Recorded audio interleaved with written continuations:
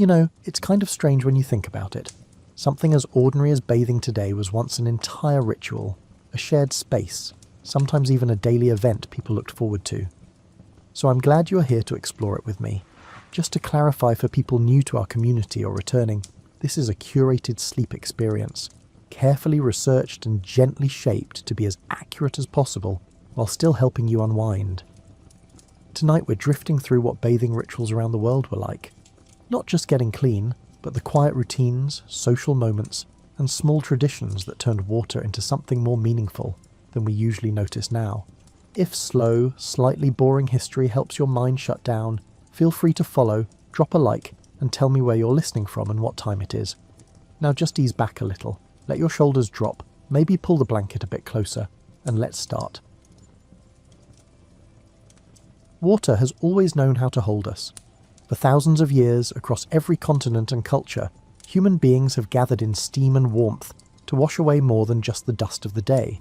Tonight, you will journey through the world's most cherished bathing traditions, from the birch-scented heat of Finnish saunas to the mineral springs of Japan, discovering how something as simple as hot water became a ritual of community, health, and transformation. You step into history through a cloud of steam. The year is irrelevant because bathing is timeless. Your skin already knows what your mind is about to learn.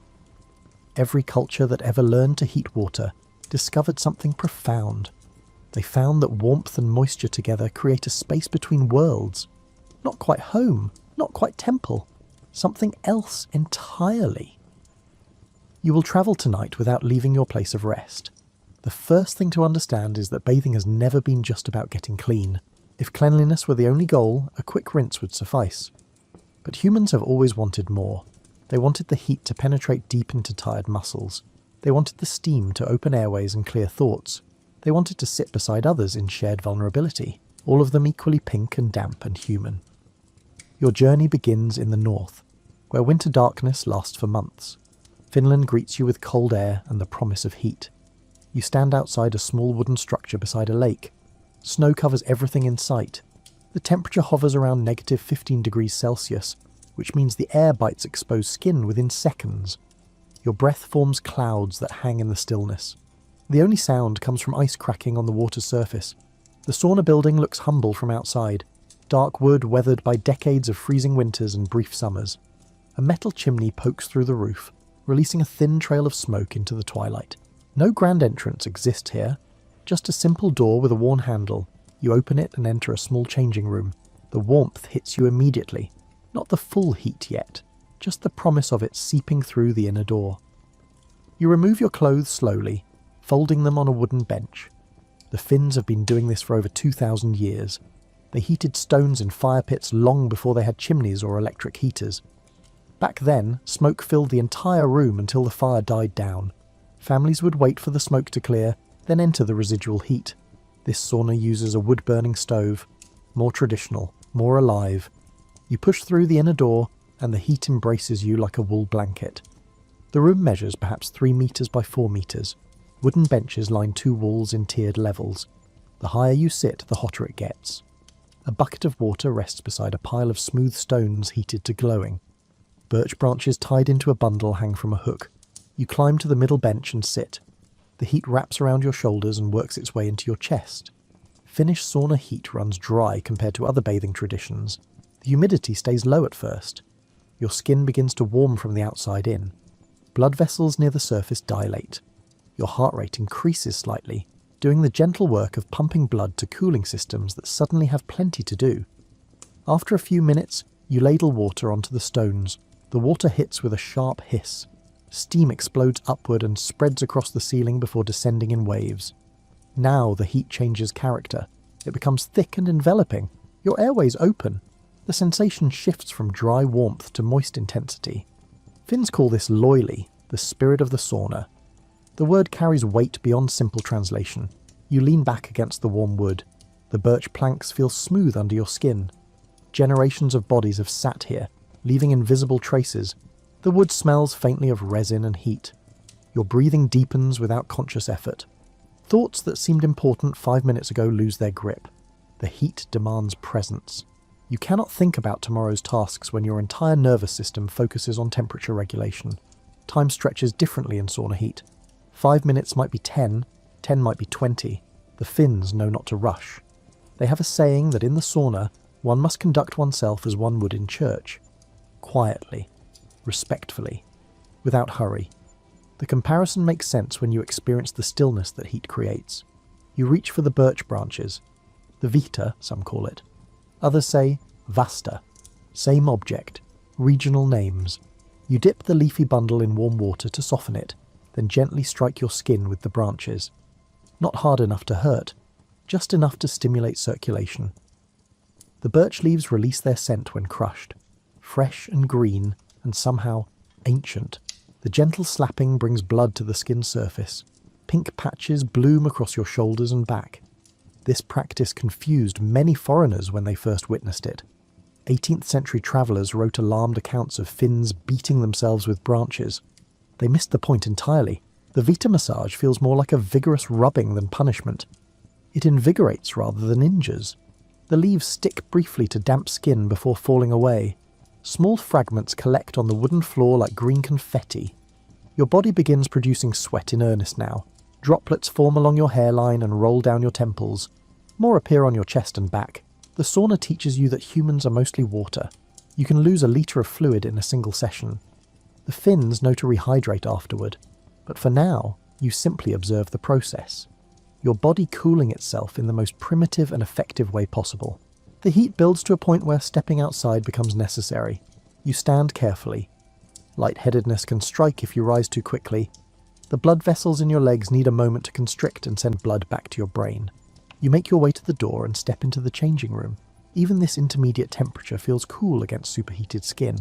Then you open the outer door and step into winter. The cold hits like jumping into revelation. Your skin, radiating heat just seconds ago, suddenly meets air cold enough to freeze water. The contrast creates a sensation unlike anything else. Not painful exactly, more like every nerve ending suddenly waking up and shouting. You walk down to the lake's edge where someone has cut a hole in the ice. The water appears black and bottomless. You ease in quickly. Better not to hesitate. The lake's icy water makes the sauna heat seem gentle by comparison. Your body screams brief protests, then adapts. Blood vessels constrict dramatically.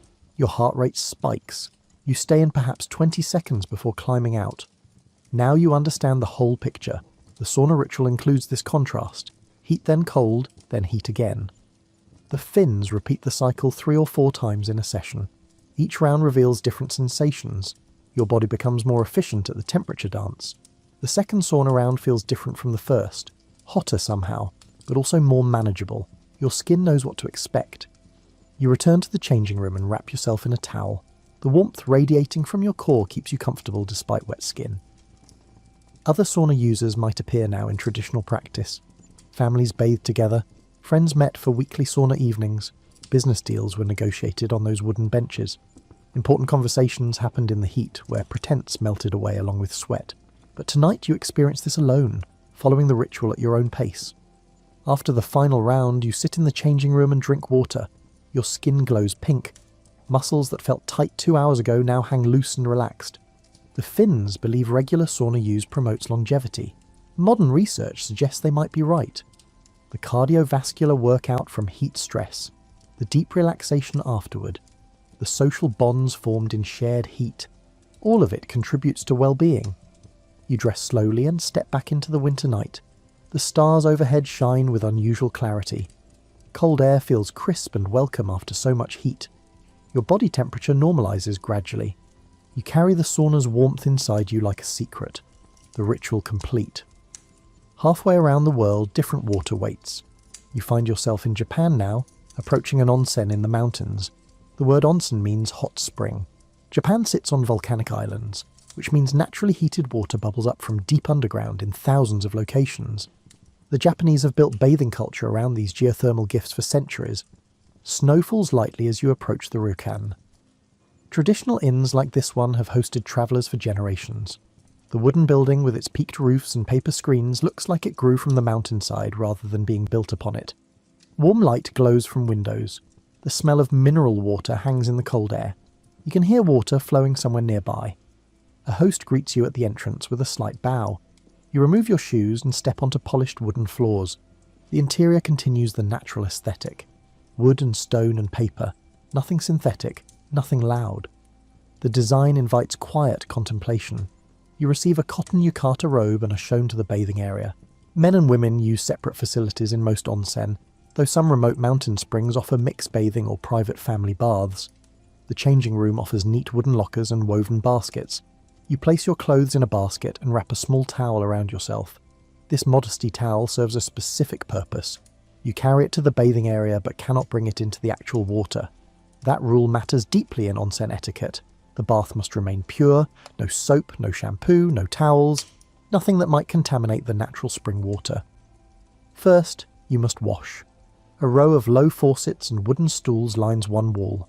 You sit on a stool and use a small basin to rinse thoroughly. Soap and shampoo are provided here for this preliminary cleaning. The Japanese separated the concepts of washing and bathing centuries ago. Washing removes dirt. Bathing provides pleasure and health benefits. You scrub carefully, ensuring every trace of soap rinses away before approaching the bath. Only when completely clean do you enter the water. The onsen pool spreads before you, carved from natural rock. Steam rises from the surface in ghostly waves. The water appears slightly cloudy from dissolved minerals. Iron, sulfur and other elements give each onsen its unique character and therapeutic properties. Some springs treat skin conditions, others ease joint pain. This one claims to improve circulation and reduce fatigue. The mineral content varies dramatically between onsen depending on the volcanic source. The water's colour tells a story. This particular onsen shows a pale milky blue from sulfur content. Other springs run rust red from iron. Some appear completely clear despite high mineral loads. The Japanese have classified onsen water into 10 distinct types based on chemical composition. Each type supposedly offers specific health benefits.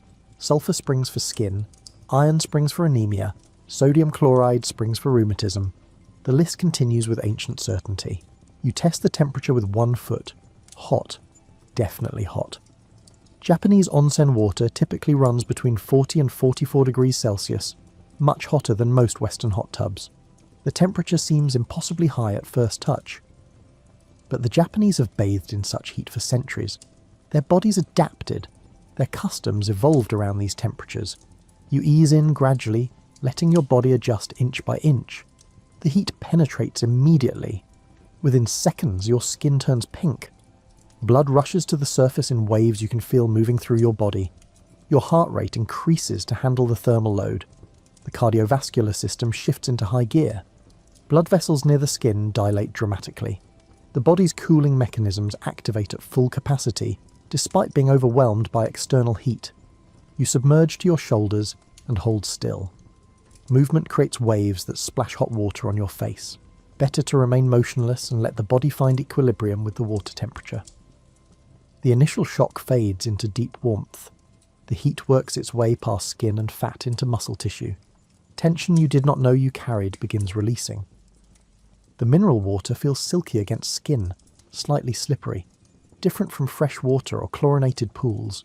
The sulfur content gives the water a faint eggy smell.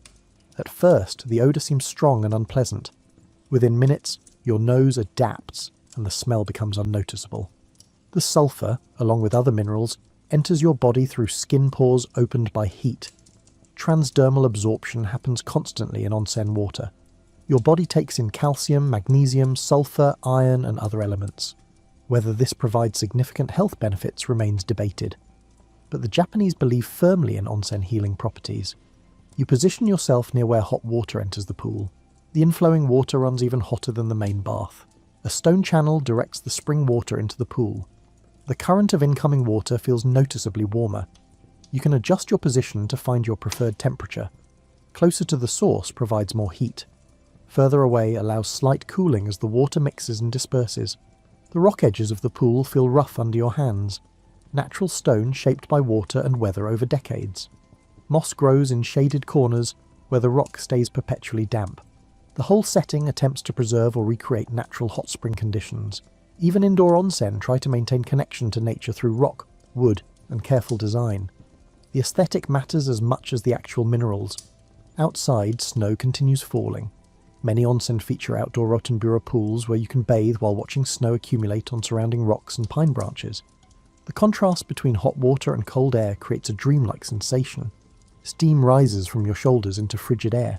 Snowflakes land on your damp hair and melt instantly. The boundary between hot and cold exists precisely at the waterline. You settle into stillness. Onsen bathing encourages meditation more than conversation. While friends might visit together, they often sit in companionable silence. The heat makes lengthy talking uncomfortable anyway. You focus instead on breathing, on the sensation of minerals soaking into skin, on the distant sound of water flowing over rocks. The Japanese have specific beliefs about onsen benefits. Different mineral compositions treat different ailments. Sulfur springs help skin conditions. Iron-rich waters address anemia. Carbonated springs improve circulation. Acidic waters can relieve chronic digestive issues. Some of these claims have scientific backing. Others rely more on tradition and belief. But the psychological benefits seem undeniable. Stress melts in hot spring water. You remain submerged for perhaps 15 minutes. Any longer risks overheating. Your fingers and toes have turned pink and wrinkled.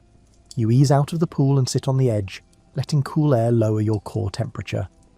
After a few minutes, you can enter again for another round. Most onsen visitors repeat the cycle several times, alternating between soaking and cooling. The protocol matters as much as the water. You learn to wash thoroughly before entering. You left your towel in the changing area. You moved quietly and respectfully. You did not splash or swim. These rules exist not as restrictions, but as collective agreements that preserve the experience for everyone. When all bathers follow the same customs, the onsen remains a place of peace. Between soaking sessions, you might rest in a tatami room. The ryokan provides these spaces for relaxation. You lie on woven mats, wrapped in your yukata, feeling the heat slowly dissipate from your body. Green tea appears, though you did not request it. The serving staff move with practiced quiet. They understand the post-onsen state. Your muscles have turned to warm clay. Thoughts drift like the steam you left behind. Some people fall asleep in these moments. The combination of heat, mineral absorption, and deep relaxation creates powerful drowsiness. The Japanese call this yudedako, meaning boiled octopus. You feel boneless and peaceful. Your skin continues radiating warmth, even as your core temperature normalizes. The minerals absorbed through your pores will continue working for hours. You return to the onsen once more before leaving. This final soak feels different from the first. Your body knows what to expect. The heat penetrates faster and deeper. You stay only 10 minutes this time, ending before exhaustion sets in. The goal is invigoration, not depletion. You leave the water glowing and loose-limbed. In the changing room, you dry off slowly. The small towel that travelled with you now does its work. Japanese onsen towels are notably small by Western standards, just large enough for modesty and drying. Nothing excessive, nothing wasteful. You dress in your yukata and make your way to your room, walking carefully on slightly unstable legs. Sleep will come easily tonight. The onsen leaves its mark in relaxed muscles and cleared sinuses and skin that feel somehow renewed. The minerals continue their subtle work. Your body temperature takes hours to fully normalize. You drift towards sleep wrapped in residual warmth, dreaming perhaps of snow falling on hot springs, of steam rising into cold mountain air. You travel backward through time now. Ancient Rome appears around you, specifically the year 115 in the Common Era. Emperor Trajan has recently completed a magnificent bath complex in the heart of Rome. The Thermae Traiani covers several city blocks and serves thousands of citizens daily. You approach as an ordinary Roman might, carrying a small bag with bathing supplies. The exterior impresses with its grand architecture. Massive columns support elaborate friezes depicting gods and athletes. Bronze doors tall enough for giants stand open, welcoming the public. Rome understood something crucial about bathing. They recognized it as a cornerstone of civilization. A city without proper baths was barely a city at all. The empire built bathing complexes everywhere its legions marched. From Britain to Egypt, Roman baths spread their culture of communal washing. You pay a small entrance fee. The cost amounts to less than a loaf of bread. Rome subsidized public bathing to ensure even the poorest citizens could participate. The emperors understood that providing baths generated loyalty and social stability. Citizens who bathed together felt connected to Rome itself. The bath complex served as community centre, social club, exercise facility, and political meeting ground all at once. You enter through the apoditerium. This changing room features rows of niches carved into walls where bathers store their clothes. No locks exist, but attendants watch for thieves. You strip and hand your belongings to a slave who will guard them. Nudity in Roman baths generated less anxiety than it does in many modern cultures. Bodies were simply bodies. Everyone had one. The social hierarchy mattered more than physical appearance. The bathing sequence follows a specific path. Romans did not simply soak in hot water. They engineered an entire thermal experience designed to clean, invigorate, and socialize. You begin in the palestra, an outdoor courtyard where men exercise before bathing. Wrestling, ball games, and weightlifting all prepare the body for the baths ahead. Exertion opens pores and stimulates circulation. After exercise, you proceed to the tepidarium. This warm room serves as transition between the exercise yard and the hot baths. The temperature runs comfortably warm but not intense. Benches line the walls. Some bathers sit here for extended periods, talking and relaxing. The mosaic floor depicts sea creatures in intricate detail. Light streams through high windows, illuminating steam that drifts from the next room. The caldarium awaits. You step into genuine heat. This hot room contains pools of steaming water heated by an ingenious system called a hypocaust. Slaves tend fires in basement chambers, and the heat rises through hollow spaces beneath the floor and behind the walls. The entire room becomes a radiator. The floor tiles feel too hot for bare feet, so wooden sandals are provided. You ease into the hot pool. The water temperature rivals anything a modern hot tub provides. The Romans achieved this without pumps or thermostats, using only fire, engineering, and enslaved labour. The moral cost of Roman luxury remains uncomfortable to consider. The magnificence was built on suffering. But in this moment, you experience what an ordinary Roman citizen experienced. The heat-loosening muscles worked hard in the exercise yard. Other bathers surround you in the pool. Conversation flows freely. Business deals are discussed. Gossip is exchanged. Political alliances form in the steam. A senator might bathe beside a shopkeeper, though certain areas of larger bath complexes catered to different social classes. The caldarium becomes a democratic space, at least in theory. Naked bodies obscure some social markers, though speech patterns and bearing still reveal status. After sufficient soaking, you exit the pool. An attendant approaches with a strigil, a curved bronze tool designed for scraping skin. The Romans used olive oil instead of soap for cleaning. You coat yourself in oil, which loosens dirt and dead skin. Then the attendant uses the strigil to scrape away the oil and whatever it has collected. The process sounds uncomfortable, but actually feels invigorating. Your skin ends up incredibly clean and smooth. The frigidarium comes next. This cold room features a plunge pool filled with unheated water. After the intense heat of the caldarium, the cold water shocks your system. The Romans believed this temperature contrast promoted health. Modern research suggests they were correct. The alternating hot and cold improves circulation and stimulates the immune system. You stay in the cold pool just long enough to feel thoroughly cooled, then emerge refreshed. The bathing circuit complete, you might now enjoy other amenities.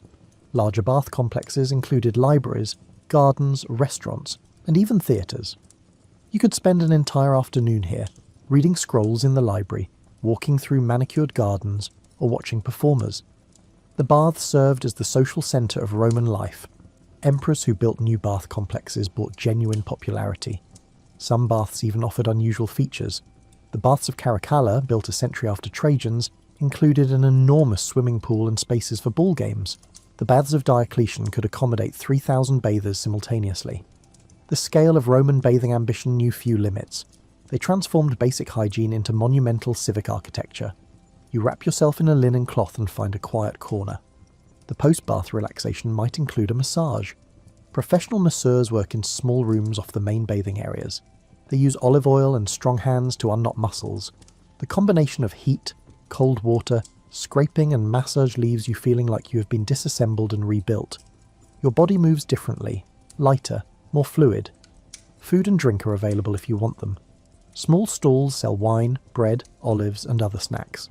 Some Romans spent most of the day at the baths, eating multiple meals on site. The social nature of bathing encouraged lingering. Why rush home when friends surround you, and the environment provides comfort and entertainment? As afternoon fades toward evening, you finally prepare to leave. You retrieve your clothes from the attendant, dress, and step back into the Roman streets. The bath complex continues operating into the night. Some sections remain open around the clock. The wealthy might visit in the afternoon when crowds thin. The poor come whenever their work allows. The baths accommodate all schedules and all classes, at least in principle. The legacy of Roman bathing extends far beyond the empire's collapse. When Rome fell, most of its elaborate bath complexes fell into ruin. But the memory of communal bathing persisted. The Islamic world adopted and adapted Roman bathing traditions. Medieval monasteries built bathing facilities based on Roman designs. The concept of the public bath never entirely disappeared, even when the infrastructure crumbled. You carry the Roman bath experience with you through time. The understanding that bathing can be civic ritual. That hot water and cold water in sequence invigorate. That communal nakedness can foster democracy, or at least the appearance of it. The Romans understood something modern culture sometimes forgets. Bathing together builds community in ways that individual showers never can. The journey continues eastward. You arrive in Istanbul during the 16th century, when the Ottoman Empire has reached its peak. The city contains hundreds of hammams, public bathhouses that evolved from Roman bathing traditions filtered through Islamic culture. The hammam combines elements you recognise from both the Roman thermi and influences unique to Ottoman society. You approach a neighbourhood hammam in the early afternoon. The building announces itself through architecture.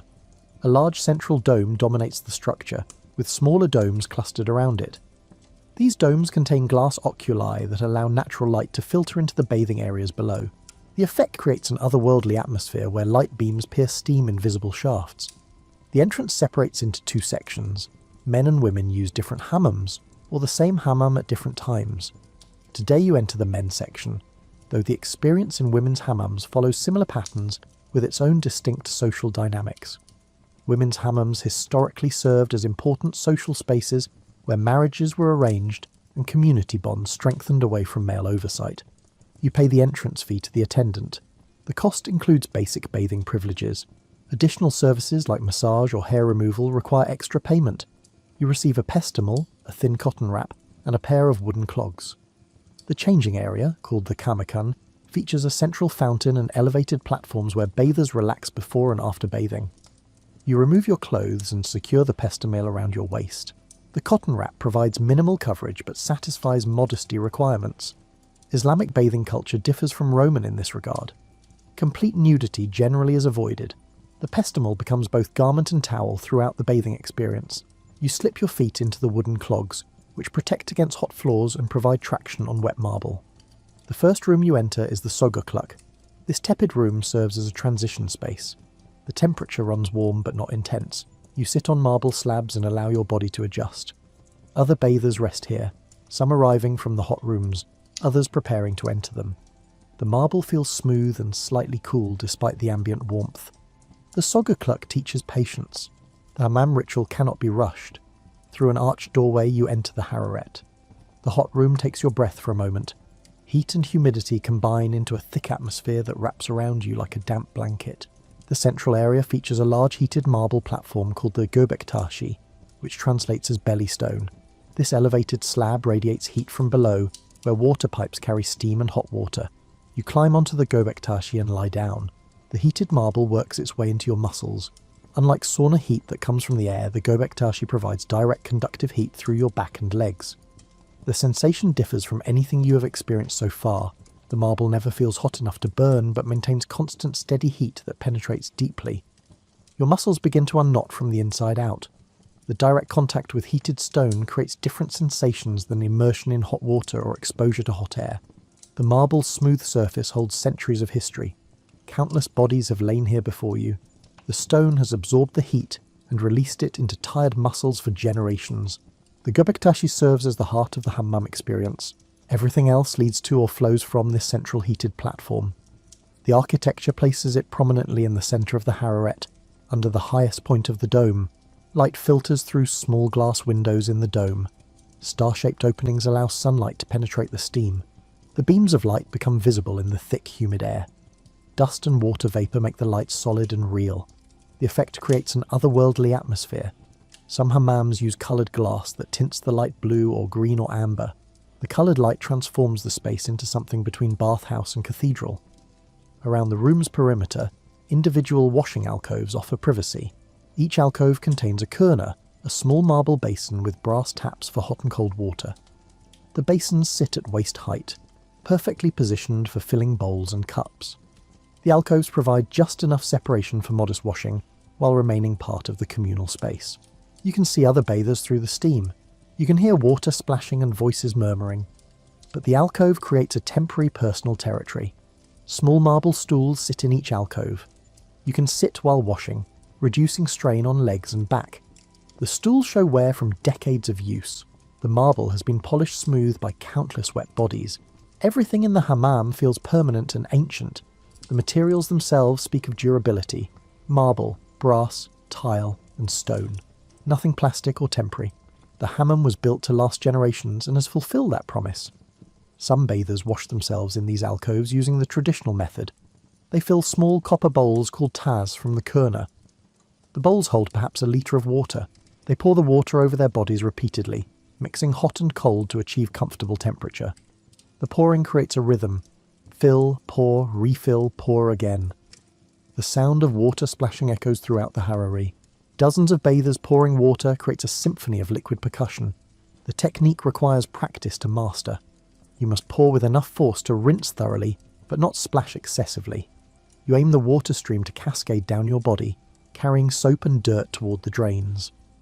The floor slopes subtly toward central drainage channels. Everything is designed to manage water flow, nothing pools or floods. The water moves constantly downward and away. Others wait for the telek, a male bath attendant who provides washing and massage services. The telek represents a profession that has existed for centuries.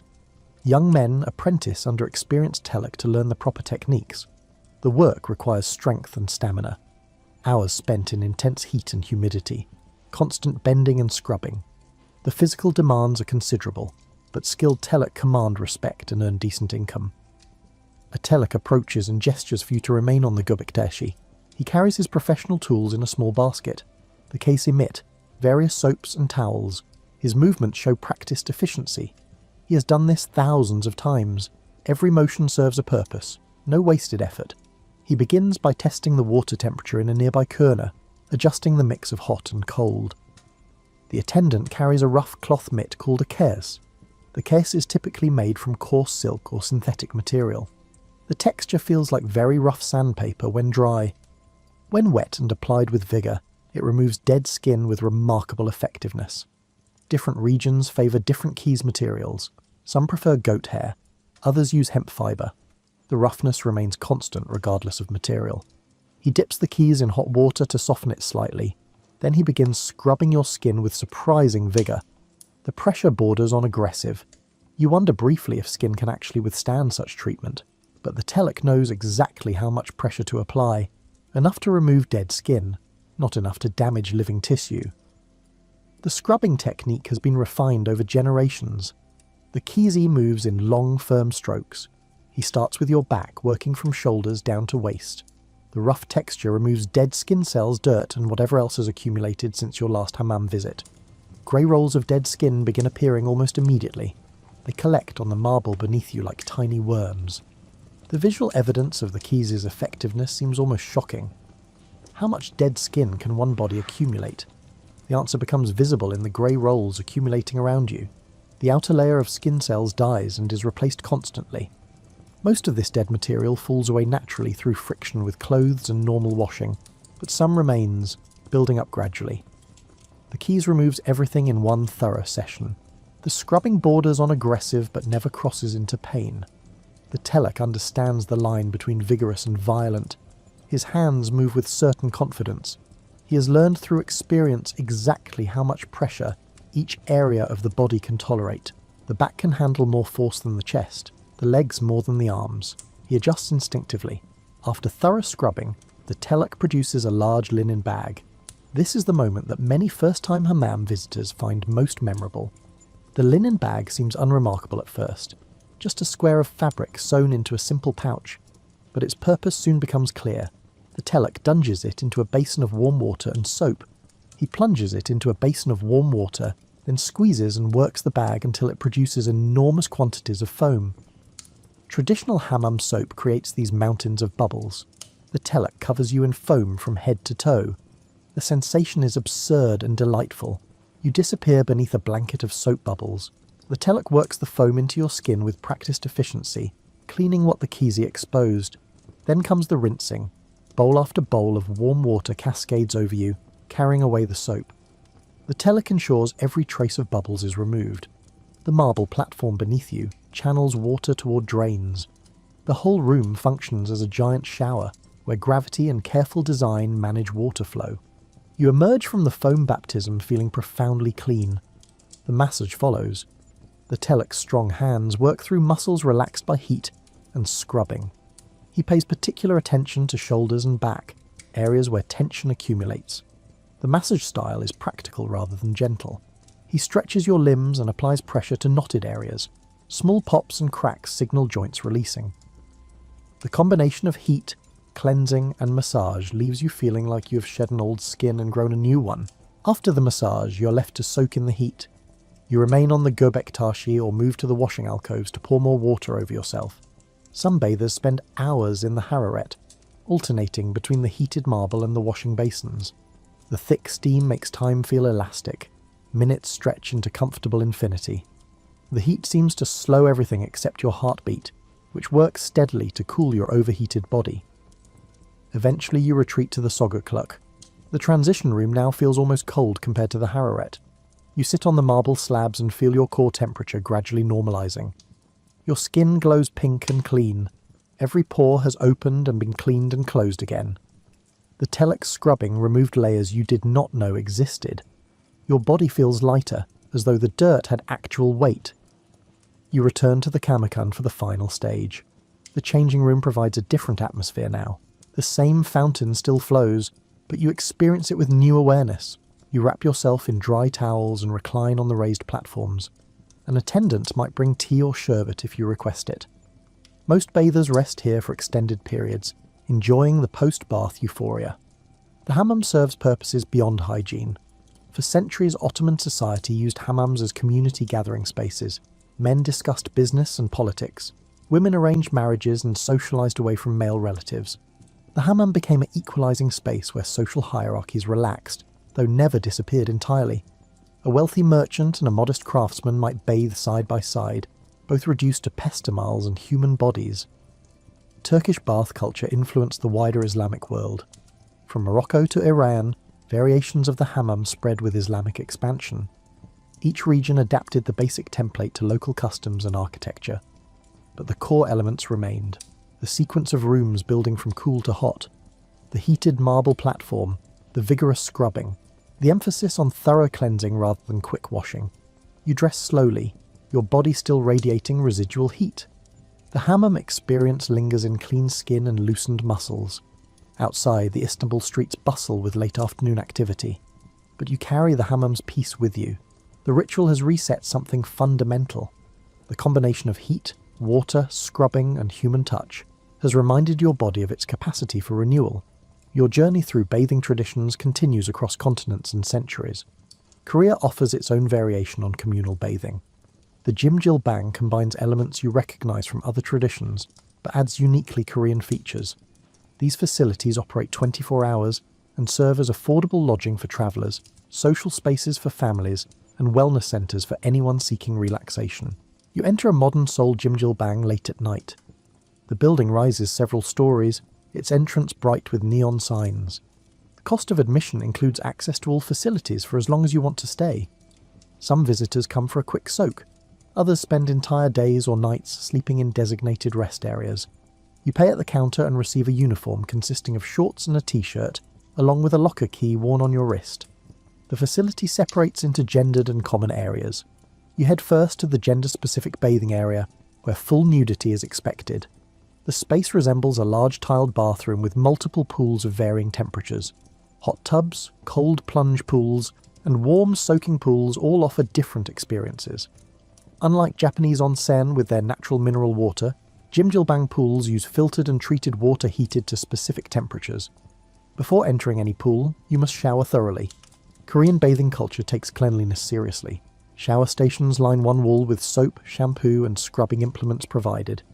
You wash with particular attention to detail, knowing that shared pools demand scrupulous hygiene. Only when completely clean do you approach the baths. You start with a warm pool to acclimate. The water temperature runs comfortable rather than challenging. You soak for several minutes, feeling the day's tension begin to dissolve. Other bathers occupy the various pools, some sitting in quiet meditation, others conversing in low voices. The atmosphere feels relaxed and unhurried. The hot pool comes next. This water runs significantly hotter than the warm pool. You ease in gradually, letting your body adjust. The heat wraps around your limbs and works into your core. Your heart rate increases. Breathing deepens. The Korean approach to hot water differs from Japanese onsen in that the temperature, while hot, rarely reaches the extreme levels of traditional onsen. The goal is sustainable soaking rather than brief intense heat exposure. After the hot pool, you brave the cold plunge. The water temperature drops close to freezing.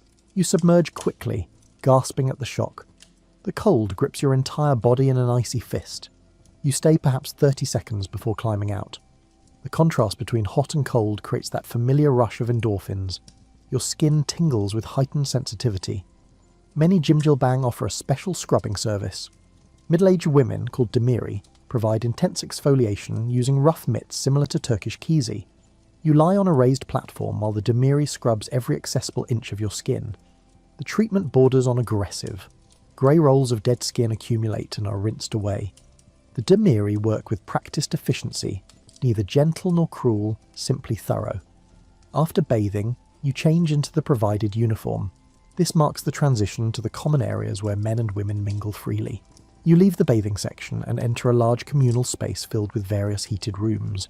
Each room maintains a different temperature and atmosphere. The salt room features walls covered in pink Himalayan salt. The temperature runs warm but not hot. The salt supposedly provides health benefits through negative ions and minerals absorbed through breath and skin. You sit on heated floor cushions and lean against salt crystal walls. The lighting is dim and peaceful. Other visitors read, nap, or quietly talk. The charcoal room radiates intense dry heat. The walls and floor contain heated charcoal that releases far infrared rays. The temperature here rivals a Finnish sauna. Black surfaces absorb and radiate heat in steady waves. The air itself feels thick with warmth. You find a spot on the heated floor and lean against the wall. The charcoal's heat penetrates differently than water heat or steam heat. It goes deeper somehow, working its way into joints and muscles with persistent intensity. Sweat begins flowing within minutes, not the light perspiration of moderate exercise. This is full-body sweating that soaks your cotton uniform and drips from your chin. Your hair becomes damp and then wet. Rivulets run down your spine. The body's cooling system works at maximum capacity. You feel your heart beating faster, pumping blood to the surface where evaporation can cool it. The sensation borders on overwhelming. You stay 15 minutes before the heat becomes too much. Any longer risks genuine discomfort or even danger. The charcoal room promises detoxification through intense sweating. Whether toxins actually leave the body through sweat remains scientifically debatable, but the psychological effect of such profound sweating feels cleansing regardless of measurable outcomes. You emerge drenched and lightheaded, ready for cooling. The ice room provides dramatic contrast. The temperature drops well below freezing. Ice covers the walls in thick layers. You enter wearing your cotton uniform, which provides minimal insulation. The cold hits hard and fast. 2 minutes feels like 10, but the shock invigorates in ways that ordinary cold never could. Emerging from the ice room into normal room temperature feels like stepping into a warm bath. Other themed rooms offer different experiences. An oxygen room pumps enriched air for supposed respiratory benefits. A yellow clay room maintains moderate heat and uses clay for therapeutic purposes. A jade room features floors and walls of jade stone heated to release beneficial elements. Whether these various rooms deliver their promised health benefits remains debatable, but the experience of moving between different environments creates a wellness journey regardless of scientific validity. The common area also includes sleeping spaces. Large rooms with heated floors offer rows of wooden pillows. Visitors stretch out for naps between bathing and sauna sessions. Some people spend entire nights here, the Jimjilbang serving as budget accommodation. Families come for affordable weekend outings.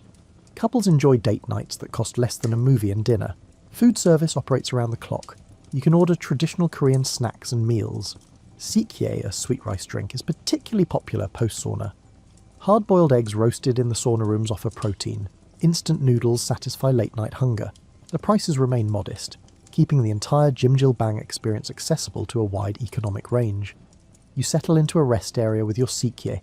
The sweet drink cools your overheated body. Around you, families relax together. Teenagers cluster around phones. Elderly folks doze peacefully. The Jim Jill Bang democratizes wellness in ways that expensive spas never could. Everyone pays the same modest fee and accesses the same facilities. Social hierarchies fade in matching cotton uniforms. Russia offers another variation on heat and water. The banya resembles a Finnish sauna in its use of dry heat and steam, but Russian bathing culture adds its own distinct character. You find yourself in a traditional wooden banya outside Moscow on a winter afternoon. Snow covers the ground in deep drifts. The temperature outside hovers around -20 Celsius.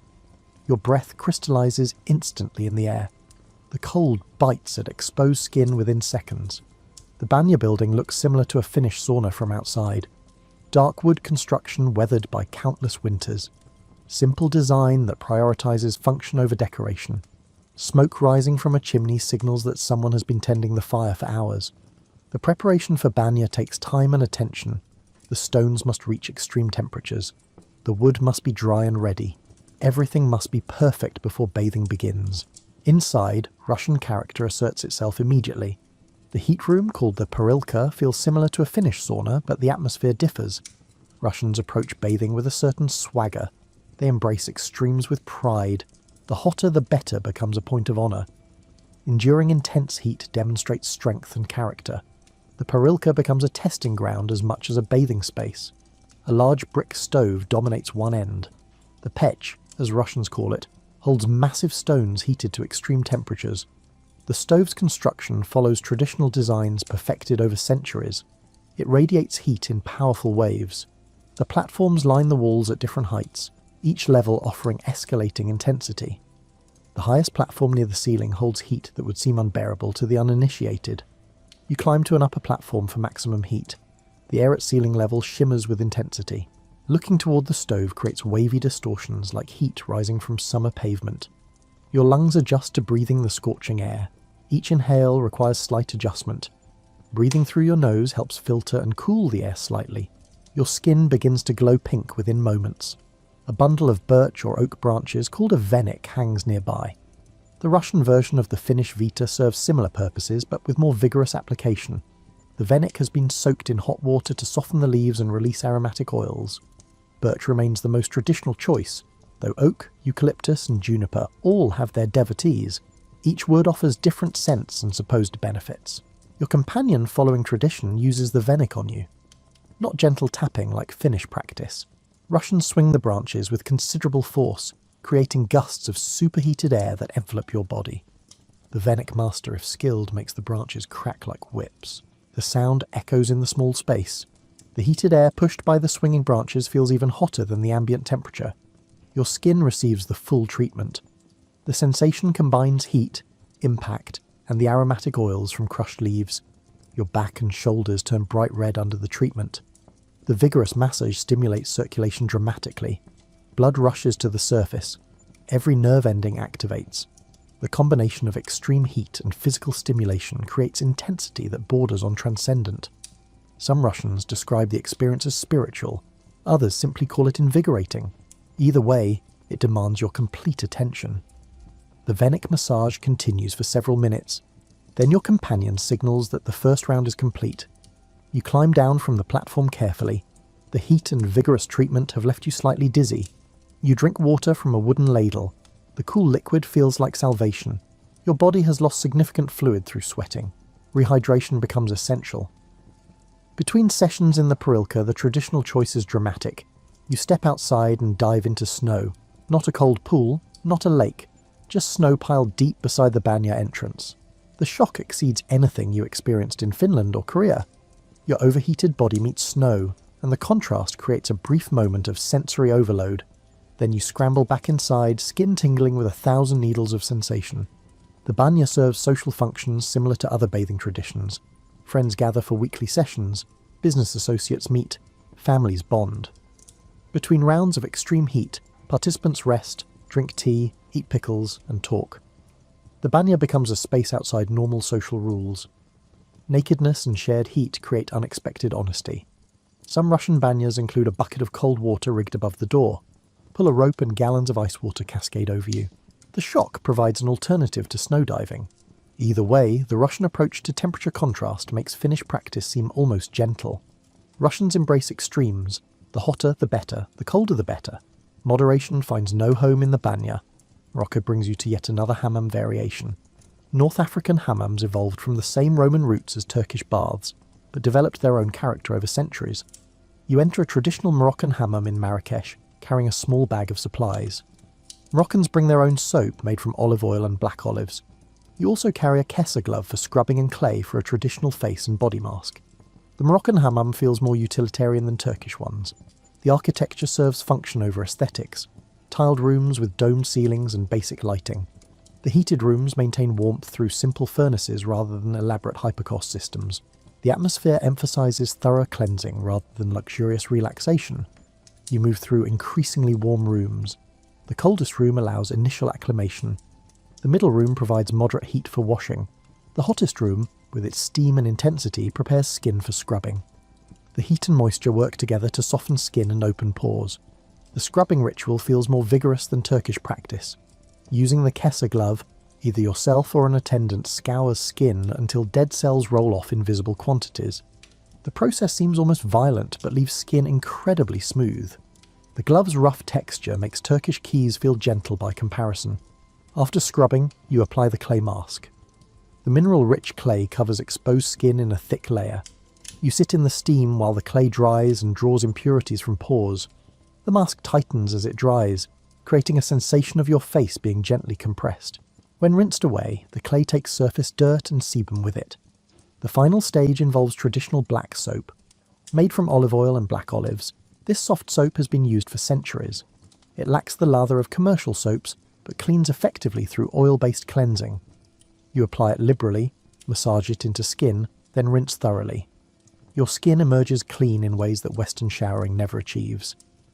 Moroccan hammams often feel like neighbourhood living rooms. Women gather for hours of bathing, gossiping and community building. Children run between rooms, friends help scrub each other's backs. The hammam serves as social infrastructure, especially in neighbourhoods where many homes lack private bathing facilities. The communal nature creates bonds that privacy-focused modern culture often lacks. Indigenous sweat lodge traditions offer profound contrasts.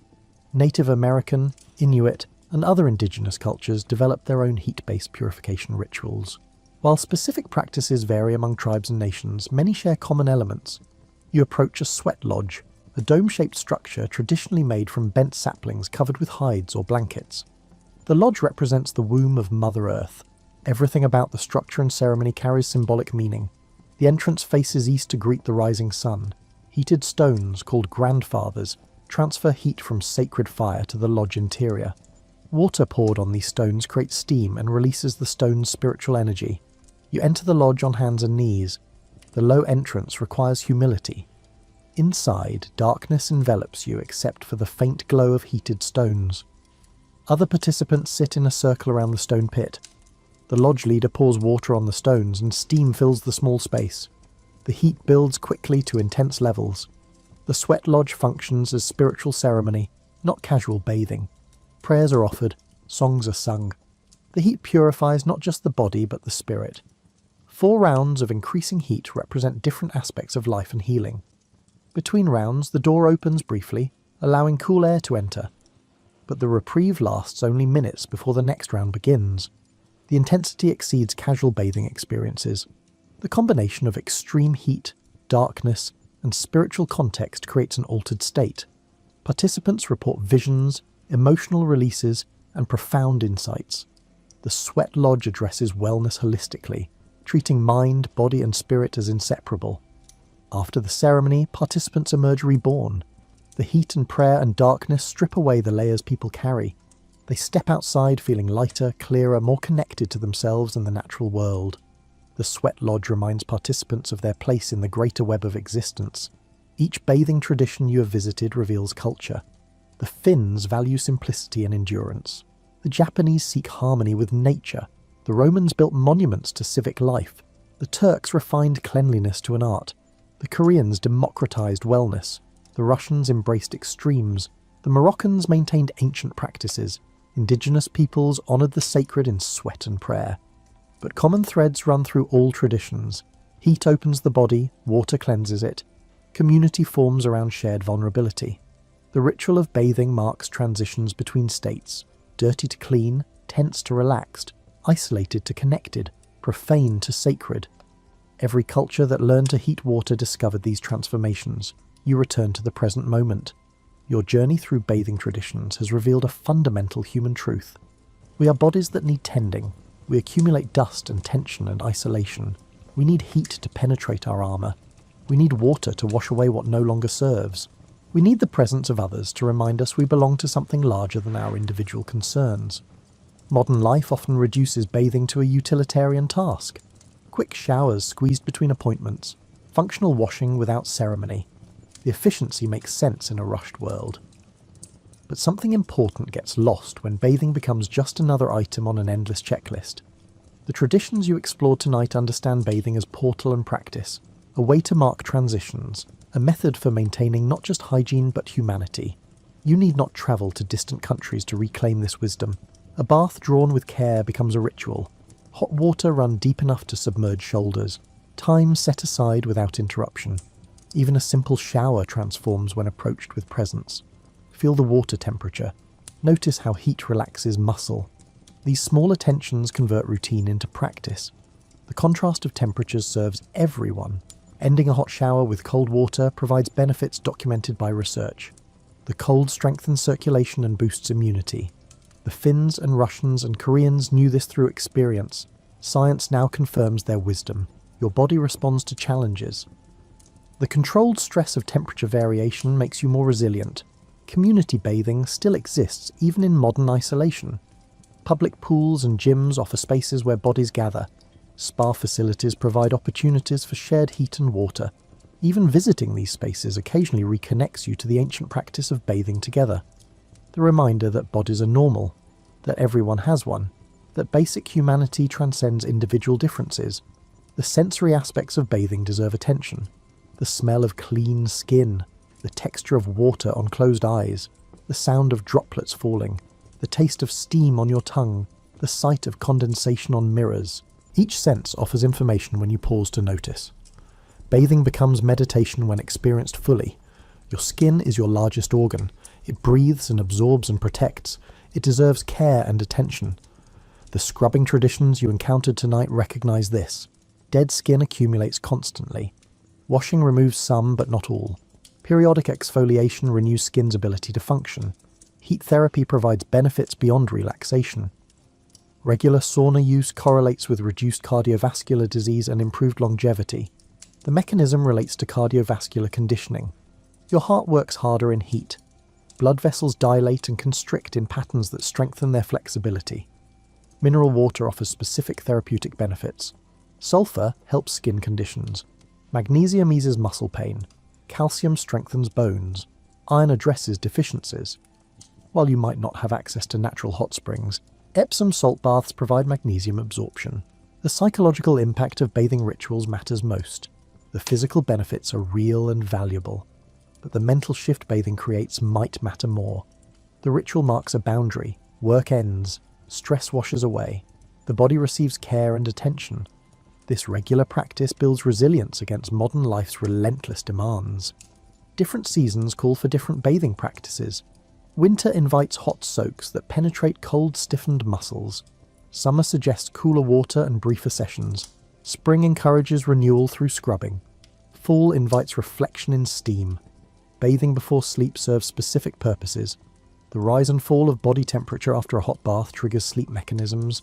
Your core temperature drops as you cool, signaling that sleep time approaches.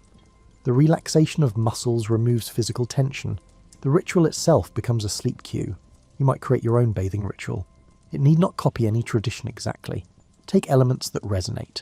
A Finnish appreciation for heat and cold contrast. A Japanese attention to thorough cleaning. A Turkish commitment to scrubbing. A Korean embrace of varied experiences. A Russian willingness to endure. The ritual might look simple from outside. Perhaps you draw a hot bath twice a week. You add Epsom salt for minerals. You light a candle for atmosphere.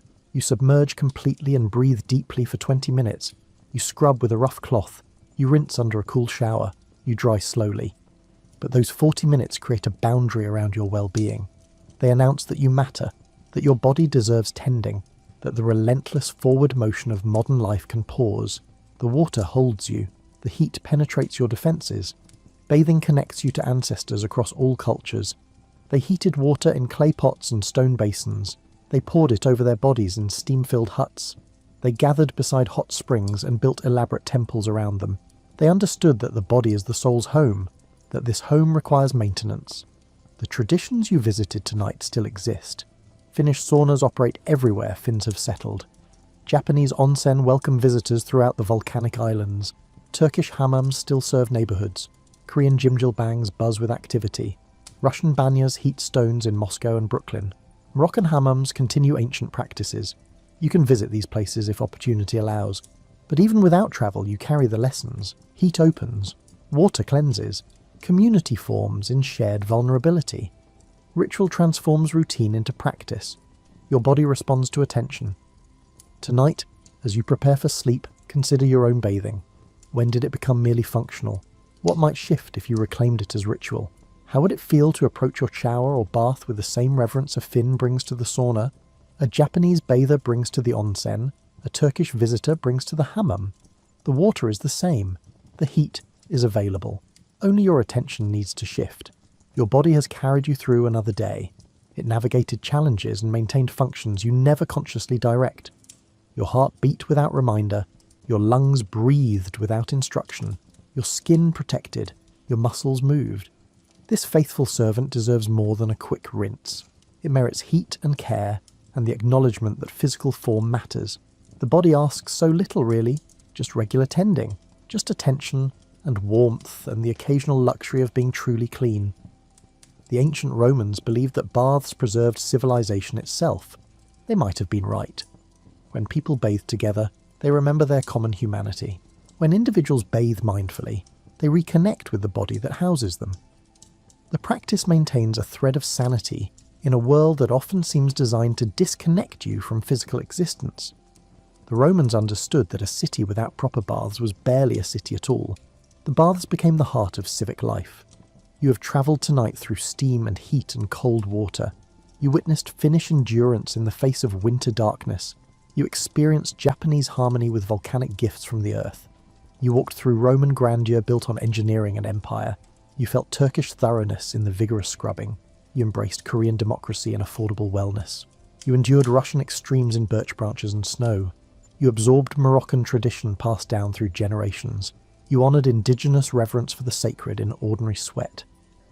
The journey ends where it began. You rest in your own space, your own time, your own body. The traditions you visited continue without you. Finns will heat their saunas tomorrow and dive into frozen lakes. Japanese bathers will ease into mineral springs while snow falls on their shoulders. Turkish attendants will swing their keys gloves with practiced vigour. Korean families will gather in jjimjilbangs for affordable wellness and community. Russian friends will brave the snow between rounds of intense heat.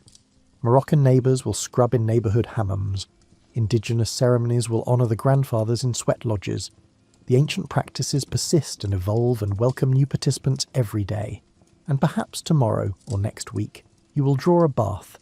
You will pay attention to the water's temperature as it flows from the tap. You will notice steam rising and collecting on cool surfaces. You will feel heat penetrating tired muscles that have carried you through your days. You will remember that this simple act connects you to every culture and every era that understood bathing as more than mere washing. You will emerge clean in body and somehow renewed in spirit. The water will drain away, carrying with it what no longer serves. You will dry slowly, attending to skin that now glows pink and alive and grateful for the care. This is the gift of bathing traditions. They remind you that care of the body is sacred work, that heat and water together create healing, that the rituals of tending yourself matter deeply, that your daily shower or weekly bath can be transformed through simple attention into something approaching ceremony. The steam rises and dissipates. The heat fades but leaves its mark in relaxed muscles and clear airways. The water drains but leaves you cleaner than before. The ritual ends but its effects linger. You carry the experience forward into sleep and tomorrow. Your body remembers being tended. Your mind recalls the pause in relentless forward motion. Your spirit recognizes that you pause to honor the home it inhabits. Sleep comes easily after such tending. Your body temperature slowly returns to baseline after the imagined heat. Your muscles rest without tension or complaint. Your breathing deepens naturally into the rhythm of approaching sleep. The images from tonight's journey drift through your mind like steam. Finnish birch leaves, Japanese snow falling on hot springs, Roman marble columns, Turkish foam, Korean ice rooms, Russian snowdrifts, Moroccan clay, sacred stones glowing in darkness, all of it reducing to simple truth. Water holds you. Heat opens you. Ritual reminds you that you matter beyond your utility. The body is more than machine. It is temple, home, vessel, and companion. It deserves the care that every culture across history has recognized through their bathing traditions. Tomorrow's shower or next week's bath can become practice rather than chore. The water waits, patient and ready, to carry away what burdens you and leave you renewed. The world spins through darkness toward morning. But for now, you rest in the knowledge that bathing is ancient wisdom, accessible in modern times. That heat and water together create transformation available to anyone with access to a tub or shower. That the body you inhabit merits attention and care. That the simple act of washing can be elevated through consciousness into something approaching sacred. The steam clears, the water drains, the heat dissipates. You remain cleaner and somehow lighter than before. The traditions continue across oceans and centuries.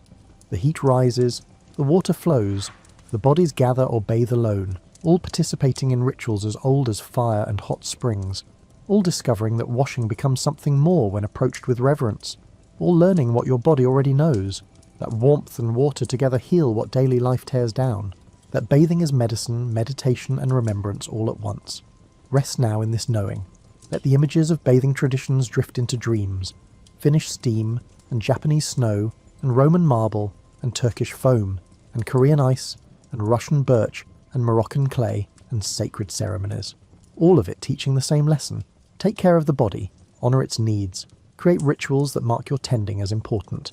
The world will demand much from you tomorrow, but tonight you have bathed in wisdom gathered across cultures and centuries. You have learned that the simple act of heating water and applying it to skin can be practice, prayer, and profound self-care. The water remembers. Every ocean and river and rain cloud and hot spring, every heated bath and steaming room, every culture that gathered around warmth and moisture. The water holds the memory of tending and healing and transformation. You add your own experience to this ancient knowledge. The water that cleaned you tonight will evaporate and fall as rain and flow to the sea and rise again. Endless cycle, eternal return. The wisdom of bathing flows onward, available to all who pause long enough to notice. Sleep finds you gently. Your body rests clean and warm.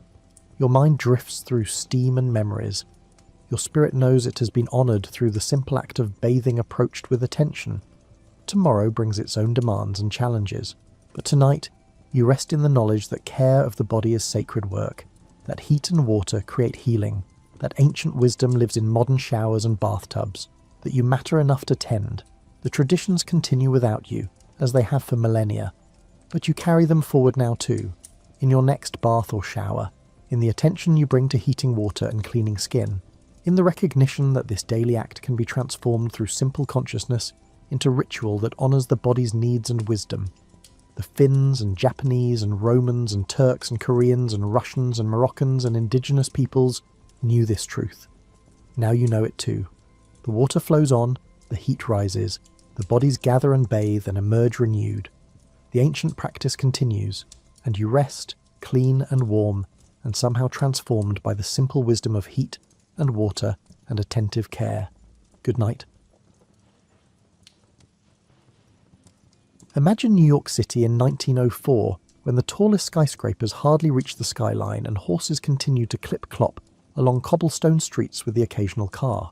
Julius Robert Oppenheimer, though everyone would call him Robert, or simply Oppie to his friends, was born into this world of gaslight and escalating ambition. Though Robert's early years were depicted in more general terms, you might think that future atomic scientists come from childhood spent staring at telescopes and chemistry sets. Julius, his father, had come from Germany with little more than a keen sense of style and a passion for textiles. By the time Robert was born, the family business had become successful enough to buy an apartment with a view of the Hudson River, furnished with impressionist paintings, Persian rugs, and the kind of cosy quiet that comes with having money. Ella, Robert's mother, was an artist who saw the world through light and shadow compositions. As young Robert played quietly close by, she had set up her easel by their Upper West Side home's tall windows and began painting watercolours, displaying the thoughtfulness that would define his entire life. Even as a young child, he had an eye for the world that seemed older than his years. It wasn't precocious in the way that adults find it unsettling, but it was genuine curiosity about how things fit together. Though deeply intellectual, the Oppenheimer household was not particularly religious. Every wall was adorned with books like old friends waiting to chat, and topics discussed at the dinner table included literature, art, and difficult philosophical issues. Like a tiny sober sponge, Robert took in all of this, cultivating the kind of all-encompassing curiosity that would eventually enable him to discuss Hindu philosophy with the same ease as he would quantum mechanics. Robert found school to be almost too easy. He was quietly working his way through books that most adults would find difficult, while other kids were having trouble with spelling and math. By the age of 10, he was reading translated Plato and penning poetry that was surprisingly sophisticated for someone whose voice had not yet changed. This thin, pale boy who could talk about literature like a graduate student, but still required assistance getting to books on high shelves, left his teachers unsure of how to interpret him. An alternative form of education was offered by the family's Long Island vacation house. Robert developed a contemplative love for the outdoors here. He was a child who collected rocks with the methodical attention of someone who saw stories in their crystalline structures, not the kind who built forts or caught frogs. An early indication of the scientific mind growing beneath his literary interests was the meticulous labelling and cataloguing of each specimen. Among family friends, Robert's rock collection became legendary. He could spend hours studying a single mineral sample, turning it in the light to reveal various features, reading about its geological formation, and comprehending its significance in the grand scheme of things. He first learned to think in deep time, to envision forces that could reshape continents and processes that took millions of years, thanks to geology. Later on, this sense of scale would enable him to understand physics concepts that other bright minds found difficult to understand. By his early adolescence, Robert had developed into a young man who appeared to be a little different from his contemporaries. He was amiable enough, but his passions and the ferocity with which he pursued them had an unearthly quality. Robert had become enthralled with Hindu philosophy and wanted to read the original texts, so he was teaching himself Sanskrit while other boys his age were learning baseball and the first hints of romantic interest. Although Robert was undoubtedly not exempt from the joy of intellectual achievement, the Sanskrit study was more than just academic boasting. The philosophical issues these ancient writings addressed, such as what the nature of reality is, truly captivated him. How do we make sense of our position in the vast, seemingly uncaring universe? For him, these were pressing personal issues rather than abstract riddles that would shape his views on everything from moral responsibility to subatomic particles. His parents were both proud and perplexed as they observed their son's intellectual growth. Robert appeared to be developing into a person whose mind worked on frequencies they weren't always able to pick up.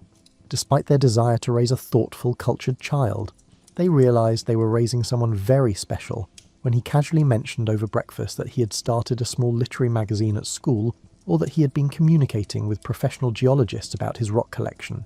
For Robert, the passage from childhood to adolescence wasn't totally seamless. Social situations were occasionally awkward due to his intellectual prowess. He would make references that were too complex for his peers to understand, or get so engrossed in a book that he forgot he was meant to be taking part in group activities. But instead of growing resentful or conceited over his differences, Robert acquired a kind of mild disinterest that would benefit him for the rest of his life. He discovered how to live in two different worlds at once. The world of scientific facts and the world of artistic beauty. The world of teenage worries and the world of adult ideas. Robert had already started to consider the issues that would shape his adult life as he neared graduation from the Ethical Culture School, a school that placed equal emphasis on moral growth and academic success.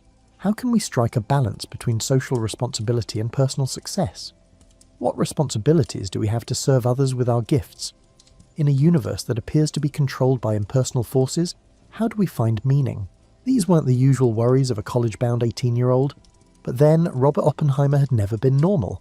With interests ranging from poetry to geology to philosophy, he was getting ready to enroll at Harvard University with a mind that was already beginning to recognize connections that others had overlooked. The young man who had begun by gathering rocks was preparing to contribute to the discovery of the atom's mysteries. For someone with Robert's thirst for knowledge, Harvard in 1922 was like an intellectual candy store.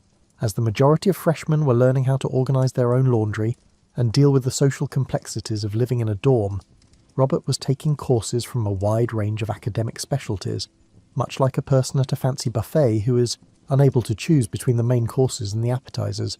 Do you know how some people discover their calling early on and pursue it assiduously? Robert wasn't like that. Rather, he went into college like a passionate adventurer charting a new continent. He enrolled in classes in languages, literature, philosophy, history, and almost as an afterthought, chemistry and physics.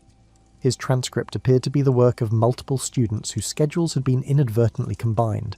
During this time, Harvard was still mostly a finishing school for young men from well-to-do families, but it was also starting to draw serious academics who believed that the university was a place where genuine intellectual work could take place.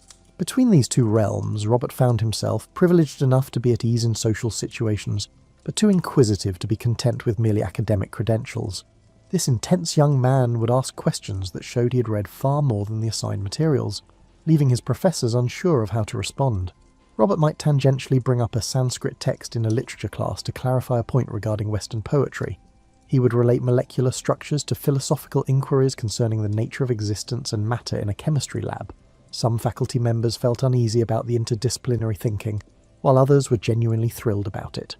For students who shared his diverse interests, Robert's room in his Harvard dorm turned into a sort of salon. Robert would lead casual conversations that could range from quantum theory to TS, while other undergraduates were preoccupied with football games and fraternity parties. Eliot's most recent poems are about the Russian Revolution's political ramifications. Robert was genuinely interested in what other people thought about the big questions and genuinely curious about everything. So these weren't performances or attempts to flaunt himself. The academic work was almost too simple. In a fraction of the time required for his peers to master the assigned material for most courses, Robert was able to read independently about topics that went well beyond any syllabus. He found that he had a special talent for physics, not only for manipulating numbers, but also for using his imagination to picture how the invisible realm of atoms and energy might truly function. However, despite his academic success, Robert was having trouble answering more introspective questions about his life goals. In his social circle, it was expected that intelligent young men would pursue respectable careers in business, law, or medicine, which would enable them to continue living the comfortable lives they had known as children. These traditional routes drew Robert in, but in some way they seemed too narrow for the questions that captivated him. Something clicked in his junior year. A professor who had trained in Europe and brought back tales of the groundbreaking discoveries being made in physics labs across the Atlantic was teaching Robert an advanced chemistry course. For the first time, Robert realized that science was about asking basic questions about the nature of reality itself, not just about learning facts and doing calculations. The moment was ideal. In the 1920s, physics was going through a revolution that only occurs once every 100 years. Quantum mechanics and relativity theory discoveries were upending everything scientists believed they knew about matter, energy, space, and time. Robert wanted to be involved because it felt like he was witnessing the development of a new perspective on the cosmos. Robert had discovered his calling by his senior year. He would pursue a career in physics, but he wanted to focus on the fundamental issues that were changing how people perceive reality. This was more of a calling than a career decision. It was the same kind of intense dedication that might inspire someone to pursue a career in philosophy or poetry. After earning a summa cum laude degree in 1925, Robert had to make a decision that would affect the rest of his life. He had the option to remain in America and pursue graduate studies at one of the reputable universities, which would provide him with a secure and reliable route to academic achievement. He could also travel to Europe, where the giants of theoretical physics were working out the implications of quantum theory in coffee shops and labs from Cambridge to Göttingen. That's where the real action was in theoretical physics. The choice to travel to Europe wasn't made solely for academic reasons. In addition, Robert was fleeing from a complex romantic circumstance that had left him emotionally damaged and unsure of his own discernment in private affairs. Europe provided him with both geographical separation from issues he wasn't yet prepared to handle, and intellectual adventure. Thus, in the fall of 1925, Robert found himself on a ship travelling across the Atlantic, with letters of introduction to some of the world's most renowned scientists, and a ton of questions concerning atomic structure, quantum mechanics, and the bizarre new reality that physics was unveiling. He was 21 years old, bright, a little gullible about the world outside of academia, and on the cusp of one of the most exciting eras in scientific history. The young man was travelling across the ocean to contribute to the understanding of the true nature of the universe. He had begun his college career by reading poetry and collecting rocks. Someone with Robert's ambition and curiosity had been unconsciously preparing for this kind of intellectual adventure all his life. Imagine getting off a train in Cambridge, England in 1925 with a head full of physics equations that you hope will impress the great Ernest Rutherford, and a suitcase full of clothing that suddenly seems too American. This was Robert's first introduction to the Cavendish laboratory, where men who viewed the fundamental nature of reality as a problem to be solved by meticulous experimentation and astute intuition were making some of the most significant discoveries in atomic physics. Back then, the Cavendish resembled the most exclusive workshop in the world, with scientists discussing atomic nuclei and electrons the way others might discuss the weather, and equipment that looked like it belonged in the basement of a Victorian inventor's home. Robert was in the odd position of being fully unprepared for the practical experimental methods that British physics placed such a strong emphasis on, but intellectually prepared for sophisticated theoretical work. You know how it feels to believe you are proficient at something until you observe a true expert in action? Those were Robert's initial months at Cambridge. He was able to explain quantum mechanics with mathematical precision, but he was unable to handle the delicate manipulations needed for experimental work without causing minor catastrophes. His attempts to construct equipment frequently ended in shattered glassware and outcomes that left his supervisors wondering if theoretical physics would be a better fit for this driven young American. Robert worked with the same methodical intensity he'd brought to everything else, so it wasn't a lack of intelligence or effort that was the issue. However, experimental physics necessitates a distinct way of thinking, a tactile comprehension of material behaviour, and an intuitive sense of when something is functioning correctly. The concrete world of laboratory equipment was almost alien to Robert, whose mind was already functioning at such abstract levels. In fact, Robert's growth as a scientist depended heavily on this difficult time. He had to face the possibility that his intellectual gifts might be limited, and for the first time in his academic career something wasn't coming easily. Instead of giving up, Robert took this setback as an opportunity to reflect more thoroughly on his career goals as a physicist. In contrast, the theoretical work fulfilled all of Robert's expectations. In the 1920s, the physics community was small enough for informal seminars and one-on-one discussions to quickly spread revolutionary ideas.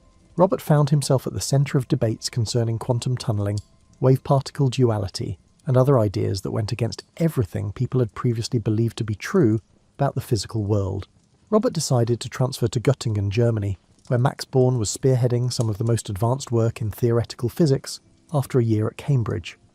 This choice would influence the remainder of Robert's career.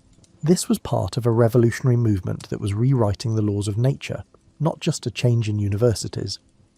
The quantum revolution began in Göttingen in 1926, when bright people realised they're making discoveries that will forever alter human understanding.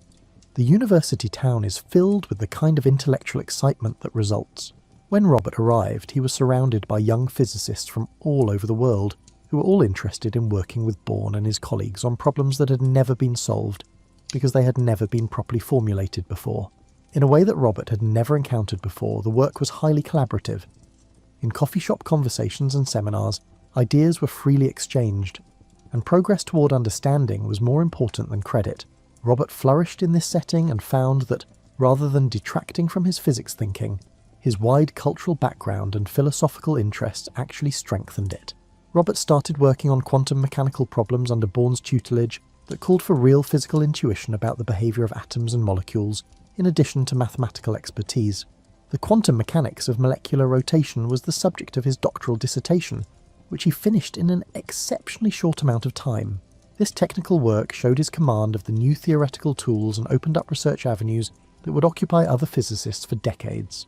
What Robert discovered about the true nature of science, however, may have been more significant than the particular study.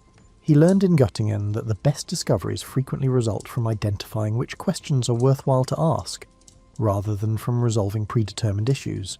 He developed the ability to think like a theoretical physicist, which included being at ease with ambiguity, adept at mathematical abstraction, and constantly aware of connections that others might overlook.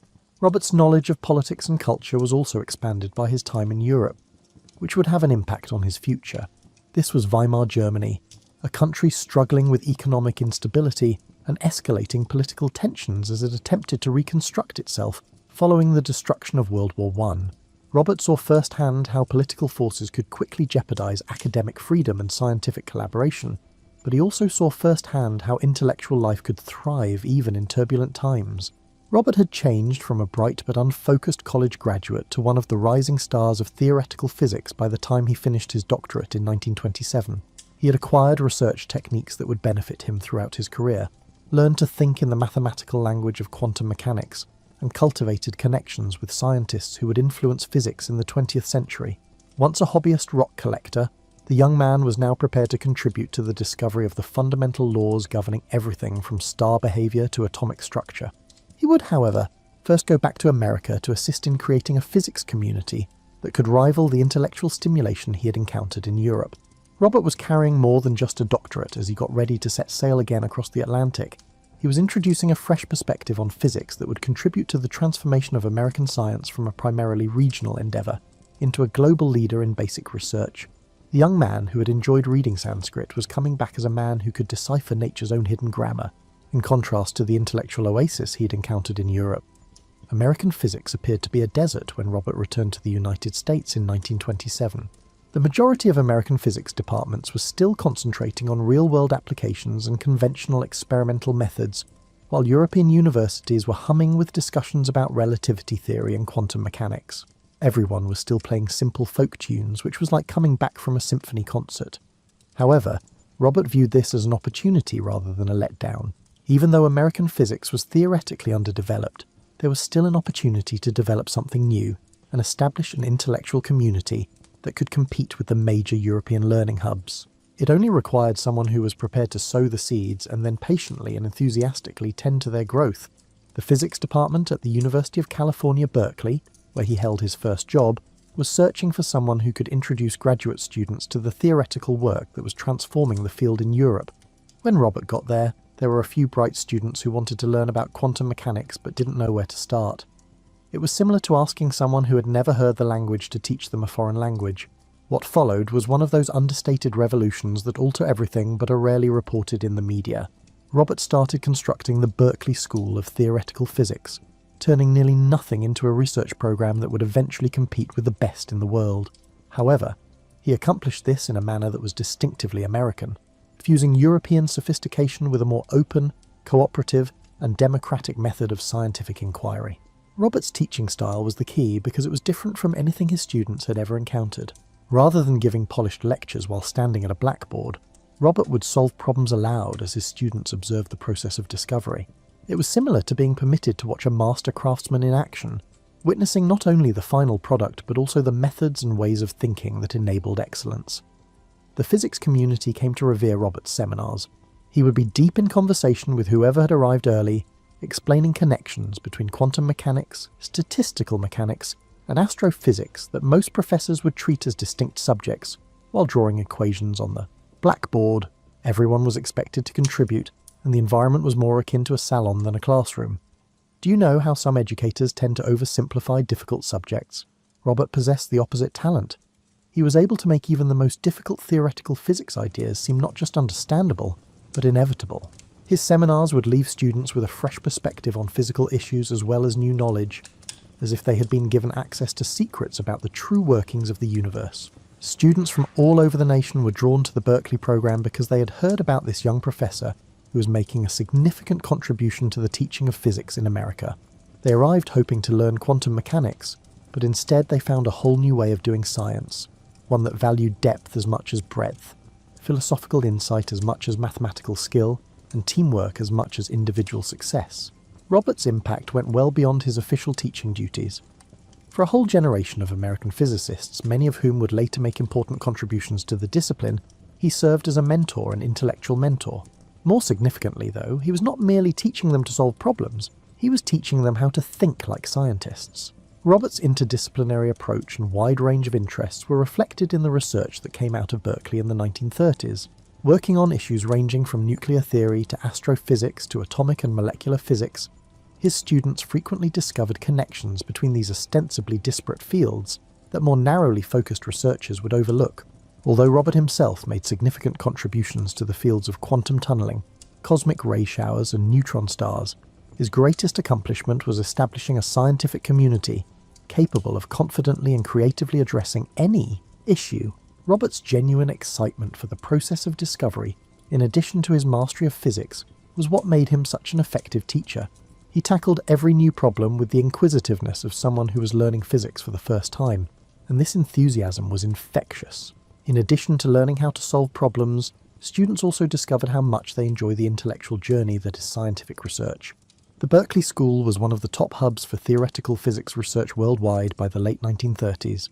The collaborative, interdisciplinary approach that Robert had taught them was being carried by his former students as they dispersed throughout American universities. American physics was starting to compete with European science by creating its own unique research and teaching methodology rather than by imitating European techniques. However, Robert's career and the interaction between science and society were about to change as a result of the intersection of his teaching success with more significant historical forces. Soon, the same theoretical discoveries that made his seminars so fascinating would serve as the basis for weapons with previously unheard of destructive potential, and the educator, who had dedicated his professional life to fostering intellectual community, would be called upon to lead an unprecedented scientific endeavour to put an end to a conflict. All of Robert's interpersonal and intellectual leadership abilities would be put to the test as he went from being a university professor to a scientific administrator. However, the groundwork had been established during his time at Berkeley, where he discovered that the most significant scientific breakthroughs frequently result from groups of gifted individuals collaborating to achieve shared objectives rather than from lone geniuses. Imagine being tasked with creating a brand new city in the middle of a New Mexico mesa, assembling a team of some of the most talented and erratic scientists on the planet, and organising them to tackle the most difficult technical problem in human history, all while keeping everything you do completely secret. In 1942, Robert was offered this task by the US government, and he accepted it somehow. At 7,300 feet above sea level, on a plateau encircled by mountains that seemed to go on forever beneath a vast sky, Robert's first impression of Los Alamos was hardly more than a boys' school. It was remote, harsh, and totally unfit for the kind of scientific work that would have to take place there. But it was also beautiful in the way that barren landscapes can be. After seeing the website, the majority of people would have recommended going somewhere more affordable. But when Robert looked at that mesa, he noticed something different. He saw a setting that might motivate the kind of extraordinary effort that extraordinary times required, a space that could support quick expansion, and an isolation that would offer security. More than that, he realised that developing the atomic bomb was a human challenge that would necessitate the establishment of an entirely new type of scientific community. The Manhattan Project marked a significant change in the structure and financing of scientific research. Los Alamos would unite hundreds of scientists and engineers to work on a single, well-defined goal under military security and government guidance, rather than having individual professors work with small groups of students on problems of their own.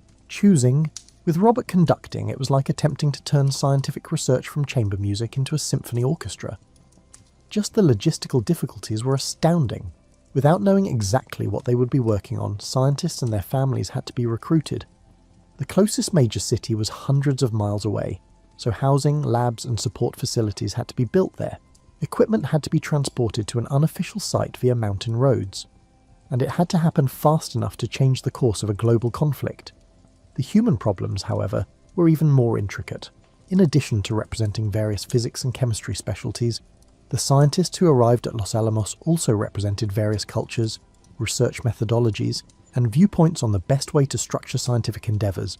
American scholars who had never left their homelands collaborated with European refugees who had fled fascism. Engineers who had to construct real devices that would function in combat environments worked alongside theoretical physicists who thought in abstract mathematical terms.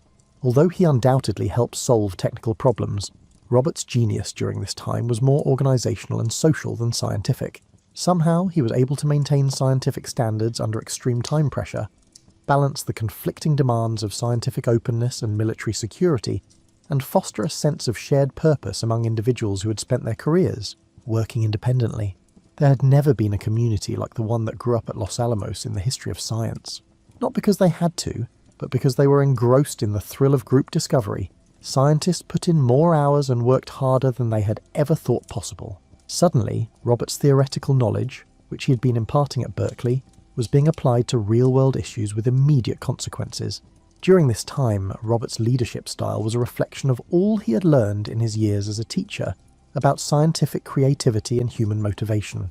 He concentrated on fostering an environment where talented individuals could produce their best work, rather than attempting to micromanage technical details.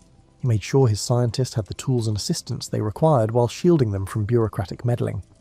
He promoted the kind of casual conversations and interdisciplinary cooperation that had been so fruitful at Berkeley. For someone with Robert's wide range of cultural interests and vast personal network, the security requirements at Los Alamos presented unique challenges. His previous affiliations with leftist and communist groups, which had not seemed significant during his academic career, suddenly became issues of national security.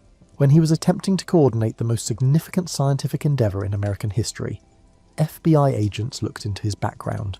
Maintaining his own moral equilibrium and sense of perspective while overseeing work that was specifically intended to produce WMDS was perhaps the most challenging task Robert had to undertake.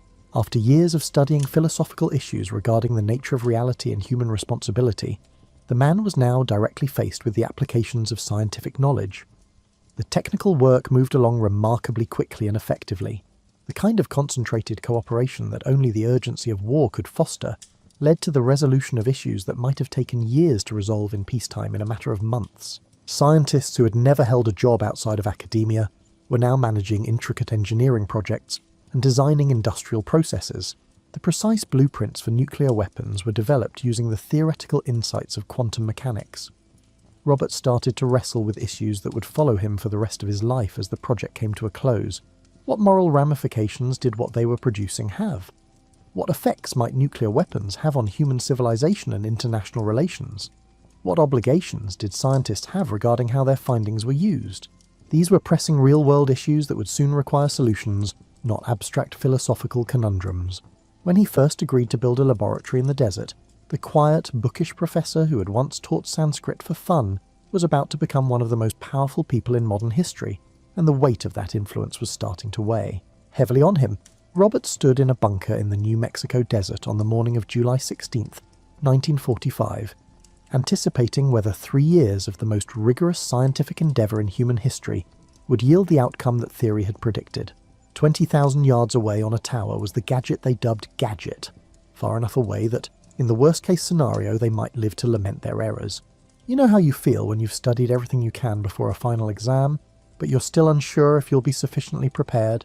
The stakes were a little higher than a course grade, but that was Robert's mindset in the pre-dawn darkness of the Alamogordo Desert. They were on the verge of the first artificial nuclear explosion in Earth's history, if their calculations were accurate.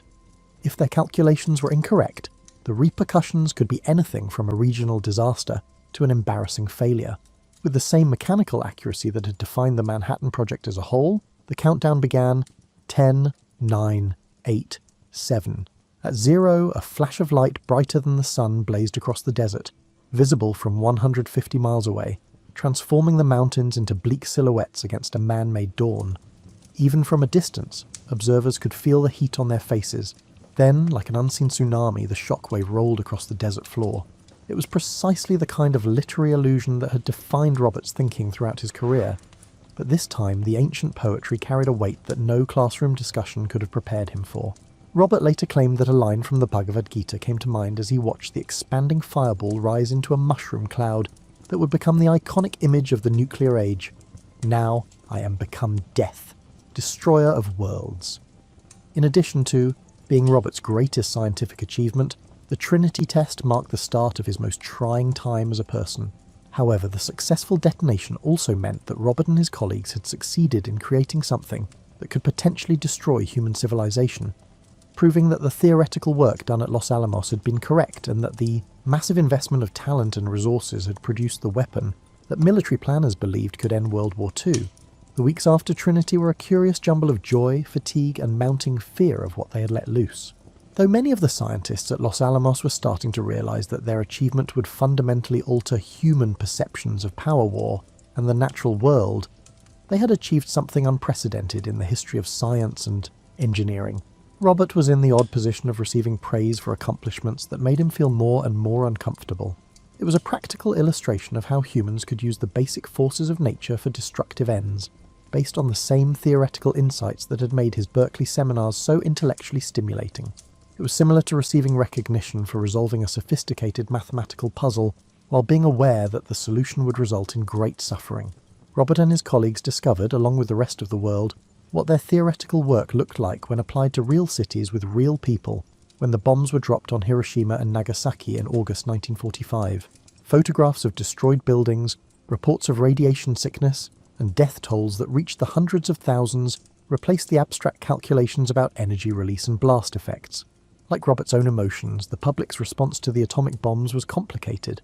The weapons may have saved hundreds of thousands of American and Japanese lives by bringing an end to World War II without the need for an expensive invasion of Japan. However, they had also brought a new class of destructive power into human history, making earlier conflicts seem almost archaic in comparison. As the man who had enabled nuclear war, Robert was both feared and hailed as a hero. Everyone who had worked on the Manhattan Project found it difficult to make the shift from the urgency of war to contemplation in peace. But Robert found it particularly difficult. The immediate objective of bringing the war to a close before Nazi Germany could create its own atomic bomb had taken precedence over the ethical concerns surrounding nuclear weapons during the conflict. Now that the war was over and the US was the only country with nuclear weapons, those ethical issues needed to be addressed.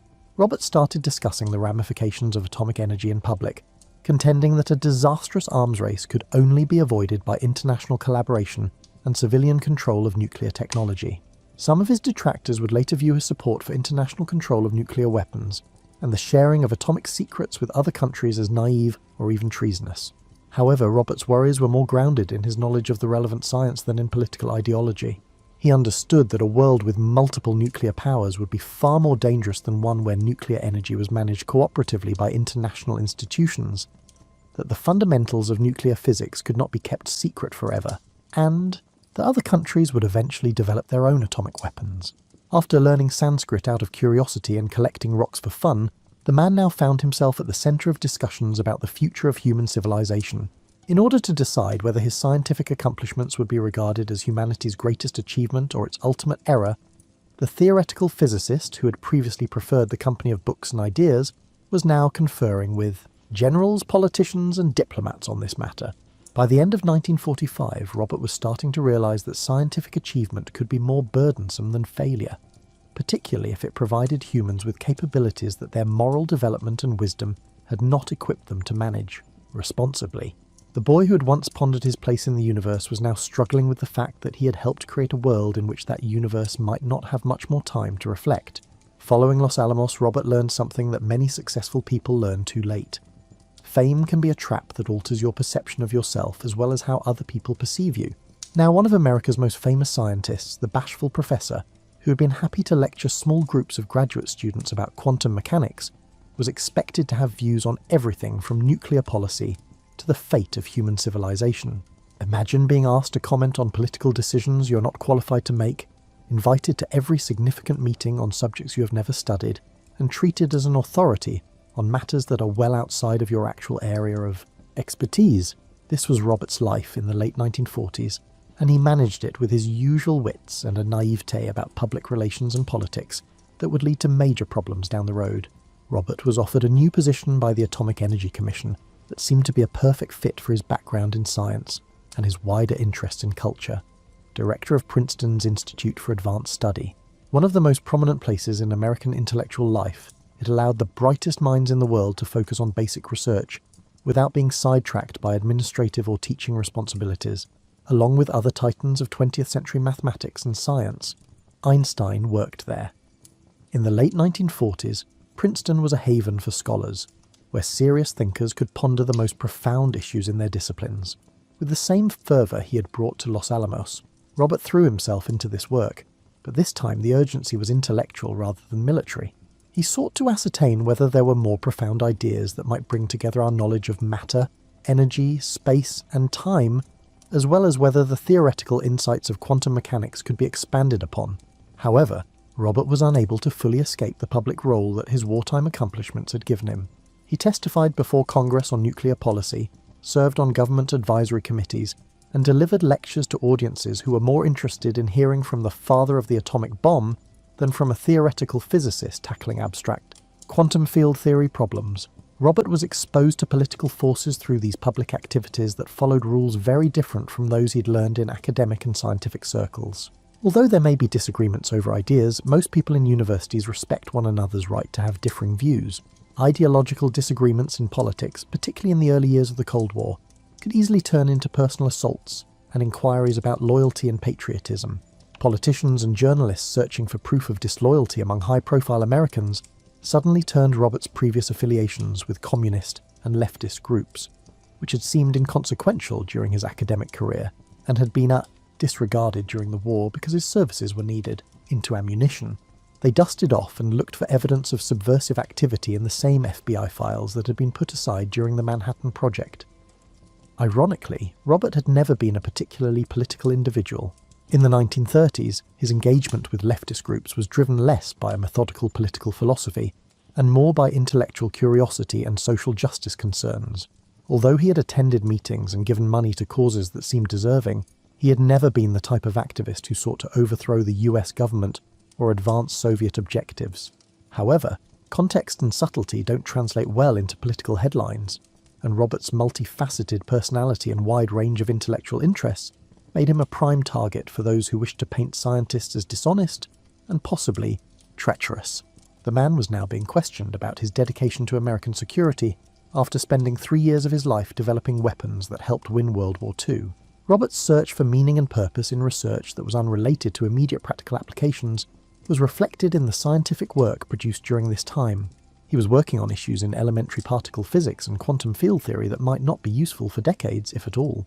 With the weight of knowing how quickly theoretical insights could be turned into game-changing technologies, it was like going back to the pure intellectual pleasure that had initially drawn him to physics.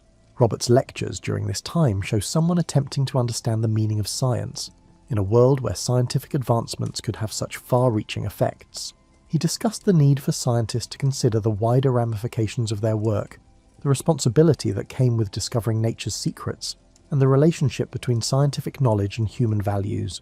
For Robert, these were urgent personal issues that kept him up at night, not purely philosophical debates. The man was now struggling with the ethical implications of scientific knowledge, whereas previously he had delighted in the pure intellectual beauty of quantum mechanics. When knowledge of the natural world could be abused, how do you seek it out? How do you strike a balance between citizens' duty to advance human welfare and scientists' duty to pursue the truth? Those who had ever expressed sympathy for leftist causes or supported international cooperation in nuclear policy faced growing hostility in the political atmosphere of the early 1950s. Politicians like Senator Joseph McCarthy were advancing their careers by disparaging fellow travellers and suspected communists, fostering an environment where affiliation with divisive ideologies could ruin reputations and lead to career termination. Robert's position became more and more vulnerable. Politicians seeking to prove their anti-communist credentials naturally targeted him because of his notoriety as a scientist and his prior affiliations with leftist causes. At the same time, he disagreed with political and military leaders who supported a more aggressive strategy for Cold War competition with the Soviet Union because of his persistent support for international control of nuclear weapons and his opposition to the development of hydrogen bombs. For Robert, the hydrogen bomb controversy was especially challenging. The physics that had enabled the atomic bomb was extended in the theoretical work needed to develop fusion weapons, but the potential destructive power was orders of magnitude higher. As weapons so destructive that they could have no logical strategic use, Robert contended that hydrogen bombs were both morally and militarily unnecessary. Critics, however, saw his resistance to the hydrogen bomb as proof that he was either unaware of Soviet intentions or deliberately trying to undermine American nuclear capabilities.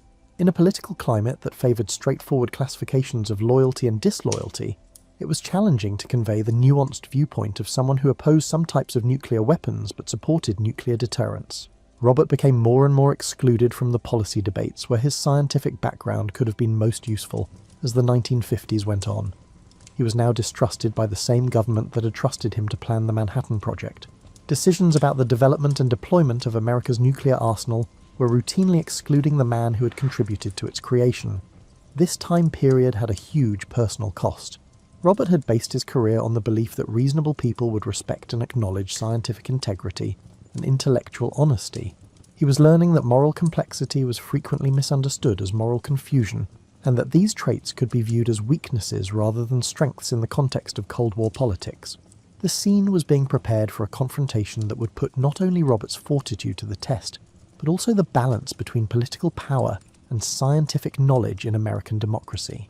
The boy who had once read Sanskrit and collected rocks was about to encounter the most challenging task of his life. a political trial that would decide whether or not intellectual independence and public service could coexist in Cold War America, rather than a scientific issue that could be resolved with careful consideration and innovative thinking. Robert was a well-respected scientific advisor until he received a letter in December 1953 that would make him a symbol of the conflicts in Cold War America between national security and intellectual freedom. His security clearance was being revoked by the Atomic Energy Commission, the same agency that had depended on his knowledge for years, due to concerns about his dependability and loyalty. Have you ever had the depressing realization that people you trusted have been gathering evidence of your alleged wrongdoing and assembling a case against you behind your back, all the while smiling and seeking your advice? That was the case for Robert when he discovered that FBI records spanning decades of his contacts' discussions and actions had been assembled into a case to bar him from any government employment involving classified material. The charges included both specific allegations and broad questions regarding Robert's moral fibre and discernment. His prior ties to communist groups were cited as proof of his betrayal. His resistance to the hydrogen bomb was seen as possibly driven more by outside pressure than by ethical and scientific considerations. His wide range of intellectual interests and complex personality was somehow turned into proof of his unreliability. Robert had to make a decision that would affect the rest of his life.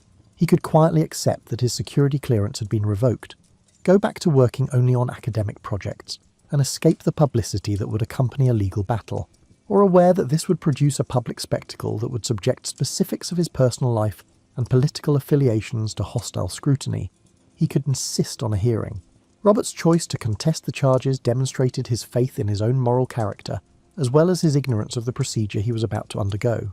He felt that reasonable people would realize that his service to the nation had always been driven by patriotism rather than disloyalty if he could clearly explain his actions and motivations. He didn't realize how much the political landscape had changed since the war years, when his contributions had been accepted in spite of suspicions about his affiliations. With the exception of the legal protections that defendants typically enjoy, the hearings, which started in April 1954, had all the features of a criminal trial, despite being formally referred to as an administrative review. In addition to being unable to cross-examine hostile witnesses and view the evidence against him, Robert was also unable to see the case's key classified documents because his attorneys lacked security clearances. The extent to which Robert's life had been monitored by the government for years was made clear during the proceedings. FBI agents had gathered comprehensive reports on his personal relationships and political activities, monitored his conversations and looked into his friends and co-workers. The man who had dedicated his life to government service during the war was now discovering that during his most productive time, the same government had been considering him a possible security threat. According to the testimony given during the hearings, Robert did not look like the person his friends and co-workers knew. He was characterized by witnesses as conceited, untrustworthy, and possibly disloyal, someone whose resistance to specific weapons programs may be driven more by outside pressure than by sincere ethical and scientific concerns. The sophisticated, introspective physicist who had constructed Los Alamos was reduced to a cartoon villain whose every move could be seen as proof of subversive intent. According to Robert's own testimony, he was being methodically humiliated by a procedure that appeared to be more intended to ruin his reputation than to ascertain the truth about his loyalty, and he was fighting to keep his dignity. He responded to inquiries about personal details, described relationships and conversations from decades past, and attempted to explain his nuanced stances on complex policy issues to those who seemed intent on misinterpreting them. The testimony of former co-workers and friends who'd been coerced into testifying against Robert was the most upsetting part of the hearings. Testimonies regarding his character, judgment, and dependability were requested from government officials who had consulted him, scientists who had collaborated with him at Los Alamos, and close friends who had confided in him. Others gave him the kind of carefully qualified testimony that hurt him, while preserving their own security clearances, while others bravely stood by him. Given the political atmosphere and the way the proceedings were set up, the final decision, which was made public in June 1954, was inevitable. The hearing board came to the conclusion that although Robert was most likely loyal, his character and judgment were questioned, making him unfit to have access to classified material. His position as a government advisor was essentially terminated when his security clearance was revoked, and many Americans began to view him as a security risk. Both personally and professionally, Robert suffered greatly in the immediate wake of the hearings. Many in the government and defense establishment now viewed the man who had once been one of America's most eminent scientists as a pariah. Former co-workers were reluctant to associate with someone who carried the stigma of having their security clearance revoked. Speaking invitations were withdrawn and job opportunities vanished. However, the hearings also had wider ramifications for democracy and science in America. Other scientists were warned by Robert's treatment that moral complexity and independent thought were dangerous traits in anyone wishing to work on matters of national significance. The case showed how easily political factors could override expertise and how easily the demands of ideological conformity could compromise scientific integrity. Robert was starting a new chapter in his life that would put his fortitude to the test and require him to re-evaluate his identity and mission as he walked out of the hearing room for the last time, having lost both his security clearance and his position as a government advisor. In a democratic society under pressure, the young man who had constructed atomic bombs and the boy who had gathered rocks now represented the strength and fragility of intellectual independence. Robert was placed in a strange form of exile following the security hearings. He was not exiled from the nation, but he was essentially cut off from the government work that had provided the greatest practical value to his scientific expertise. It was similar to being a master craftsman who was abruptly informed that his abilities were no longer required for the most important projects, abandoning him to work alone on his craft while others made the choices that would determine the course of events. Both practically and psychologically, the change was abrupt. Robert had been at the forefront of America's most significant scientific and policy debates for over 10 years. He had grown accustomed to receiving calls from government representatives, requests for advice on nuclear weapons policy, and invitations to high-level meetings. For the first time since before the war, the man who'd been one of America's most consulted experts found himself with extended periods of unbroken time when the phone abruptly stopped ringing and the invitations stopped coming in. The Institute for Advanced Study at Princeton served as a haven during this trying time.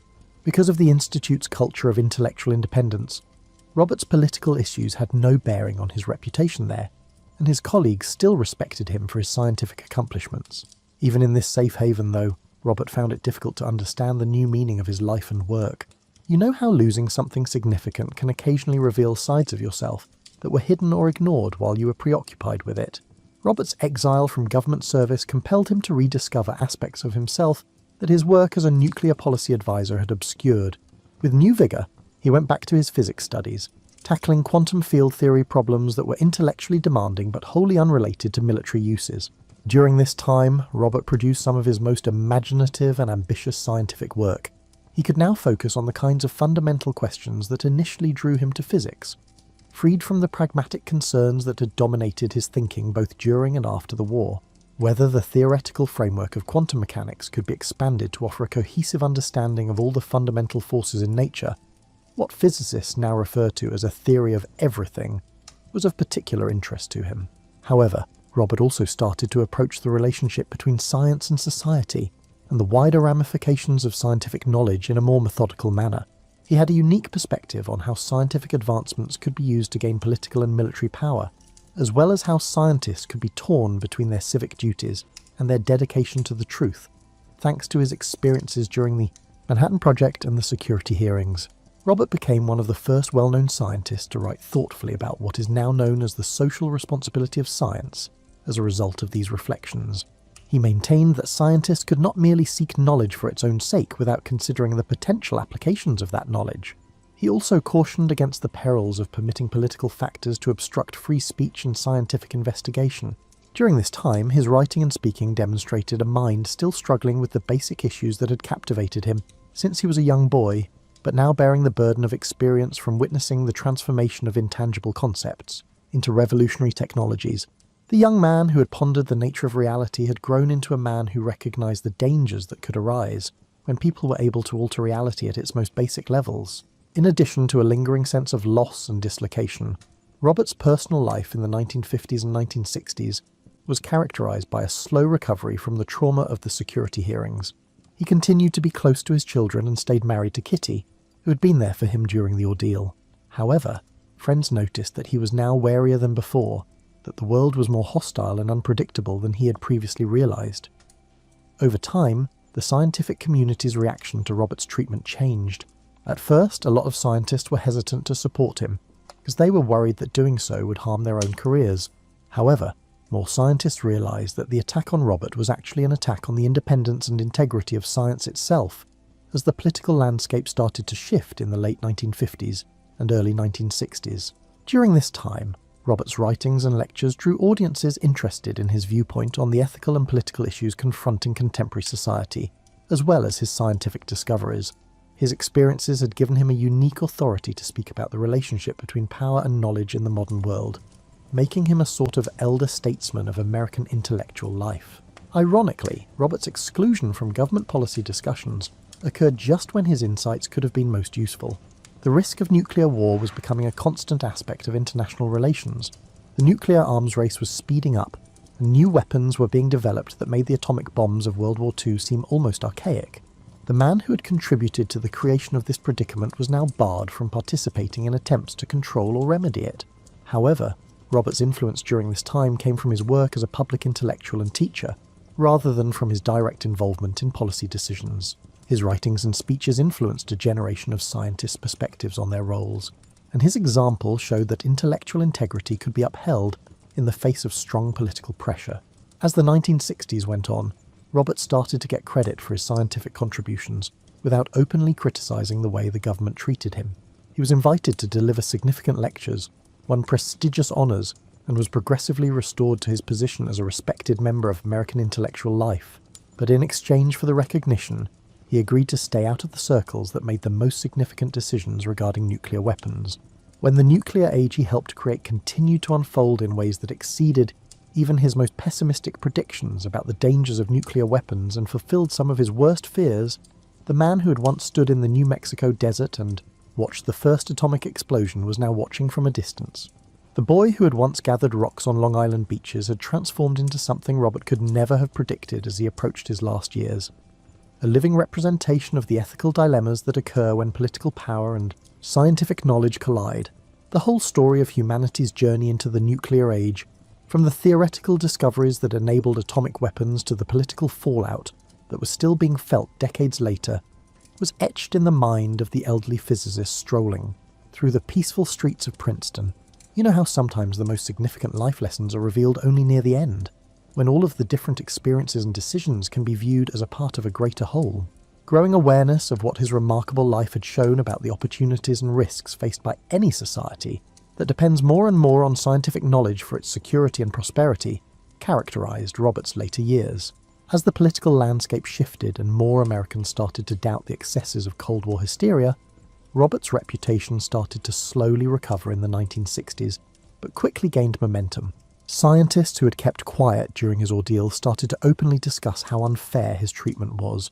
Government representatives who had supported or taken part in the security hearings started to privately apologize for their involvement in what was becoming viewed as a disgraceful chapter in American history. The government's highest award for contributions to nuclear science, the Enrico Fermi Award, was given to Robert by President Lyndon Johnson in 1963. The ceremony was meticulously planned to honor Robert's scientific accomplishments without specifically criticizing how the Eisenhower administration handled him. However, the symbolism was clear. Robert was being honored for his contributions to American science by the same government that had labeled him a security risk. Robert's acceptance of the award demonstrated the elegance and nuance that had defined his whole professional life. He could have taken the opportunity to be resentful of how he was treated, or to attack the political forces that had almost ruined his career. Rather, he discussed the ongoing difficulties that society and scientists face as they consider the ramifications of nuclear technology and other significant scientific advancements. Robert's later scientific endeavours demonstrated his continuing interest in basic issues, as well as his developing realization that he was running out of time to make significant contributions. He kept considering the most profound issues in theoretical physics, but he also started to devote more of his time to instructing and guiding the next generation of scientists who would continue the work he had started. During this time, his lectures were masterworks of scientific communication that blended technical mastery with the kind of wide-ranging cultural perspective that had always been a hallmark of his thought. During these lectures, students and colleagues frequently commented that they felt as though they were watching someone who had accomplished a unique synthesis of philosophical understanding, scientific knowledge, and hard-won wisdom about human nature. Robert's impact on American science went well beyond his involvement in the Manhattan Project or his particular research contributions. He had contributed to the development of the idea that a scientist should be a public intellectual who could explain difficult scientific concepts to a wider audience and who had an obligation to consider the social and political ramifications of scientific advancements. As science and technology shaped modern society more and more, this model would become more and more significant. During his time at Berkeley, Robert trained a generation of physicists who would go on to make important contributions to American science. Perhaps more significantly, though, they continued his method of conducting scientific research, which placed a strong emphasis on teamwork, intellectual diversity, and the significance of comprehending the larger context in which scientific work is conducted. The Berkeley School of Theoretical Physics served as a model for the structure and methodology of cutting-edge scientific research. In his later years, Robert's interpersonal relationships were characterized by a greater understanding of the familial ties and friendships that had supported him during his darkest moments. With those closest to him, the man who had occasionally come across as distant and intellectually intimidating became more approachable and emotionally transparent. Friends observed that, in ways that his prior emphasis on academic success may have obscured, his experiences had taught him to value loyalty and real human connection. Some of the most profound observations on science and society ever written by a scientist were found in Robert's last years of life. He wrote about the need for wisdom to keep up with human technical capabilities, the beauty and horror of scientific discovery, and the responsibilities that come with knowledge. Future generations of scientists would consider their work and its implications differently as a result of these lectures and essays. When Robert's health started to deteriorate in the late 1960s, he approached his impending death with the same blend of emotional nuance and intellectual curiosity that had marked his approach to all of his other significant life challenges. He did not seem to see death as a tragedy to be avoided at all costs, but rather as another mystery to be pondered. At 62, Robert Oppenheimer passed away from throat cancer on February 18, 1967. A legacy as complicated and difficult as the man himself was left behind by the passing of the boy who had collected rocks, the young man who had learned Sanskrit, the teacher who had revolutionized American theoretical physics, the scientific administrator who had planned the Manhattan Project, and the public intellectual who had wrestled with the moral implications of nuclear weapons. Think about this as you go to bed tonight. Intelligent people are still awake today because of the questions that kept Robert Oppenheimer up at night during his most trying times. How can we strike a balance between seeking knowledge and being concerned about its implications? What obligations do professionals have to society, and what obligations does society have to uphold intellectual freedom?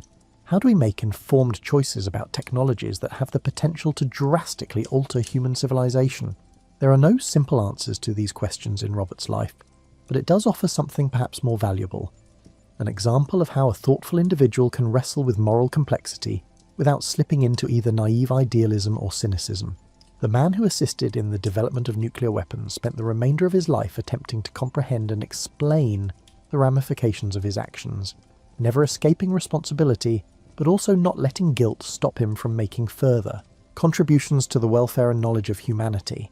Robert contributed to the creation of the atomic age, which is still developing today. Although nuclear weapons continue to pose a threat to human survival, nuclear technology also produces carbon-free energy and life-saving medical treatments. The same scientific techniques that uncovered the mysteries of atomic structure are still producing new types of problems that we haven't yet learned to predict, or that may provide answers to humanity's biggest problems. Many of the same problems that Robert and his colleagues faced during the Manhattan Project still face scientists today, who are developing genetic engineering, artificial intelligence, and other game-changing technologies. How do you continue potentially useful research while being aware of its risks? How can one uphold scientific objectivity while admitting moral obligations? How do you explain complicated technical matters to the public and political leaders who have to decide how these technologies should be developed and governed?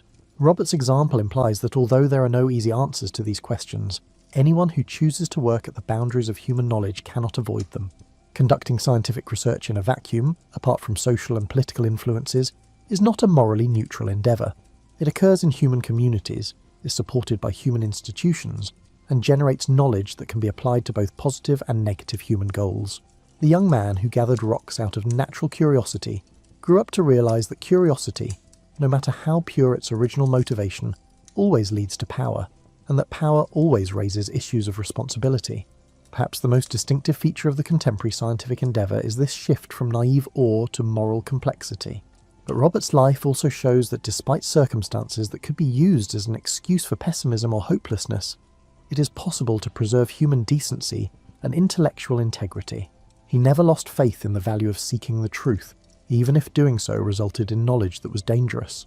Even when his efforts were misinterpreted or dismissed by political authorities, he never gave up on applying his knowledge to advance human welfare.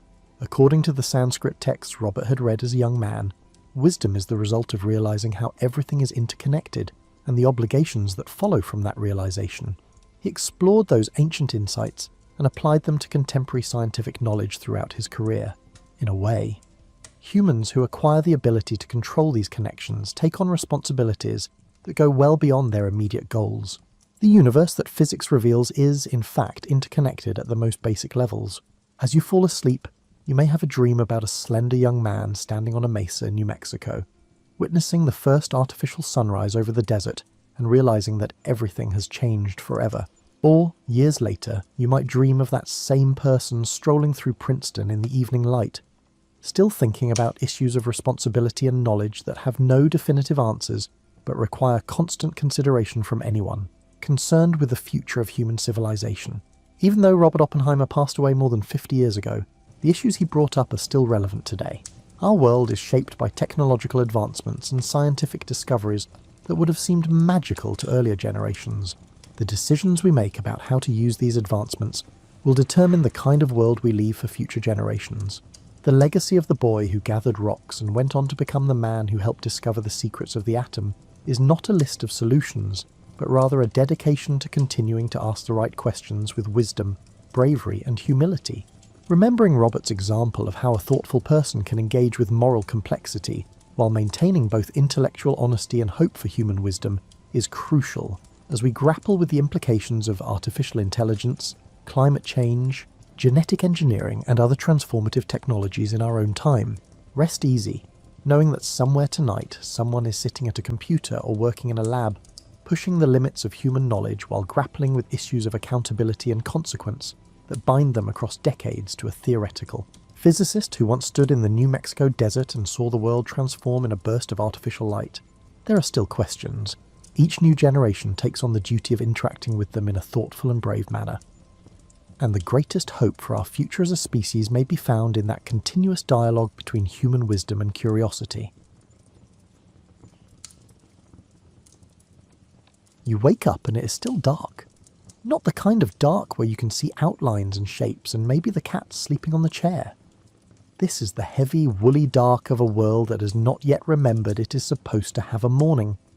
Somewhere outside your small window an owl is finishing its shift. Somewhere far off a rooster is clearing its throat but is not yet committed to the performance. Your name does not matter much. You are a baker in a town whose name most maps have already forgotten.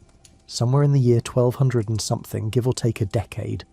You live above your bakehouse, which is a generous way of describing a room with a straw mattress, a wooden chest, and a lingering smell of yesterday's rye that has soaked into your hair, your clothes, and probably your dreams.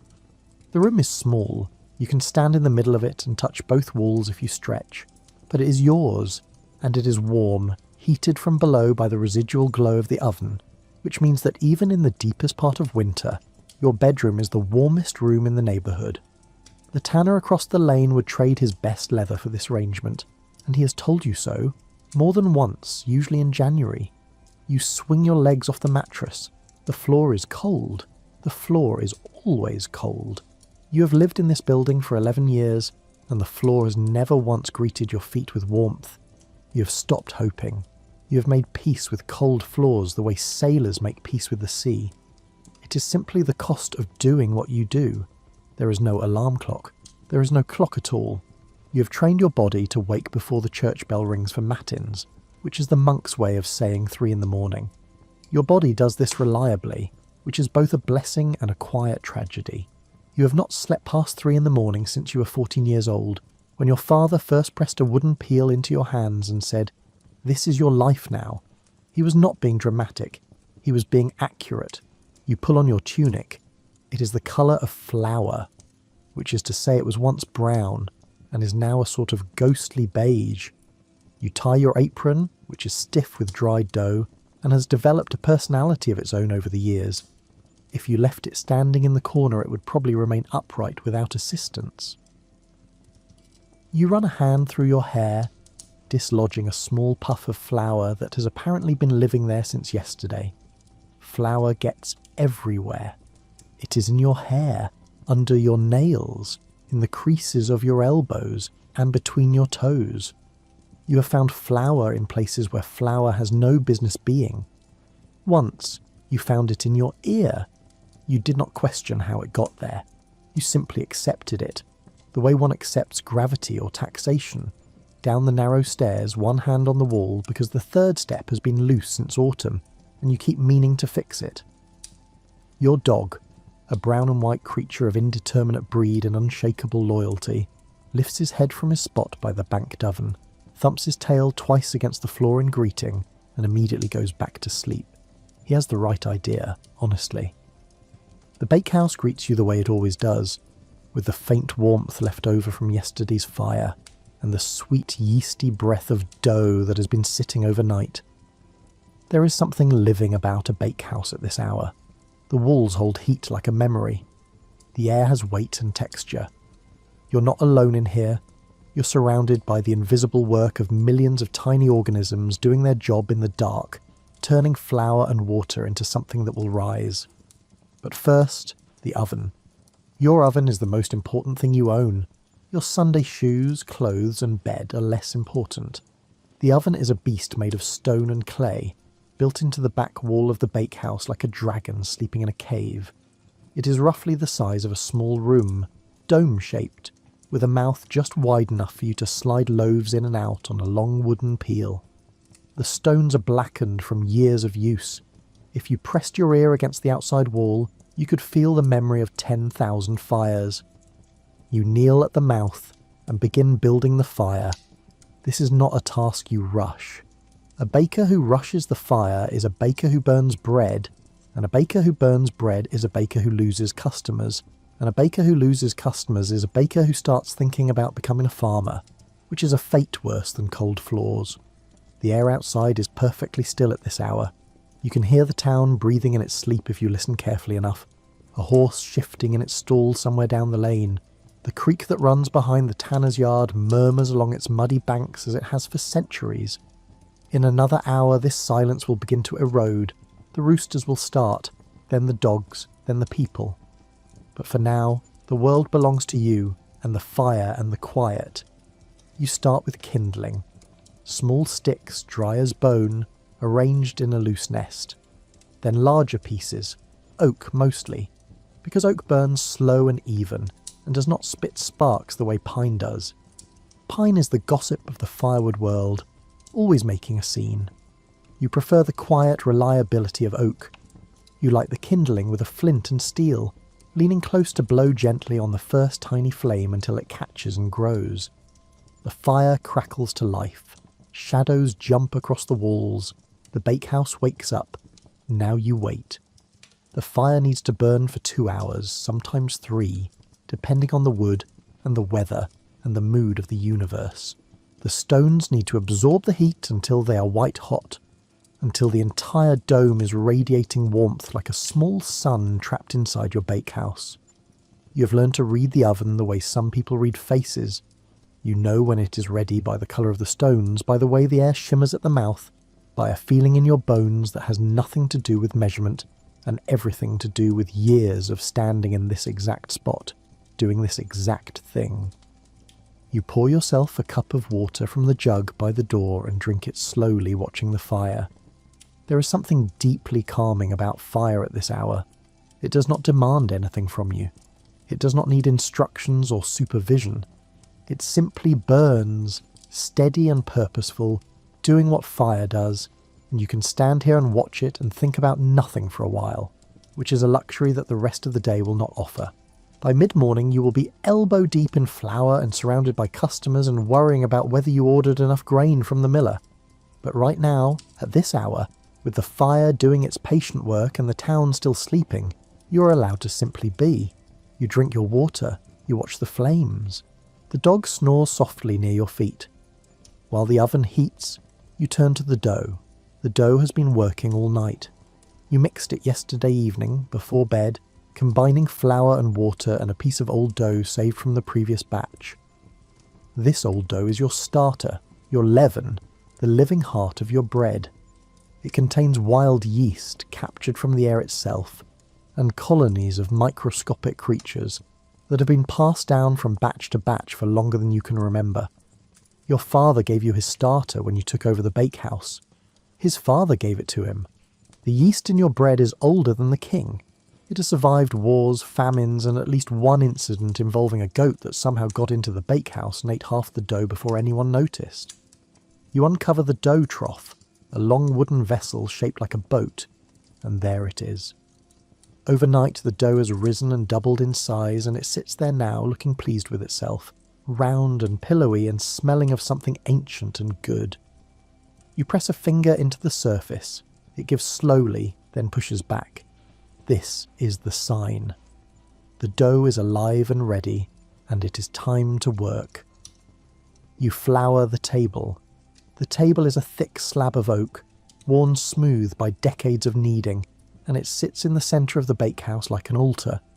You turn the dough out onto it, and the soft weight of it hits the wood with a satisfying thud. Flour rises in a small cloud. You lean in and begin. Kneading is physical work. Your arms, your shoulders, your back, everything engages. You push the dough away from you with the heels of your hands, fold it back, turn it a quarter, and push again. There is a rhythm to it, a pattern that your body knows so well that your mind is free to wander. Push, fold, turn, push, fold, turn. The dough resists at first, dense and shaggy, but gradually it transforms under your hands. It becomes smooth. It becomes elastic. It becomes something that feels, underneath your palms, almost like skin. The sound of kneading is one of those sounds that is hard to describe but instantly recognizable. A soft percussive slapping as the dough hits the table, the quieter sound of it stretching as you push, the faint tacky whisper when your palms lift away. Taken together, these sounds make a kind of music, low and rhythmic and deeply satisfying, the percussion section of the bakehouse orchestra. If anyone were awake to listen at the window, they would hear it and know exactly what was happening inside. The baker is working. The bread is on its way. There is a moment in kneading where the dough stops being ingredients and becomes bread. You cannot explain it. You cannot teach it. You can only feel it, and after all these years you feel it every time. You divide the dough into portions using a bench knife, a flat blade of iron that your blacksmith friend made for you in exchange for a month of free loaves. A good trade, you both agreed. You weigh each portion by hand, tossing it lightly to judge the heft, because your town does not have scales fine enough for this work and your hands are more accurate anyway. Each portion needs to be the same size because the guild says so, and the guild is not something you argue with. The guild. Right. We should talk about the guild. The Bakers' Guild is the organisation that governs your trade, and it governs thoroughly.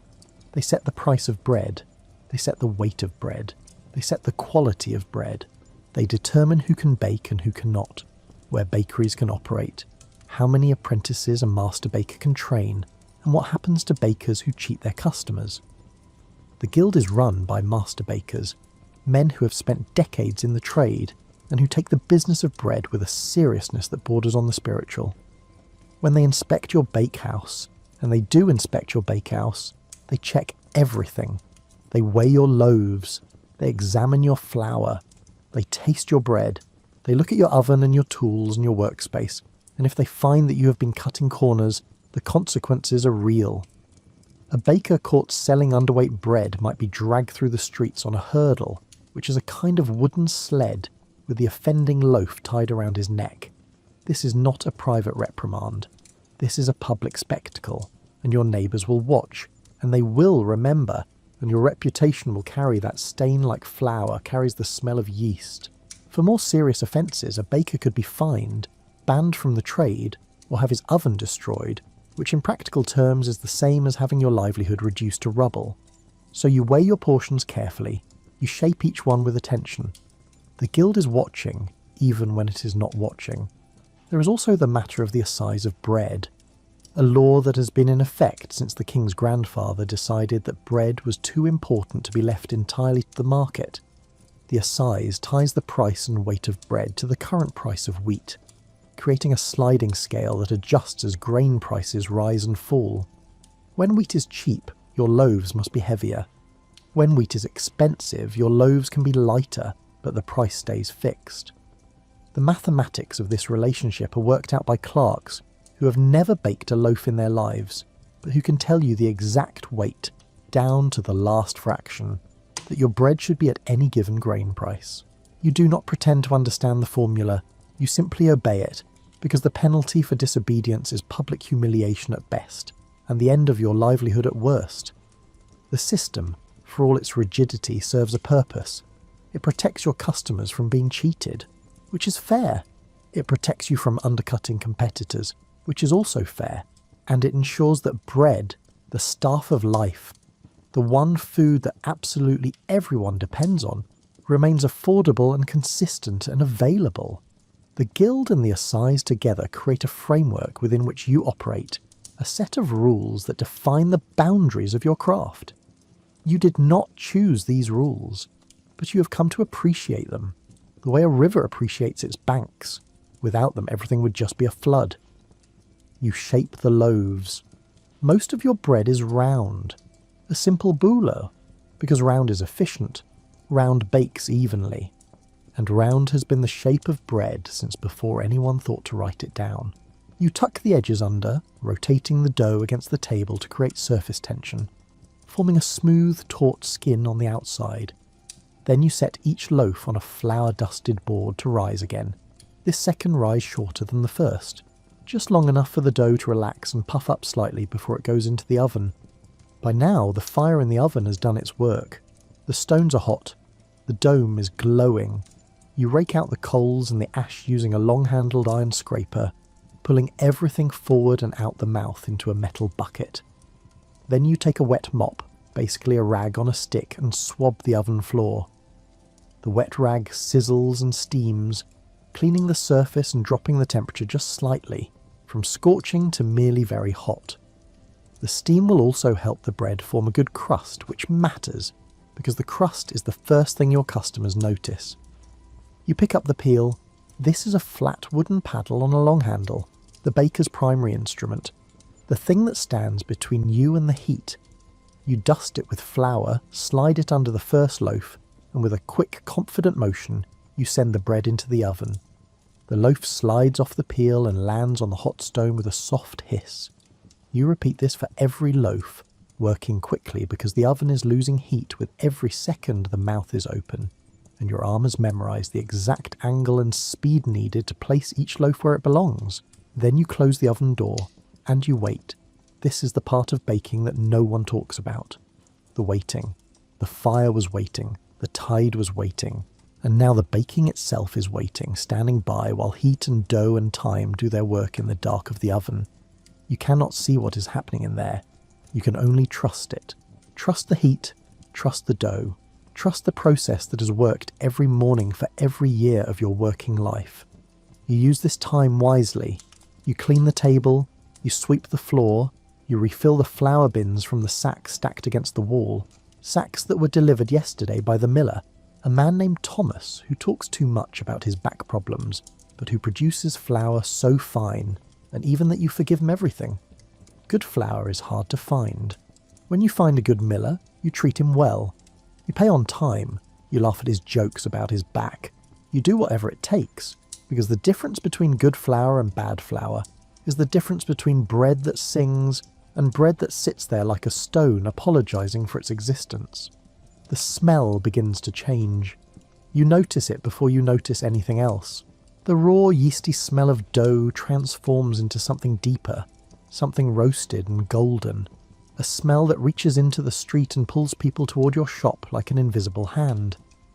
This is the smell of the Maillard reaction, though you do not call it that because that phrase will not be invented for another 700 years. You call it bread smelling done. You open the oven and check. The loaves have transformed. They're golden brown, cracked on top where the heat has split the crust in beautiful, unpredictable patterns. You tap the bottom of one with your knuckle. It sounds hollow, like knocking on a door with nobody home. This is the sign. Hollow means done. You pull the loaves out one by one, setting them on a wooden rack to cool, and the bakehouse fills with a kind of warmth that has nothing to do with temperature and everything to do with satisfaction. The first batch is done. It is perhaps 5 in the morning. The sky outside is beginning to lighten. A thin line of grey along the rooftops, the kind of light that is less a colour than a suggestion of one. You have been awake for 2 hours, and you have already completed something. Most of the town is still sleeping. The blacksmith has not yet opened his forge. The tanner has not yet begun his unpleasant work. The merchant has not yet unlocked his shop. But you, the baker, have already made the thing that all of them will need before the day is through. You start the second batch.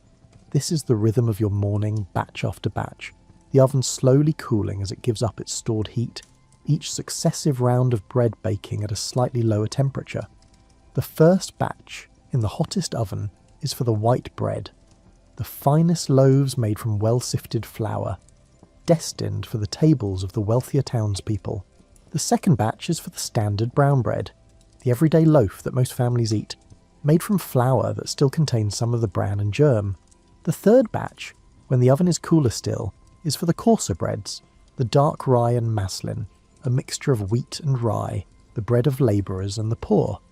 This hierarchy is not your invention. It is the way things are. In a medieval town, bread is a mirror of society. The whiteness of your loaf tells the world who you are. White bread, called wastel or pandamain, is expensive because white flour requires extra sifting, extra processing, and more wheat per loaf.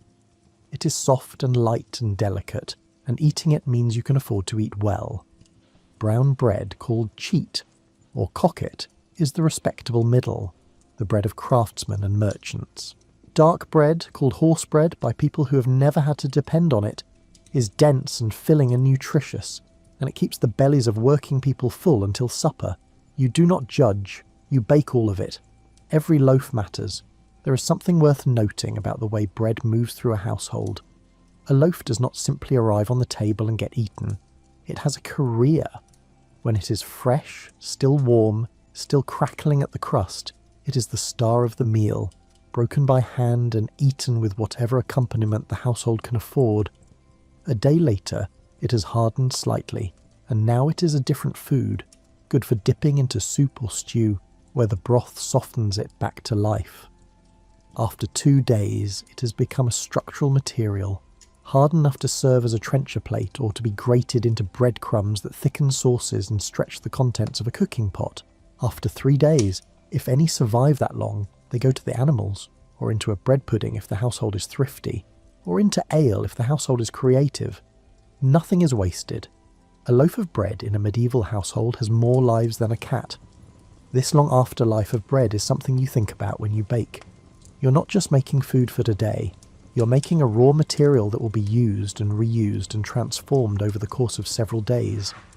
The density of your bread, the thickness of the crust, and the tightness of the crumb, all of these affect how well the loaf ages and how it holds up to dunking and slicing and grating. A good loaf should be versatile. It should be a complete sentence on its first day and still be useful punctuation 3 days later. As the morning brightens, you prepare the shop. The bakehouse and the shop are connected, the front room open to the street through a wide window with a wooden shutter that folds down to create a counter. You arrange the cooled loaves on the counter and on shelves behind you. The bread is the display. There is no sign, no advertisement, no painted board hanging from a bracket. The bread speaks for itself, and the smell does the rest. Your first customer arrives before the sun clears the rooftops. She's an older woman, a widow who lives 3 streets over, and she comes every morning at the same time. She does not need to tell you what she wants. You know, 1 brown loaf, slightly smaller than standard, because she lives alone, and a full loaf goes stale before she can finish it. You hand it to her, and she hands you a coin, and this transaction, repeated every morning for the last 6 years, is one of the fixed points of your day. as reliable as the sunrise and considerably more punctual. The customers come in a steady stream after that. A servant from the house on the hill, buying white bread for his employer's breakfast. A mother with 3 children attached to her skirt like small, noisy accessories, buying 2 brown loaves that will feed her family through the day. A labourer is heading to the construction site at the edge of town, buying a dark loaf and a handful of day-old rolls that you sell at half price because they are hard as river stones. But the man does not seem to mind. You know all of them. This is a small town, and the bakery is one of the places where the town meets itself every morning. You know who is well and who is sick, who has had a baby and who has lost a parent, and who is prospering and who is struggling. People tell you things while they wait for their bread. The bakery counter is a confessional without the religion, a place where news travels at the speed of small talk. You learn that the cobbler's wife has left him. You learn that the merchant on the corner has been buying wool from a new supplier and the quality is better. You learn that the priest drank too much ale at the harvest supper and fell asleep in the churchyard. You listen, you nod, you hand over bread. This is your role. The baker hears everything and repeats nothing, which is a kind of power, though it does not feel like power. It feels like standing behind a counter while the world tells you its business. There is also the matter of credit. Not everyone pays in coin every day. Some customers have arrangements with you, running a tab that they settle weekly or monthly. You keep track of these debts in your head because you do not read or write well enough to keep a ledger, and because your memory for who owes what is, frankly, better than any written record. You know that the carpenter's wife owes for 6 loaves. You know that the old soldier who lives by the gate is 3 weeks behind and will probably never pay, but you keep giving him bread anyway because he fought in the wars and lost 2 fingers and has nobody to cook for him, and letting an old man go hungry is not something you are willing to do, guild rules or no guild rules.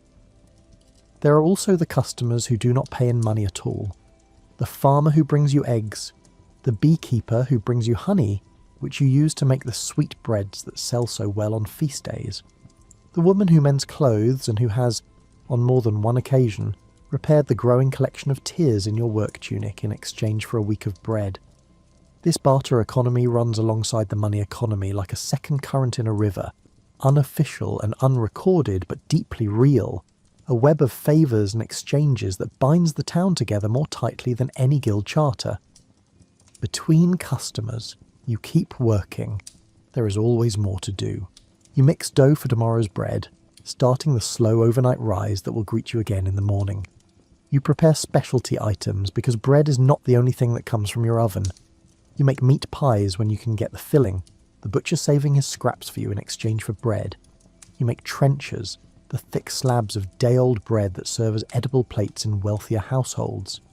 The idea is practical in its brilliance. The bread absorbs the juices of whatever meal is placed on top of it, and when the meal is finished, the trencher is eaten or given to the poor or tossed to the dogs. Nothing is wasted. The bread has 2 lives. You also bake for the community. When a family brings you a pot of stew or a joint of meat, you put it in your oven after the bread is done, using the residual heat to cook their meal. Most families in town do not have ovens of their own. Ovens are expensive to build, expensive to fuel, and dangerous. A badly maintained oven can catch fire and take a whole street with it, and in a town where the buildings are timber and thatch, fire is the fear that never sleeps. So you are, in addition to being a baker, a kind of public utility. Your oven serves the town the way the well serves the town. It is a shared resource, a communal hearth, and this gives you a certain standing that goes beyond the simple selling of bread. You charge a small fee for this service, a penny or 2 per pot, and the income adds up over the course of a week. But more than the money, the arrangement gives you something less tangible. When families come to collect their cooked meals in the evening, they linger, they chat, they sit on the bench outside your bakehouse and eat their supper, while the last of the day's light fades from the sky. Your bakehouse becomes, without anyone planning it, a kind of neighbourhood centre, a place where people gather because the warmth draws them and the bread gives them a reason to stay. Children play in the lane while their parents collect dinner. Neighbours who might otherwise pass each other without a word stop and talk because they are both waiting for their pots. The bakehouse knits the town together, stitch by stitch, loaf by loaf. There is an old woman who brings you a pot of something every Tuesday and Thursday. You're not entirely sure what is in it. The smell suggests cabbage and possibly desperation.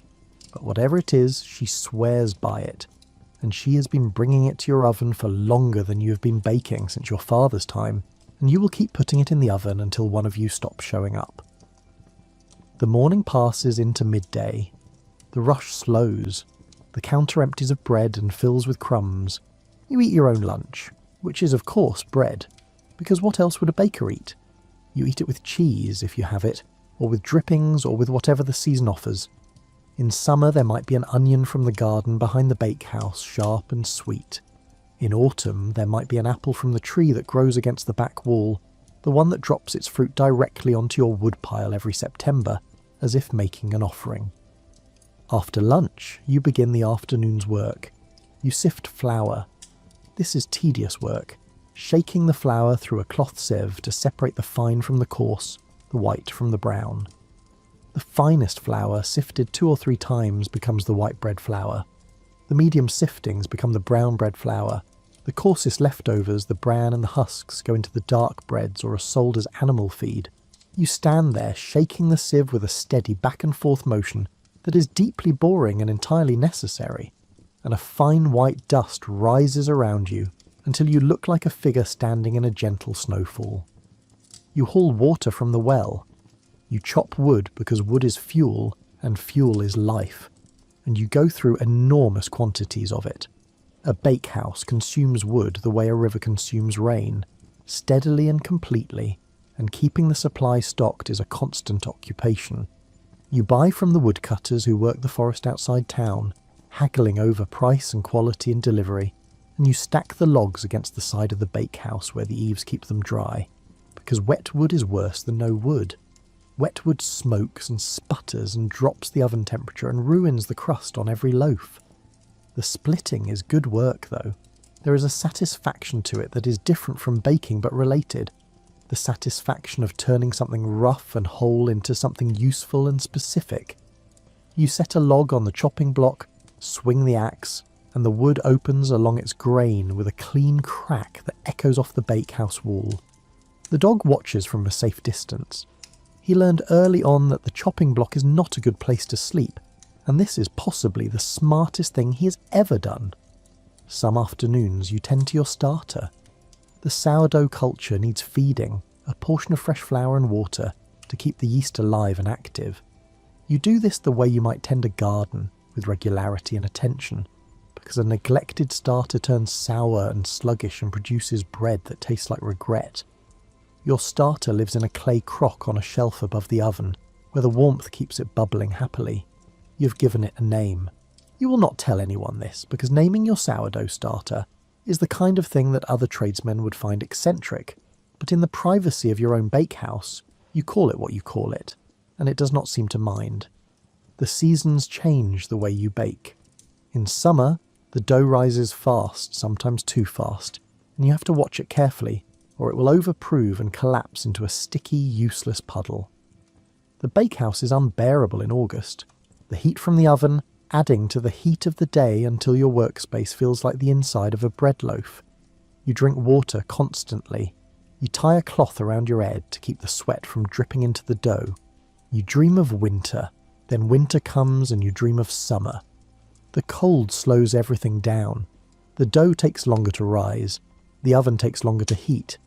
Your fingers are stiff in the morning, and the water from the well is so cold it makes your teeth ache when you drink it. You mix the dough with water you have warmed by the fire, because cold water kills the yeast, or at least puts it to sleep, and sleeping yeast makes flat bread, and flat bread makes unhappy customers, and unhappy customers make an unhappy baker. Spring and autumn are the good seasons, the balanced seasons, when the temperature is mild and the dough behaves predictably, and the bakehouse is pleasant to work in. Spring brings the new grain, the fresh harvest milled into flour that smells like cut fields and sunshine. Autumn brings the apples and the pears and the preserved fruits that you fold into enriched doughs for feast days and holidays. You make spiced breads at Michaelmas, sweet breads at Christmas, and hot crossmark buns in the weeks before Easter. The church calendar is your recipe book, each holy day bringing its own tradition, its own bread, and its own customers lining up before dawn for something special. On feast days, the bakehouse is chaos. You start earlier than usual, which means you start at an hour that most people would consider the middle of the night. You make twice the bread, 3 times the bread, working through the darkness with only tallow candles for light, their greasy flames throwing moving shadows across the walls. You bring in your apprentice, a boy of 15 who is earnest and willing but who has not yet developed the instinct for dough that separates a baker from a person who merely makes bread. He helps where he can, carrying sacks, sweeping up, keeping the fire fed, and occasionally dropping things at inopportune moments because he is 15, and dropping things is essentially his primary skill. The boy came to you 2 years ago, sent by his father, a farmer in the village 3 miles east, who decided that his youngest son was not suited for field work on account of being allergic to mornings and constitutionally opposed to mud. Farming's loss was baking's gain, sort of. The boy is not bad. He's simply green. He overkneads. He undersalts. He once forgot to put the starter in the dough and produced loaves so flat and dense that you could have used them to repair the road.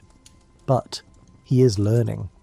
You see glimpses of competence emerging like shoots in early spring, and you have enough patience to wait for them to grow. After all, you were 15 once and you were not much better. Your father told you so repeatedly. Your apprentice will learn. They all learn, eventually. The guild requires 7 years of apprenticeship before a young baker can become a journeyman, and another period of work after that before he can attempt to become a master. The system is designed to be slow, because bread does not tolerate impatience. A baker who has not put in the years, who has not felt the dough change under his hands through every season, who has not stood before the oven in the dark of 1,000 mornings, is not ready to bake alone. The guild knows this, you know this. Your aching back knows this. You teach the boy what your father taught you, how to judge the flour by rubbing it between your fingers, feeling for the right texture, the right dryness. How to test the water temperature with your elbow, the way you would test a bath. How to listen to the oven, because the oven talks in pops and clicks and the soft sighing of expanding air, and if you listen well enough, it will tell you everything you need to know. How to score the tops of the loaves before they go in. A quick slash with a sharp blade that lets the bread expand as it bakes without tearing its own crust apart. How to tell the difference between bread that is perfectly baked and bread that needs another few minutes, a distinction so subtle it lives entirely in the ear and the nose and the tips of the fingers. You also teach him things that have nothing to do with baking. How to deal with a difficult customer without losing your temper or your sale. How to keep accounts in your head when your hands are covered in dough and there is no time to stop. How to be polite to the guild inspectors even when they are being unreasonable, which is often. How to treat the miller with respect even when his flour is not up to standard, because you will need his flour again next week and the week after that, and burning a bridge with your supplier is a worse mistake than any bread you could bake. These are the quiet skills of a tradesman, the social glue that holds a business together, and they're just as important as knowing when the dough is ready or how hot the oven should be. The boy listens, he tries, he fails, he tries again. This is how bakers are made. Late afternoon bleeds into evening. The shop has closed. The last loaf has been sold or set aside for tomorrow's trenchers. You clean the bakehouse, scrubbing the table, sweeping the floor, and wiping down the peel and the bench knife and the dough scraper. Cleaning is not glamorous work, but it is necessary work, and a clean bakehouse is a healthy bakehouse. Rats are a constant threat in a place that stores grain. Mice are worse, because they are smaller and sneakier and can get into spaces that rats cannot. You keep a cat for this purpose. A grey tabby with one torn ear and a professional attitude toward rodents that you deeply respect. She patrols the flour stores with the dedication of a night watchman, and the ruthlessness of a small, furry mercenary. Between the cat and the dog, your bakehouse is well defended against anything with 4 legs and bad intentions. You bank the oven fire, not letting it go out entirely, but tamping it down to a slow glow that will make tomorrow morning's fire easier to start. You check the flour stores, you make mental calculations about tomorrow's bake, how many loaves, what types, and whether you need to send to the miller for more grain. The town outside is settling into its evening. Smoke rises from chimneys, the sound of children playing in the lanes fades as mothers call them in for supper.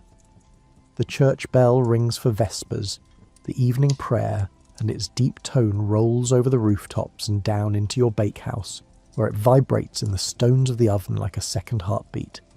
This is the music of your town, the bell and the smoke and the distant murmur of voices, and you are woven into it as tightly as anyone. You go upstairs. You eat supper, which is simple. Bread again, because waste is a sin and there are always leftover rolls and ends and pieces that did not sell. You might add a bowl of pottage, the thick vegetable stew that everyone in town eats because it is cheap and filling and can be made from whatever the garden provides.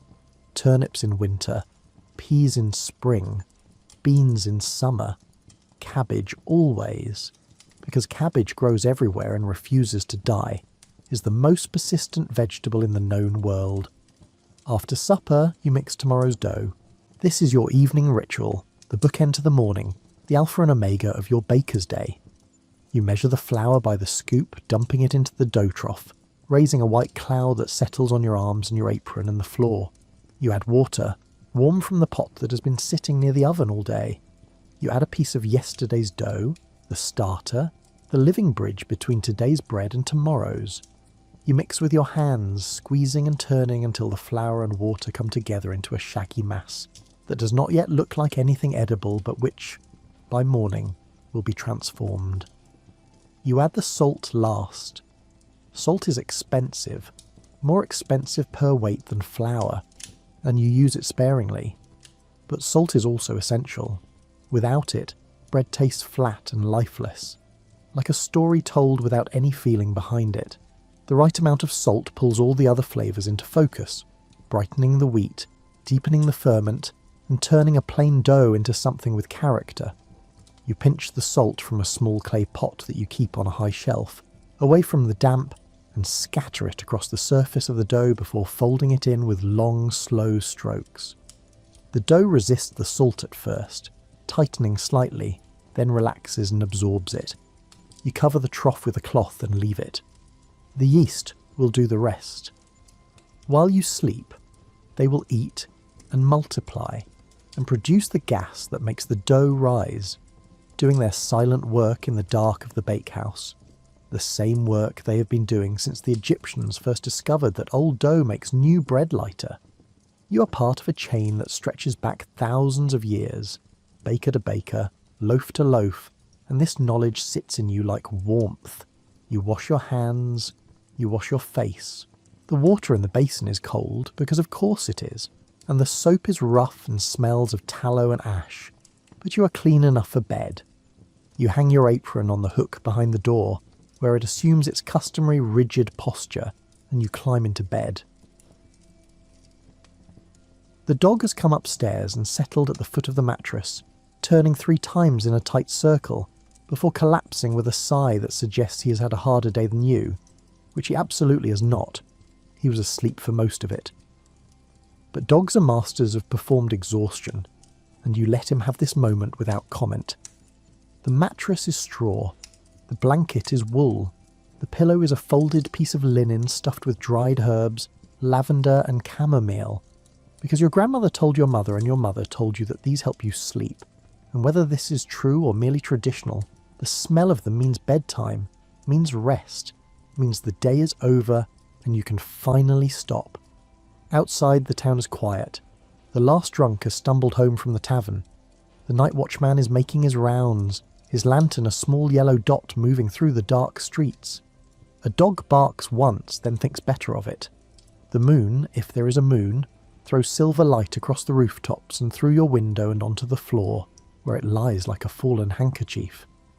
You think about tomorrow. Tomorrow will be the same dark morning, the same cold floor, the same fire, the same dough, the same oven, the same bread, the same customers, the same coins, the same conversations about the cobbler's wife, and the merchant's wool and the priest's drinking habits. The sameness might seem monotonous, described from the outside, but from the inside it feels different. From the inside it feels like a song with a chorus you know by heart, where the pleasure is not in surprise but in the deep satisfaction of repetition done well. Because here is the thing about bread. It is never exactly the same twice. The flour changes with every harvest. The weather changes the dough. The wood changes the fire. Your own hands change as you age, growing stronger, then growing tired, then growing skilled in a different way that compensates for the tiredness. Every loaf you bake is a unique event, a one-time collaboration between 100 variables, and no amount of repetition can make that boring. The 500th loaf is as much a creation as the first. More perhaps, because the 500th loaf carries the knowledge of the 499 before it. You're part of your town in a way that is difficult to explain. The Lord in his manor owns the land, but he does not feed the people. The priest in his church tends the souls, but he does not fill the bellies. You do. Every morning you take raw grain and water and fire and time, and you turn them into the one thing that nobody can live without. The poorest labourer and the richest merchant both need what you make. The child teething on a crust of your bread, and the grandmother softening a piece in her soup, are both sustained by the same work of your hands. In a world of vast inequality, where the distance between the Lord's table and the peasant's table is measured in courses and silver and servants, bread is the great equalizer. Everyone eats bread. Everyone needs the baker. This gives you a kind of invisible authority. You're not wealthy. You're not powerful. You do not sit on the town council or own land or wear fur-trimmed robes. But you are essential. When the harvest fails and grain is scarce, you are the one people turn to, because you are the one who turns grain into something edible.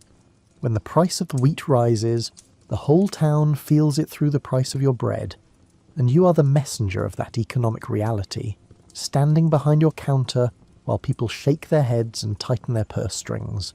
The guild sets the price, not you, but it is your face they see when they pay it. On Sundays you rest. The church requires it, the guild enforces it, and your body demands it. You go to Mass wearing your one good tunic, the one without flour stains, which you keep in the chest specifically for this purpose. You stand in the nave with the other tradesmen, the blacksmith and the carpenter, and the chandler and the tanner, who always stand slightly apart because no amount of Sunday scrubbing can entirely remove the smell of his profession. You sing the hymns, or at least you move your mouth in the general direction of the melody. You listen to the sermon. You pray, though your prayers tend to be practical rather than spiritual. Good weather, good grain, a healthy oven, no fires. These are the prayers of a baker, and God, if he is listening, has so far been reasonably responsive. The church itself is the largest building in town, stone-built and cool inside even in summer, with windows that let in coloured light on sunny mornings. You helped pay for one of those windows, not a large one, just a small panel of blue glass near the back, funded by a donation from the Bakers Guild 3 years ago. It is not much, but every time the morning sun catches that blue panel and throws a square of coloured light across the stone floor, you feel a quiet pride that has nothing to do with vanity and everything to do with belonging. Your trade helped build this place. Your bread feeds the people who fill these pews. You're part of something larger than yourself, and on Sunday morning, standing in the nave with the light falling blue across your hands, you can feel it. After church, you might walk to the market square and look at what the other tradesmen are selling. You might visit the miller to discuss next week's flour delivery. You might sit on the bench outside your bakehouse and simply watch the town go by, which is a pleasure that costs nothing and provides more entertainment than you might expect. Towns are interesting places when you slow down enough to see them. The butcher's dog stealing a bone from the gutter, 2 children racing each other down the lane, their laughter rising like birds. An old man asleep on a doorstep with his hat over his face, perfectly at peace with the world and its demands. Monday morning, you do it all again. There is a particular quality to the repetition of a baker's life that deserves more attention. It is not the repetition of boredom, it is the repetition of craft. A musician who plays the same piece every day is not bored by it. A gardener who tends the same beds every season is not dulled by familiarity. The repetition is the medium through which mastery is achieved and expressed, the daily practice that transforms effort into art. Your bread is better today than it was a year ago. It will be better next year than it is today.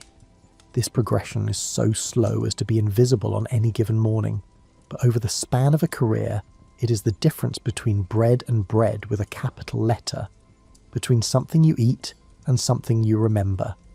Occasionally you try something new, a different scoring pattern on the loaves, a deeper cut or a curved slash instead of a straight one, a handful of herbs from the garden mixed into a batch of dough, rosemary or thyme, just to see what happens. A slightly longer rise, a slightly hotter oven, a change so small that nobody would notice unless they were looking for it. These experiments are how the craft moves forward, not in great leaps but in tiny adjustments, each one tested and tasted and either kept or discarded. Most of them come to nothing, a few stick, and over the years those few accumulate into something that you might call a style, a way of baking that is yours alone, shaped by 1,000 small decisions made in the quiet hours before dawn. The market comes to town twice a week, on Wednesdays and Saturdays, and on market days the town swells with people from the surrounding countryside. Farmers bring their produce, tinkers bring their pots and pans, travelling merchants bring cloth and spices and news from other towns. The atmosphere is loud and busy and smells of animals and earth, and the sharp tang of fresh-cut cheese. On market days you sell more bread than usual, because the farmers' wives want something to eat while they shop, and the merchants want something to eat while they sell, and the children want something to eat because they are children and eating is essentially their entire agenda. You set up a trestle table outside your shop on market days, stacking it with loaves and rolls and, if you have had an ambitious week, little pastries filled with dried fruit and honey that you sell for a penny each. These pastries are popular, partly because they are delicious, and partly because eating something sweet at a market feels like a small rebellion against the ordinary. People buy them and eat them standing up, getting crumbs on their clothes and honey on their fingers, and the expression on their faces is the same every time. A brief private moment of pleasure in the middle of a busy day. You see this expression, and it makes the early mornings worth it. This is why you bake. Not for the money, though the money matters. Not for the guild's approval, though the guild's approval also matters. You bake with that expression. You bake because bread makes people happy, and making people happy turns out to be a surprisingly good reason to get out of bed before the sun. Market days also bring strangers, travellers passing through, who stop at your counter because they are hungry, and because a bakery is one of the only shops in town that requires no introduction. A stranger can walk up to your counter, point at a loaf, hand over a coin, and leave with something to eat, all without needing to know anyone or explain their business. Bread is the universal language of commerce. It needs no translation, no negotiation, no social currency. It just needs a penny and a hand to hold it. And in a world where strangers are regarded with a certain amount of suspicion, the bakery is one of the few neutral territories where anyone is welcome, no questions asked, as long as they can pay. Some of these travellers bring news, a war in the east, a new bridge being built 2 towns over, travelling fair setting up outside the city walls. You collect these scraps of information the way you collect flour dust, passively and constantly, until they form a picture of the wider world, the world beyond your town and its lanes and its fields. You have never travelled more than 20 miles from the place where you were born. You probably never will.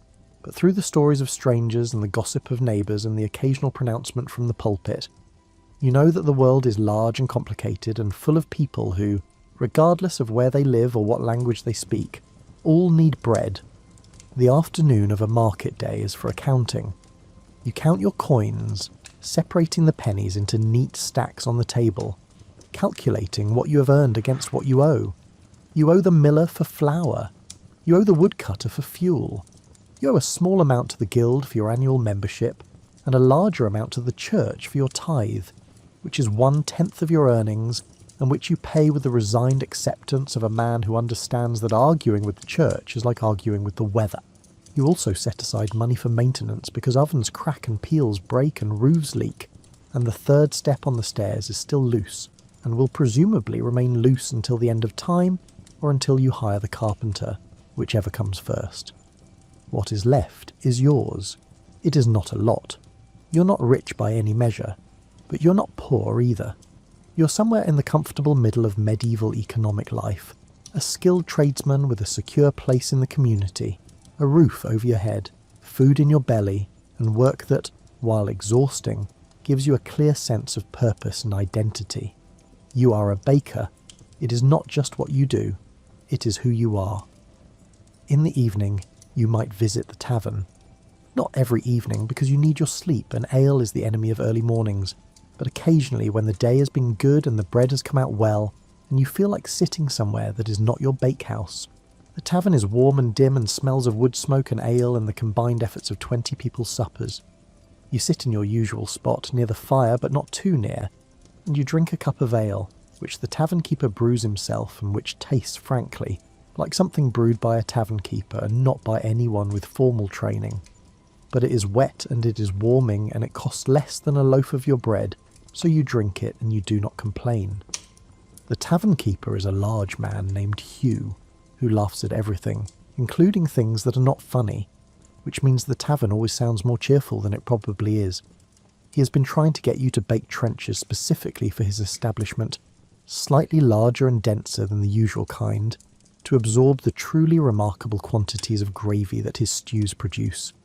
You're considering it. A standing order is a standing order, and Hugh pays promptly, which is more than you can say for half the town. The other tradesmen are here too. The blacksmith, whose hands are even more damaged than yours, is scarred and calloused from years of working with hot metal. The carpenter, who is quiet and thoughtful and builds furniture so beautiful that you sometimes wish you had chosen a tray that produced objects that lasted longer than a day. The chandler, who makes candles and soap and whose shop smells like a complicated argument between tallow and lye. You sit with these men and you talk about nothing in particular, about the weather and the market and the state of the roads and the behaviour of the town council, and this is how community works. Not through grand gestures or formal institutions, but through regular people sitting together at the end of a long day, sharing a drink and a complaint and a laugh, and going home feeling slightly less alone. The months roll past. Spring planting gives way to summer ripening, which gives way to autumn harvest, which gives way to winter waiting. Each season brings its bread. Spring bread is light and hopeful, made from the last of the stored grain before the new crop comes in, stretched thin sometimes when the stores run low, but always present, always there. Summer bread is generous and golden, baked in an oven that barely needs stoking because the air outside is doing half the work. Autumn bread is the best, made from fresh milled flour that carries the taste of the fields, the first bread of the new harvest, the bread that tells the town that the lean months are over and abundance has returned. Winter bread is dark and heavy and sustaining, rye and barley and whatever grain is cheapest, baked to last because in winter you cannot bake every day. Not when the wood is wet and the oven loses heat to the cold air and your fingers are too stiff to knead properly. There are weeks in late winter when the flour stores drop low and you lie awake at night doing arithmetic in your head, calculating how many loaves you can stretch from what remains. These are the anxious weeks, the weeks when the price of grain climbs and the guild adjusts the assize and your loaves grow lighter while your worries grow heavier. You have never run completely out. There has always been enough, just barely, to keep the town fed until the new crop comes in. But the fear of running out is always there, a background hum beneath the daily routine, the way the sound of the creek is always there beneath the sounds of the town. You do not dwell on it. You bake what you can with what you have, and you trust that the fields will produce and the miller will grind and the cycle will continue as it always has. And then one morning in late spring, the new grain arrives. Thomas the miller pulls up in his cart, sacks of fresh flour stacked high, and the flour is pale and sweet-smelling, and when you rub it between your fingers it feels like a promise. The first loaf from the new grain is always something special. You bake it with extra care, shaping it well, scoring it deeply, and giving it the best spot in the oven where the heat is most even. When it comes out, golden and fragrant and crackling softly as it cools, you break off a piece and eat it standing right there at the oven mouth, and it tastes like relief. The lean weeks are over. The year has turned. Through it all, the bread sustains. It is the foundation of every meal. It is the first thing on the table in the morning and the last thing cleared away at night. It is what mothers give crying children, and what wives pack for husbands heading to the fields. It is what the sick eat when they can eat nothing else, and what the dying receive as their last earthly comfort. Bread is life, and the person who makes it is, in a sense, in the life-giving business. You do not think of it in such grand terms, of course. You are a baker, not a philosopher. You think of flour and water and fire and time and the 900 things that can go wrong between the mixing and the selling. You think about whether Thomas the Miller is overcharging you. You think about whether your apprentice will ever learn to score a loaf without making it look like it lost a fight. You think about the third step on the stairs. But underneath all the daily concerns, underneath the flour dust and the aching shoulders and the permanently warm hands, there is something that might, if you were the kind of person who used such words, be called contentment. You have a place in the world. You have a skill that matters. You have a purpose that connects you to your neighbours and your town and the long line of bakers who came before you. Your bread is on every table. Your oven warms the town's meals. Your bakehouse is a landmark, a gathering place, a fixed point in the turning world. The church bell rings for Compline, the last prayer of the day, and its sound drifts down through the darkness and through your window and into the room where you lie in your bed, smelling of flour and soap and dried lavender. The dough in the trough downstairs is rising slowly in the dark. The oven is breathing its low, steady heat. The town sleeps. You close your eyes. The mattress is not comfortable. The blanket is not soft. The pillow smells like your grandmother's garden. But you are tired in the way that only honest work makes you tired. Tired in the bones and the muscles and the satisfying centre of yourself. And sleep comes easily, the way it always does when you have spent the day making something real. Tomorrow you will wake in the dark. The floor will be cold. The oven will need feeding. The dough will be waiting. The town will need its bread. And you will be there to provide it, as you were yesterday, and will be tomorrow, and the day after that, and the day after that. The baker in a town whose name nobody remembers, making the thing that everybody needs. And just before you drift off, in that floating space between waking and sleeping, you think about the bread, about the way it rises in the dark, about the way it transforms in the heat, about the way it feeds the world, one loaf at a time, without asking for anything in return. You're a baker. It is enough. The last thing you hear before sleep takes you is the oven settling, a low contented sound like a large animal curling up for the night. The fire whispers. The flour sits quietly in its bins. The dough dreams of bread, and you dream of morning. Not a specific morning, just morning itself, the feeling of it, the dark kitchen coming to life, the fire catching, the flour falls through your fingers into the trough, the dough yields to your hands, the smell of bread climbing out of the oven and into the world. This is your life. It is small. It is local. It will not be recorded in any chronicle or celebrated in any song. No one will build a monument to the baker who made the brown loaves in the town whose name the maps forgot. But the people you fed will remember the taste. The warmth of your bakehouse will live in the memory of every child who pressed their nose against the counter and breathed in the sweet, wheaty air on a cold morning. The bread you made will become part of the bodies that ate it, part of the bones and the blood and the energy that built houses and ploughed fields and carried babies and laughed at the tavern on Friday nights. You are a baker.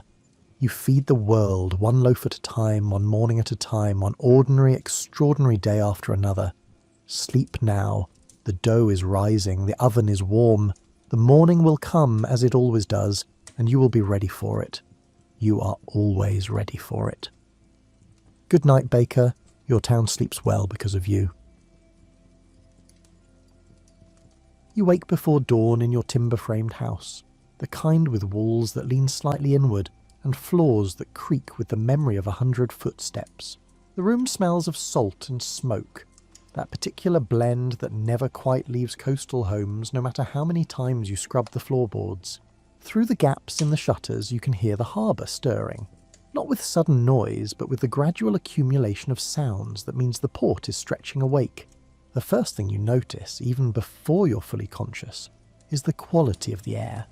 It's different here than it would be inland. Heavier somehow, carrying the weight of ocean moisture mixed with the earthier sense of fish and tar and wet rope. Your lungs have grown so accustomed to this particular atmosphere that you'd probably feel uneasy breathing anything else. When your cousin visited from the countryside last summer, she complained that the air felt thick enough to chew. You hadn't known what she meant until you visited her farm and found yourself gasping at how thin and empty the inland air seemed. You swing your legs out of bed, feet finding the wooden floor that's always slightly damp this close to the water. The cold travels up through your soles, a morning greeting you've learned to expect. Your house sits 3 streets back from the main wharf, close enough that you can gauge the tide by sound alone. Right now, it's coming in. You can tell by the way the water slaps against the dock pilings, with a particular hollow rhythm. When the tide goes out, the sound changes entirely, becoming more of a sucking whisper as the sea retreats across the mud flats. The pre-dawn light filtering through your shutters has that strange quality you've learned means fog. Not the thick pea soupers that sometimes roll in during autumn, but the light morning haze that will burn off by mid-morning once the sun gains proper strength. You've learned to read weather the way some people read books, interpreting signs that would mean nothing to someone who didn't live by the sea's moods. Dressing in the half-light, you pull on the same layers you wore yesterday, the ones that smell least of fish and sweat. Laundry happens when it happens, usually when your daughter complains that your shirt could probably walk to the washing tub by itself. The fashion here runs toward practical rather than decorative. Woolen breeches that can survive salt spray, a linen shirt that's been mended so many times the original fabric is hard to identify, and a leather jerkin that's supposed to provide some protection against the wind that never quite stops blowing. By the time you make it downstairs, your wife has already coaxed the kitchen fire back to life. The hearth dominates the main room, built large enough that you could roast a whole sheep if you were the sort of person who could afford whole sheep. More typically, it hosts a perpetual pot of something, usually fish stew or oat porridge, occasionally both if you've had a particularly good week.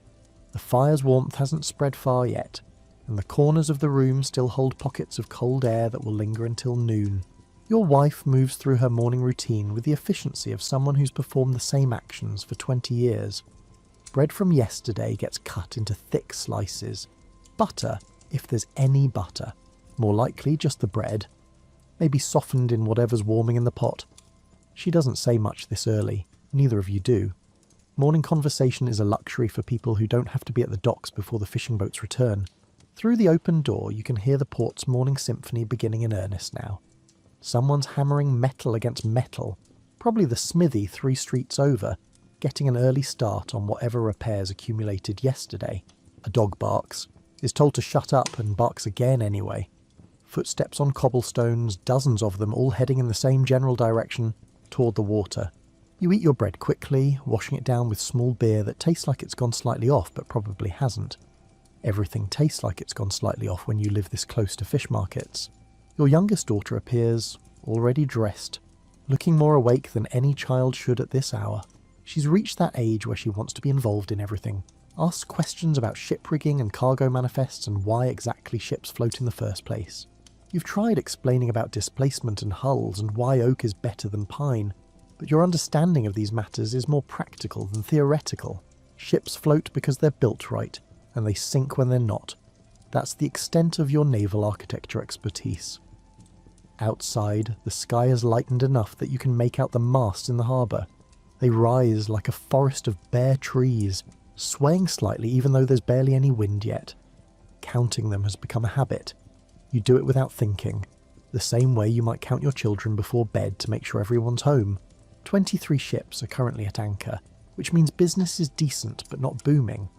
During the height of summer, you've seen 40 or more crowding the harbour, their crews competing for dock space and unloading priority. The walk to the waterfront takes you through streets that grow narrower the closer you get to the docks. Houses lean toward each other overhead, upper stories jutting out far enough that neighbours could shake hands across the gap if they wanted to. The streets themselves are less streets and more suggestions. Cobblestones laid down whenever someone got around to it, filling in the gaps between buildings that were constructed according to no particular plan. You navigate more by muscle memory than sight, knowing which corners to cut and which puddles never drain even in drought. Other workers appear from doorways and alleys, joining the general flow toward the harbour. You recognise most of them by silhouette alone. There's Willem, who works the crane that hoists cargo from ship to shore. Margaret, who sells bread to sailors fresh off long voyages. Young Thomas, who's apprenticed to a rope maker and always smells like hemp. Nobody talks much. It's too early for conversation. And besides, you'll have 12 hours together at the docks to say whatever needs saying. The harbour itself opens up suddenly, the cramped streets giving way to a wide expanse of wharves and warehouses and water. The fog sits heavier here, softening the edges of everything so that distant ships look like ghost vessels from some legend. The water surface is glass smooth in the protected harbour, broken only by the occasional ripple from a fish or the wake of an early rowing boat. You can smell breakfast cooking on several of the anchored ships, bacon and onions if your nose isn't lying. Sailors who've been at sea for weeks often cook elaborate meals their first morning in port, celebrating the availability of fresh food that doesn't need to be pickled or salted or dried until it's practically inedible. The smell makes your stomach remind you that bread alone doesn't constitute a proper breakfast, but there's no help for it now. The wharf master is already at his post, which surprises nobody because the wharf master is always at his post. You've sometimes wondered if he actually sleeps there, curled up in the small office that juts out over the water like a wooden growth. He nods as you pass, checking your face against some internal roster he maintains. He knows everyone who works the docks, knows who's reliable and who needs watching, who can be trusted with delicate cargo, and who should only handle sacks of grain that can survive a drop or two. Your job today, assuming the ships cooperate, will involve unloading whatever cargo needs unloading, and loading whatever cargo needs loading. It's not complicated work, but it's particular. Every type of goods requires its own handling. You don't stack barrels of wine the same way you stack crates of pottery, and you definitely don't approach bales of wool the same way you'd approach casks of gunpowder. You've learned these distinctions the way you learn to walk, through a combination of instruction, observation, and occasional painful mistakes. The first ship scheduled to unload this morning sits low in the water, which means she's carrying something heavy. Lead, maybe, or iron bars, or possibly just a massive quantity of salt. You'll find out soon enough. The crew is already moving around on deck, preparing lines and checking the rigging. Sailors move with a particular grace that land dwellers never quite achieve, balancing on surfaces that shift and tilt, making it look effortless. The sun breaks through the fog just enough to turn the harbour into something almost beautiful. Light reflects off the water in shifting patterns, and for a moment you can see why painters sometimes set up easels along the waterfront, trying to capture this particular quality of morning on canvas. Then someone drops a barrel behind you, the crash destroying any poetic ambience, and the workday properly begins. Your house, like every house within shouting distance of the harbour, bears the marks of its proximity to salt water. The wooden shutters have that bleached, weathered look that comes from constant exposure to sea air. The nails holding them in place show orange traces of rust no matter how often they're replaced. Even the stones in the foundation have taken on a darkened, damp appearance that never quite dries out, as if they've absorbed so much moisture over the years that they've given up trying to be properly dry. Inside, the battle against dampness is constant and never truly won. Your wife maintains a vigil that would put castle guards to shame, checking corners for mould, airing out bedding whenever the weather permits, and burning herbs that supposedly help prevent rot. The smell of lavender and rosemary is nearly as constant as the smell of salt, and while it doesn't actually stop the dampness, it at least makes the dampness smell better. The house itself is 3 stories of timber and plaster, though calling the 3rd story a proper floor is generous. It's more of a large attic where your older children sleep and where you store things that need to be kept dry, which is ironic, because the roof leaks in at least 4 places that you know about, and probably several more that you haven't discovered yet. Every heavy rain becomes an exercise in strategic bucket placement. The main living area occupies the ground floor centred around that massive hearth. The room serves as kitchen, dining room, workshop and general gathering space all at once. Your wife's spinning wheel sits in the corner near the window where the light is best. Your daughter's slate for practicing letters rests on the table, surrounded by the crumbs of countless meals. A cabinet that belonged to your wife's grandmother stands against one wall, its shelves displaying the few pieces of pottery nice enough to be shown off rather than used. The floor is packed earth in most rooms, covered with rushes that need replacing more often than you'd like. Only the main room has actual wooden floorboards, and those are so worn in the traffic patterns that you can see the grain standing up in ridges. You've thought about sanding them smooth again, but that feels like the kind of project that gets perpetually postponed in favour of more urgent repairs. The walls are supposed to be whitewashed, and they are in theory. In practice, they're a patchwork of different shades where you've repaired sections or covered stains or just given up and let the original plaster show through. Your wife has hung bundles of dried herbs from the ceiling beams, partly for cooking and partly because she insists they help with the smell. Whether they actually help or just contribute different smells to the existing collection is debatable. Furniture is sparse and practical. The table is oak, heavy enough that moving it requires 2 strong people and a sense of purpose. The chairs don't match. 3 came from different neighbours over the years. One you built yourself during a winter when there wasn't enough dock work, and the smallest one was a gift from your brother-in-law, who felt guilty about something you've since forgotten. None of them are particularly comfortable, but comfort isn't really the point of chairs in a working household. The second floor holds the sleeping quarters, divided by thin walls that don't reach all the way to the ceiling. Privacy is more concept than reality.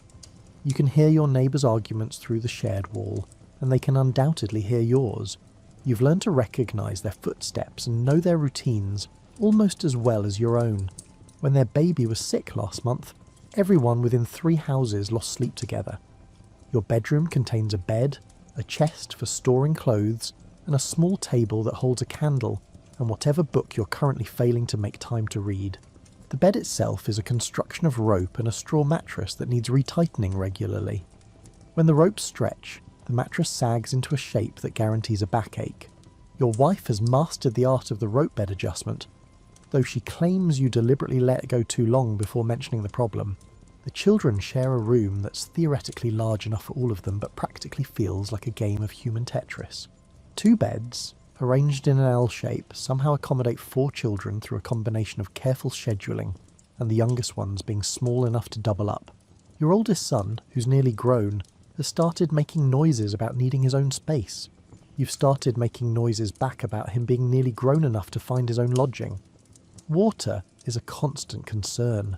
You have a well in the tiny courtyard behind the house, shared with 2 other families. The water tastes metallic and slightly off, but at least it's reliably wet. For washing, you collect rainwater in barrels when you can, though the same rain that fills your barrels also finds its way through your roof.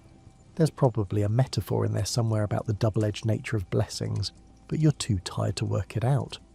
The courtyard serves as an outdoor workspace, a storage area, and the place where things go to be forgotten. Old barrels that might be useful someday lean against the wall, lengths of rope too short for dock work but too long to throw away hang from pegs. Your wife's washing line stretches across the space, currently empty but destined to be full of laundry by afternoon if the weather holds. The privy occupies one corner of the courtyard, a wooden structure that's exactly as pleasant as you'd expect for something that's essentially a shed with a hole in it. It's positioned downwind from the house, which helps in theory but matters less when you consider that the wind here changes direction about 6 times a day. Your children have developed impressive bladder control as a result of wanting to avoid nighttime trips to the outhouse. The neighbours on your left side are a family of rope makers. You can hear the rhythmic thwacking of their work through the shared wall, a sound that's become so familiar you barely notice it anymore. The neighbours on your right are a widow and her adult daughter who take in sewing. The daughter has a voice that carries, particularly when she's arguing with suitors, which is often. You know more about her romantic life than you've ever wanted to know. Your street, like most streets in this part of town, lacks an official name. People call it the street where the sailmaker used to live, even though the sailmaker moved away 7 years ago and was replaced by a man who repairs nets. This seems to bother the net repairman, but not enough for him to do anything about it. Trying to change what people call a street is like trying to change the tide schedule. Theoretically possible, but practically pointless. The houses crowd together with barely enough space between them for a skinny cat to pass through. This isn't by design, but rather by the organic growth of a port town where every square foot of land near the docks is valuable. Buildings grew up wherever there was space, sometimes sharing walls, sometimes using a neighbour's wall as one of your own, creating an architectural patchwork that follows no plan except the plan of putting a roof over your head, as close to work as possible. Windows are small and few, glass is expensive, and shutters serve just fine for most purposes. Your house has actual glass in 2 windows, both on the street side where visitors might see them. The glass is thick and wavy, making everything outside look slightly distorted, but it lets in light while keeping out wind. That counts as luxury here. The door to the street is oak, reinforced with iron bands, and heavy enough that your youngest daughter can't open it without help. It's barred at night with a beam as thick as your forearm. The harbour attracts all sorts, and while your neighbourhood isn't particularly dangerous, it's not particularly safe either. Things disappear from courtyards. Drunk sailors looking for lodging sometimes try doors to see if they'll open. Better to bar the door and sleep soundly than trust in the kindness of strangers. Evening in your home means candlelight and firelight, and trying to accomplish whatever needs accomplishing before darkness makes it impossible. Your wife sews by the fire, squinting at her work. Your children do their chores with varying degrees of enthusiasm and success. You might repair some piece of equipment that broke during the day, or sharpen tools, or just sit and feel your back complain about the 12 hours of lifting you put it through. The house settles as it cools, making creaking and popping sounds that you've learned to distinguish from the sounds of actual problems. There's the post that always groans when the temperature drops, the board near the window that clicks when stepped on just right, the rafter that scrapes against its neighbour when the wind comes from the east. These are the nighttime sounds of your home, as familiar as your own breathing. When you finally head upstairs to sleep, the day's work sits in your muscles like stones. The bed's sag becomes almost comfortable when you're this tired. Through the walls you can hear your neighbours settling in as well, footsteps overhead, voices through the plaster, and the general symphony of people ending their days. Outside, the harbour continues its work. The tides don't care whether you're awake or asleep. Ships arrive and depart by their own schedules. The sea keeps its own hours, and everyone who lives near it adjusts their lives accordingly. The morning market sets up while you're still hauling cargo at the docks, but you can track its progress by sound. First comes the rumble of cartwheels on cobblestones, dozens of them converging on the market square from different directions. Then the shouts begin, vendors claiming their spots, arguing over who was there first, negotiating the invisible boundaries that separate one stall from another. By the time the sun is properly up, the market is in full voice, a cacophony that can be heard 3 streets away. You finish your dock work around mid-morning, your back providing detailed complaints about every barrel you've lifted. The wharfmaster tallies your hours on a board that's more scratches and marks than wood at this point. Payment happens on Saturday, assuming the merchants actually pay the wharfmaster, who pays the dock foreman, who pays you. It's a system that works until it doesn't, and you've learned to keep mental track of what you're owed versus what you've actually received. The walk from dock to market takes you through the commercial heart of the port town. Here the buildings are slightly taller, slightly better maintained, and bearing signs that advertise their wares. A ship chandler occupies a corner building, his windows full of rope and canvas and mysterious brass instruments that supposedly help with navigation. Next to him, a tavern is already doing steady business despite the hour. Sailors operate on their own schedules, and when you've just spent 6 weeks at sea, 10 in the morning feels perfectly reasonable for a drink. A man selling broadsheets stands near the market entrance, shouting headlines about wars and kings and events that may or may not be true. You've learned to be sceptical of news that comes printed on cheap paper, but people buy the sheets anyway, hungry for information about the wider world. The printer makes most of his money from the advertisements on the back page, notices about ships departing, cargo for sale, and rewards for runaway apprentices. The market square isn't actually square, it's more of an irregular polygon that exists in the space between buildings that were put up without much concern for civic planning. Someone tried to organise it once, painting lines to mark stall locations, but the lines have long since faded and been ignored anyway. Stall placement is determined by tradition, seniority, and occasionally by who's willing to show up earliest to claim the best spots. The fish sellers occupy the section nearest the docks, which makes sense given their product's freshness requirements. They've arranged their wares on tables covered with seaweed. The fish laid out in neat rows that disguise the fact that most of these fish were swimming yesterday. The sellers keep up a constant patter, praising their fish's firm flesh and clear eyes, claiming each catch is the finest of the morning. You've learned to judge fish quality yourself. The eyes are indeed important, but so is the smell, the texture of the skin, and whether the gills are still bright red. A woman you've known for years, Margaret of the Good Fish, spots you and gestures toward a particularly nice-looking cod. You examine it with the seriousness it deserves, checking for the signs that separate merely acceptable fish from genuinely good fish. The flesh springs back when you press it. The eyes haven't clouded. Margaret watches this inspection with the patience of someone who knows her product is solid. You negotiate a price that's probably fair to both of you. Though you both pretend to be slightly dissatisfied, it's expected. Beyond the fish sellers, the market spreads into other specialties. Vegetables from local farms, looking somewhat sad this late in autumn but still edible.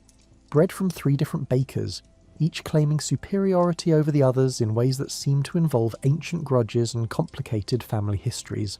A woman sells eggs from a cart, the eggs nested in straw, and swears these are from her own chickens even though everyone knows she buys them from a farmer 10 miles inland and marks them up. The butcher operates from a permanent stall that's more shop than stall, with actual walls and a roof and a counter worn smooth by years of transactions.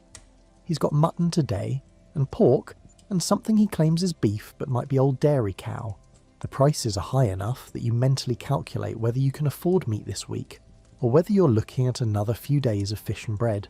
Your wife has opinions about your fish and bread diet, specifically that she's tired of cooking it and you're all tired of eating it. Cloth sellers occupy a favoured position near the market centre, their wares colourful enough to attract attention. Most of what they're selling is wool, practical, warm and waterproof when properly treated.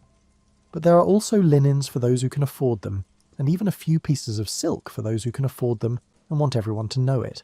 You finger a piece of wool that would make a good winter cloak, calculate the cost against your recent earnings, and move on. Winter is coming, but it's not here yet. A general goods merchant has spread an impressive array of items across 2 tables. Nails, knives, cooking pots, needles, thread, buttons, buckles, and mysterious items whose purposes you can only guess at. His prices are higher than they should be, but he's the only source for many of these goods unless you want to wait for a ship from London to bring specialised items. He knows this and prices accordingly. The cheese seller has actual cheese from actual dairy cows, aged in caves somewhere inland, and the smell alone is enough to make your mouth water. You buy a small round of something hard and yellow that the seller promises will last through winter without going bad. Whether it will last through winter in your house is another question. Your children have been known to chip pieces off when they think nobody's watching. Spices occupy a corner of the market where a merchant who considers himself several steps above the common vendors has set up something approaching a proper shop. He's got pepper, which is expensive but worth it. Cinnamon, which is more expensive and possibly worth it if you're the sort of person who puts cinnamon in things. Strange powders in jars labelled with names you can't pronounce, which he swears will transform ordinary food into extraordinary food. You're sceptical, but your wife has expressed interest in something called cardamom, so you inquire about prices and immediately regret it. A potter sells bowls and cups and plates, all of them brown and practical and approximately the same shape. He's been at this corner for 15 years, and every house in the neighbourhood contains at least 3 of his bowls. They're not beautiful, but they're cheap and they don't break easily, which matters more than beauty when you're serving stew to hungry children. The market also hosts less permanent vendors, people who show up sporadically with whatever they've made or found or salvaged. Today there's a man selling rope scraps, which you might have use for. A woman with baskets woven from reeds. A boy who claims these shells are special shells, lucky shells, shells that will bring fortune to whoever owns them. The shells look like regular shells to you, but people are buying them anyway. Arguments break out periodically, accusations of short waits, disputes over whose customer was who's first, and complaints about someone's fish stinking up someone else's bread. A market official wanders through occasionally, settling disputes with the authority of someone who's seen every possible market argument and is unimpressed by all of them. He carries a set of standard weights to verify scales, and vendors suddenly become very interested in checking their own measurements when they see him coming. Children weave through the crowd, some running errands for their parents, some just running because market day is exciting. They cluster around a man doing magic tricks. At least, he calls them magic tricks, though you're fairly certain that coin didn't actually disappear so much as end up in his other hand. The children don't care. They gasp and applaud and beg him to do it again. Your wife appears from somewhere, basket already half full of purchases you'll need to account for later. She's got bread and vegetables and something wrapped in cloth that she won't show you, which means it's either a surprise or something she thinks you'll object to spending money on. Possibly both. She examines your fish purchase, nods approval, and adds it to her basket.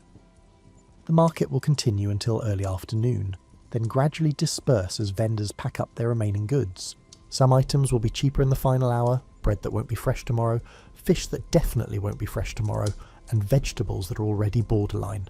Smart shoppers with flexible schedules wait until the end, gambling that they'll get bargains without missing out on everything good.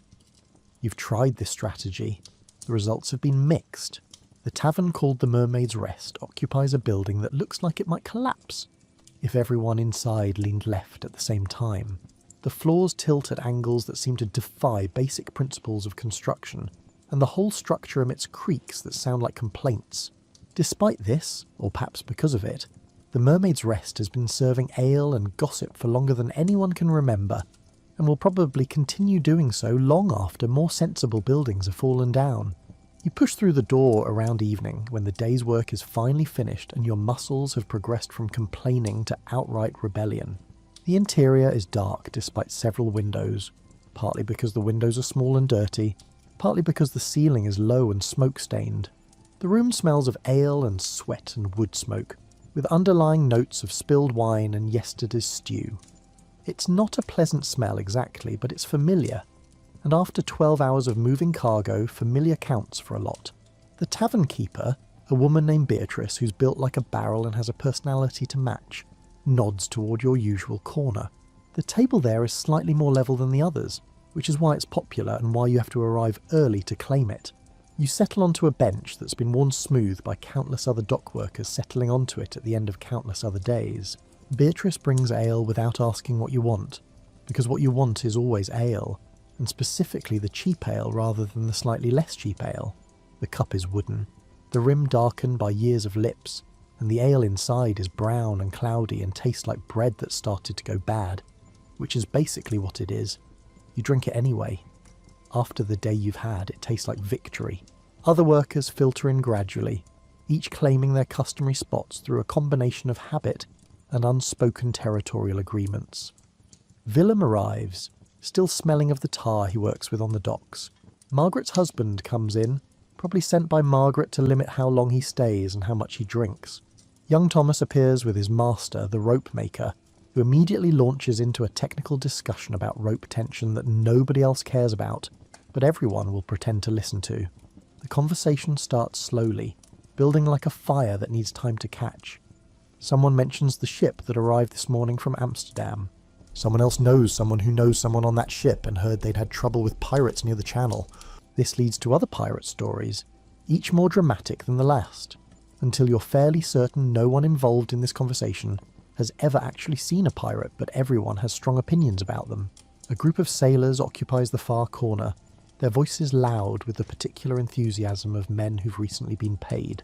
They're from the merchant ship that unloaded salt this morning, celebrating their wages before those wages disappear into the pockets of landlords and tavern keepers and the various merchants who'll be happy to sell them things they don't need. One of them is demonstrating some knot that he swears saved the ship during a storm, though his hands are unsteady enough that the demonstration isn't particularly convincing. The tavern fills gradually as evening properly sets in. Workers from all over the port area congregate here, not just dock workers, but also the coopers who make barrels, the sail makers who repair canvas, the chandlers who supply ships, the customs officers who extract taxes, and the scribes who record transactions. Everyone who makes their living from the sea's commerce eventually ends up at the Mermaid's Rest, drawn by cheap ale and the comfort of complaining to people who understand what you're complaining about. Beatrice moves through the crowd with surprising grace for someone her size, delivering drinks and food and sharp comments in equal measure. She runs this tavern with iron efficiency, tolerating no nonsense and suffering no fools. When an argument breaks out near the bar, something about someone owing someone money, or maybe about someone looking at someone else's wife, it's hard to tell, Beatrice simply appears between them, arms crossed, and the argument dies instantly. Nobody argues with Beatrice.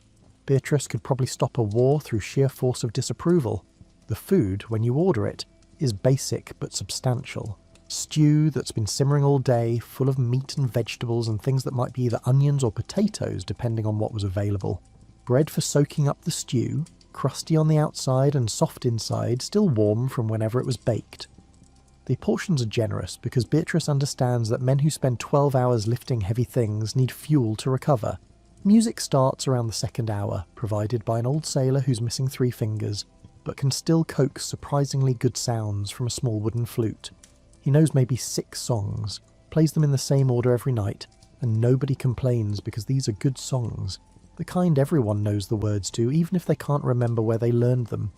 Some songs are about the sea, naturally. Some are about women, inevitably. Some are about drinking, appropriately. One is about a rooster that challenged the king to a duel, which doesn't make much sense but has a catchy melody. The atmosphere grows warmer and louder as the evening progresses. Conversations overlap until individual words become impossible to distinguish, creating a general roar punctuated by occasional shouts of laughter or argument. The air grows thick with pipe smoke. Everyone seems to be smoking cheap tobacco that smells like burning rope. Your eyes water, but opening a window would let in cold air so the smoke stays.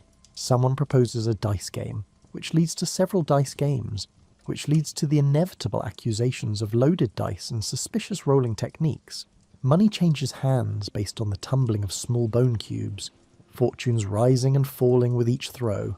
You watch rather than participate, having learned that dice games at the Mermaid's Rest tend to favour the house, in ways that aren't immediately obvious, but become clear when you calculate your losses later. Stories circulate like currency, each person trying to top the previous tale. A carpenter describes a house he's building that's supposedly the finest in the district, with glass in every window and floorboards so perfectly fitted you could roll a marble across them without hitting a crack. A fisherman talks about the enormous cod he almost caught, describing it with hand gestures that suggest it was roughly the size of a rowboat. A merchant's clerk complains about his employer's son, who's being trained to take over the business despite having apparently the intelligence of a wooden post. The tavern also serves as an unofficial news bureau. Here you learn which ships are hiring, which merchants are paying fair wages, which captains are cruel and which are merely demanding. You hear about the storm that damaged 3 ships last week off the coast of France. Someone's cousin knows someone who heard that war might be coming again, though with whom and about what remains unclear. A new regulation from London apparently requires different paperwork for imported wine, which means more work for customs officers and more delays for everyone else. Young Thomas gets progressively drunker, his face flushing red as he tries to keep pace with older, more experienced drinkers. His master notices and cuts him off, over Thomas's loud protests that he's perfectly fine, which he demonstrates by attempting to stand and immediately sitting back down hard. The master hauls him to his feet and guides him toward the door, Thomas still insisting that one more drink would be reasonable and appropriate. As the night deepens, some people leave while others settle in for the duration. The serious drinkers separate themselves from the social drinkers, their focus narrowing to the cup in front of them and the regular rhythm of lifting it, drinking, putting it down, and repeating. Beatrice watches them with the careful eye of someone who knows exactly when a customer has crossed from profitable to problematic. The conversation at your table has cycled through work complaints to family updates, to vague plans that will probably never materialise. Willem mentions he's thinking of looking for better work, maybe inland where the hours are more predictable. You've heard him say this before, and you'll probably hear him say it again in 6 months. But you nod sympathetically anyway. Everyone talks about getting out of dock work. Nobody actually does it. When you finally push back from the table, legs slightly unsteady, the world has taken on that softened quality that comes from several cups of ale on an empty stomach. The walk home requires concentration. The cobblestones seem determined to trip you, and the familiar streets look slightly different in the darkness. The harbour water reflects moonlight, turning the port into something almost magical. At least until you remember it's the same dirty water that smells like fish and worse. Your house, when you reach it, is dark except for a single candle in the window. Your wife has left it burning as a guide, a small gesture that fills you with more gratitude than several cups of ale probably warrant. You fumble with the door latch, trying to be quiet and failing completely, and make your way to bed, where sleep arrives quickly and without mercy. You've never owned a clock, but you don't need one. The tide tells time better than any mechanism of gears and springs ever could. You've learned to read its schedule in the water's voice, in the height of the waves against the dock pilings, and in the smell of exposed mud flats that marks low tide as surely as a bell marks the hour. This morning, or possibly early afternoon, the distinction matters less when your schedule follows water rather than sun. The tide is going out. You can hear it in the particular sucking sound the harbour makes as water retreats, pulling back to expose the posts that usually stay submerged. The whole port operates on this rhythm, every activity timed to match what the sea allows. Ships can only enter the harbour at high tide, when there's enough depth to clear the sandbar that lurks at the harbour mouth like a trap for unwary captains. You've watched ships attempt entry at low tide, seen them scrape bottom and stick fast, their crews forced to wait for the water's return while everyone on shore laughs at their impatience. The local pilots, who know every inch of the harbour bottom, charge extra for guiding ships in during marginal conditions. Unloading happens on the falling tide. The ships sit high enough that gangplanks can reach from deck to dock, and the work proceeds with urgency because everyone knows the window is limited. When the tide comes fully in, the ships rise too high, the angle becomes wrong, and unloading stops until the tide turns again.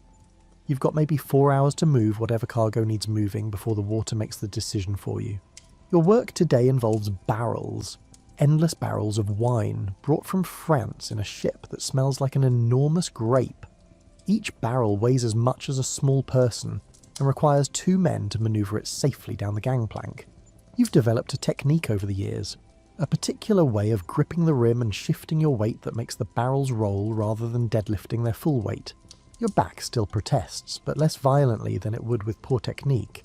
The copperage sits 50 yards from the dock, positioned precisely to minimise the distance barrels need to travel, while staying far enough from the water to avoid flooding. You and your partner, today it's a man named Peter who talks too much but works steadily, roll each barrel along the dock, navigate the uneven cobblestones, and stack them in the copperage yard. The cooper checks each barrel, looking for damage, leaks, and suspicious bulges that might indicate the wine has gone bad. Between barrels, you can track the tide's progress by watching the waterline on the dock posts. Each post bears rings of discoloration marking different tide levels. Dark green algae near the top where high tide reaches, lighter rings below showing the gradual progression downward. Right now you're watching the water recede past the 3rd ring, which means you've got about an hour left before the lowest point. Low tide transforms the harbour into a different landscape entirely. What was underwater becomes temporary land, or at least temporary mud. The mud flats stretch out, grey-brown and glistening, marked by the tracks of birds who know this is feeding time. Clams hide in the mud, along with worms and small crabs and other creatures that make their living in the space between sea and land. Children appear during low tide, armed with buckets and shovels, digging for clams and mussels. It's work disguised as play, or maybe play that produces useful results. Either way, the children take it seriously, competing to see who can gather the most, occasionally stealing from each other's buckets when they think no one's watching. Their parents will be glad of the free protein, even if they have to rinse sand out of the shellfish for longer than seems reasonable. The harbour master uses low tide to inspect dock foundations, checking for damage, replacing posts that have rotted, and assessing what repairs will be needed before winter storms arrive. He wades through ankle-deep water, occasionally plunging a pole down to check the depth of mud, making notes on a slate board that he wipes and rewrites throughout the day. Some workers specialise in the mud flats themselves, harvesting reeds that grow in the marshy areas and cutting them for use in thatching roofs or making baskets. They move with the confidence of people who know which mud is firm enough to walk on, and which will swallow your boot if you step wrong. You've seen newcomers attempt to cross the flats at low tide, watched them sink to their knees, and heard their curses as they try to extract themselves from mud that grips like it has personal feelings about letting go. The fishing boats that were out overnight return on the incoming tide, timing their arrival to ride the rising water into harbour. They sail in with the particular exhausted satisfaction of people who've worked through the night and are ready to be done. Their catches get unloaded immediately, the fish destined for the morning market even though morning is long past. Freshness is relative in the fish trade. Caught last night counts as fresh if you get it to market before it starts to smell. You finish the barrel work just as the tide begins to turn. You can see it in the water's behaviour, the way it slows its retreat, pauses, then starts moving in the other direction. It's not dramatic. There's no visible wave or sudden surge, but the change is unmistakable once you know what to watch for. The water starts filling in the areas it recently vacated, crawling up the dock posts ring by ring, reclaiming its territory. The rising tide brings different work.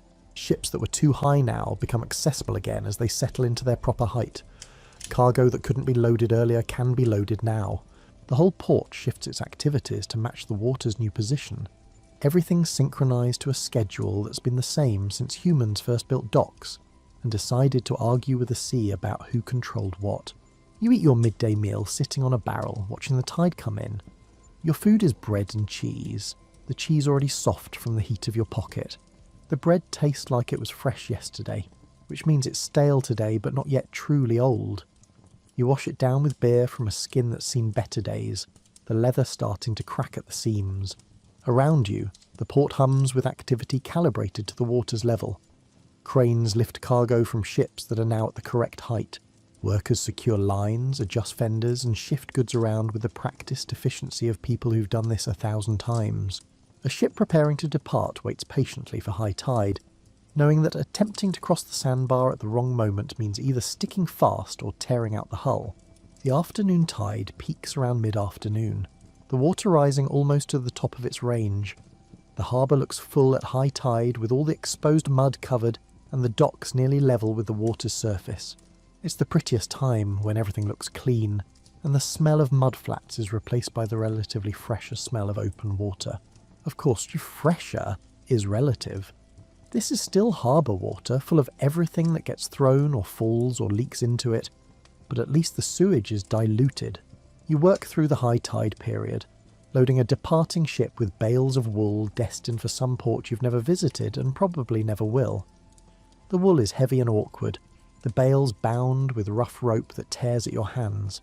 You've developed calluses on your calluses, but even they struggle with the particularly coarse hemp. The ship's captain supervises the loading, shouting corrections and adjustments in a voice that suggests he believes everyone but him is incompetent. He's probably right, or at least he's responsible for everything that goes wrong once his ship leaves port, so his paranoia is understandable. You've learned to nod and adjust and not take the shouting personally. Captains shout the way fish swim. It's just what they do. As the afternoon wears into evening, the tide begins its outward journey again. The cycle continues twice daily, as reliable as sunrise and considerably more important to your livelihood. You've seen the sun fail to appear through fog and clouds, but you've never seen the tide forget to turn. It's the one certainty in a life full of variables. The evening low tide brings the clam diggers back out, those who work multiple shifts extracting whatever they can from the exposed flats. The setting sun paints the mud flats orange and pink, making them look almost beautiful, though you know that up close they're just mud and smell like it. The birds that feed at low tide cry and circle, their calls mixing with the sounds of human work, all of it part of the harbour's eternal rhythm. You head home as the light fails, your day measured not in hours but in tides. 2 full cycles from low to high to low again, your work fitted into the windows the sea allowed. Tomorrow will be the same but shifted slightly, because the tides come 50 minutes later each day. A slow rotation that means you're never working quite the same schedule 2 days running. It should be confusing, but after years of living by tides, any other way of tracking time would feel stranger.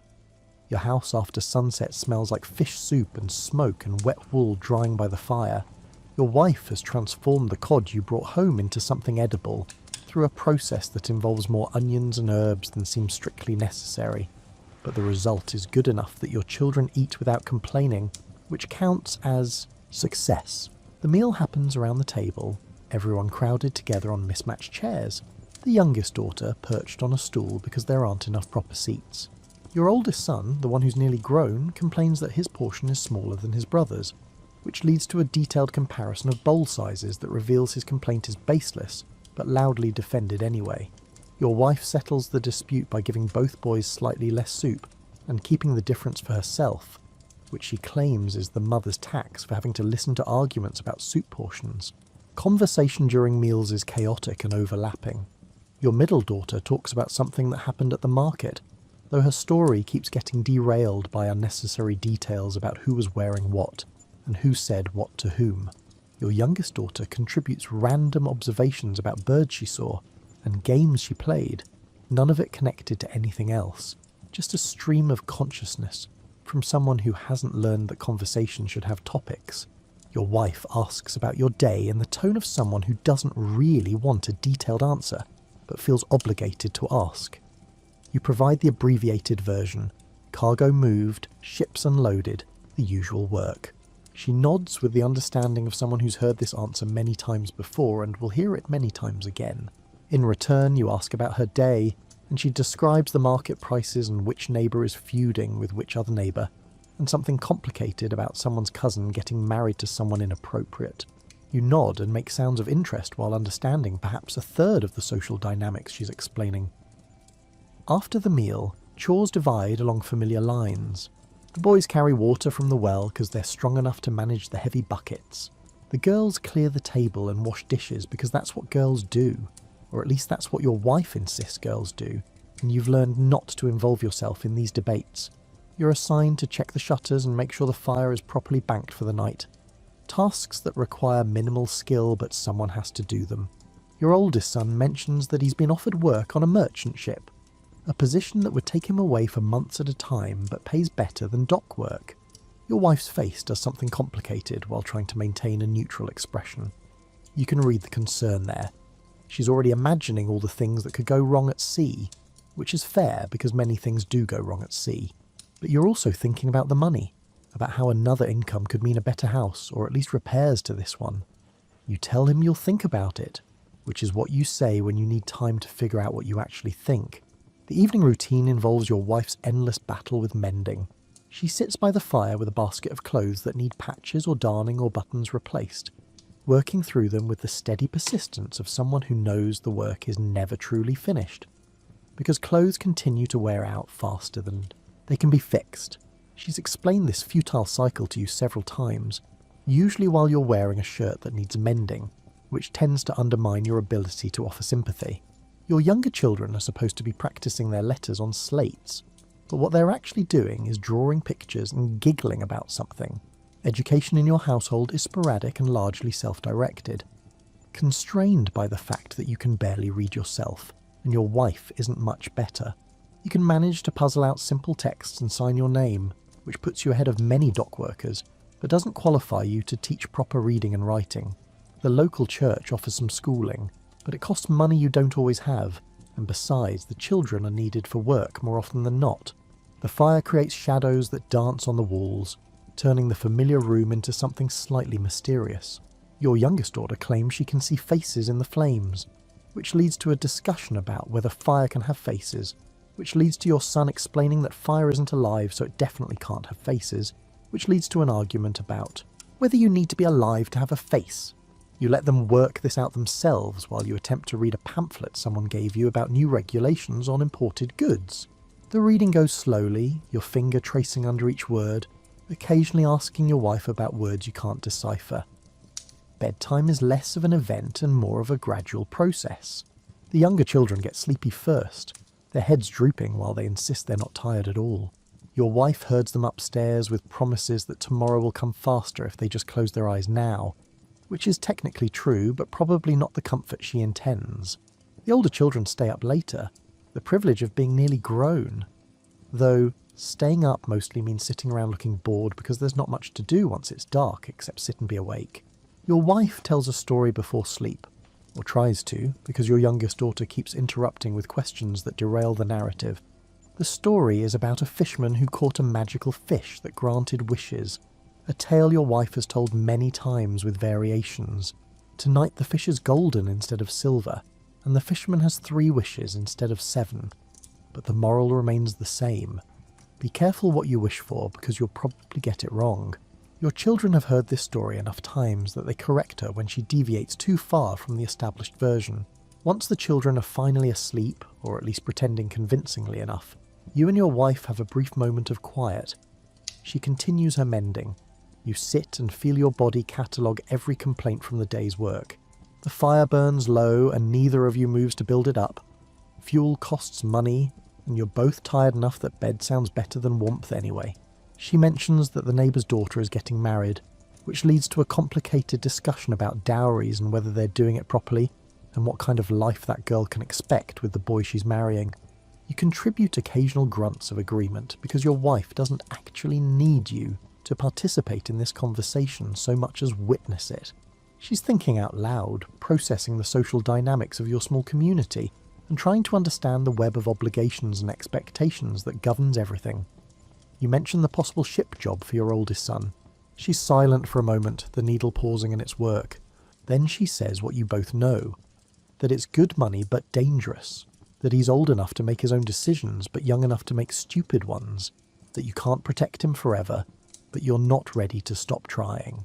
You don't resolve anything. There's nothing to resolve yet, but at least you've said it out loud, making the worries concrete instead of leaving them as a vague anxiety. The house settles into its nighttime sounds. Upstairs, someone turns over in bed, making the ropes creak. Outside, the harbour continues its work. You can hear voices calling back and forth between ships, the sound of footsteps on the docks, and a dog barking at something only it can see.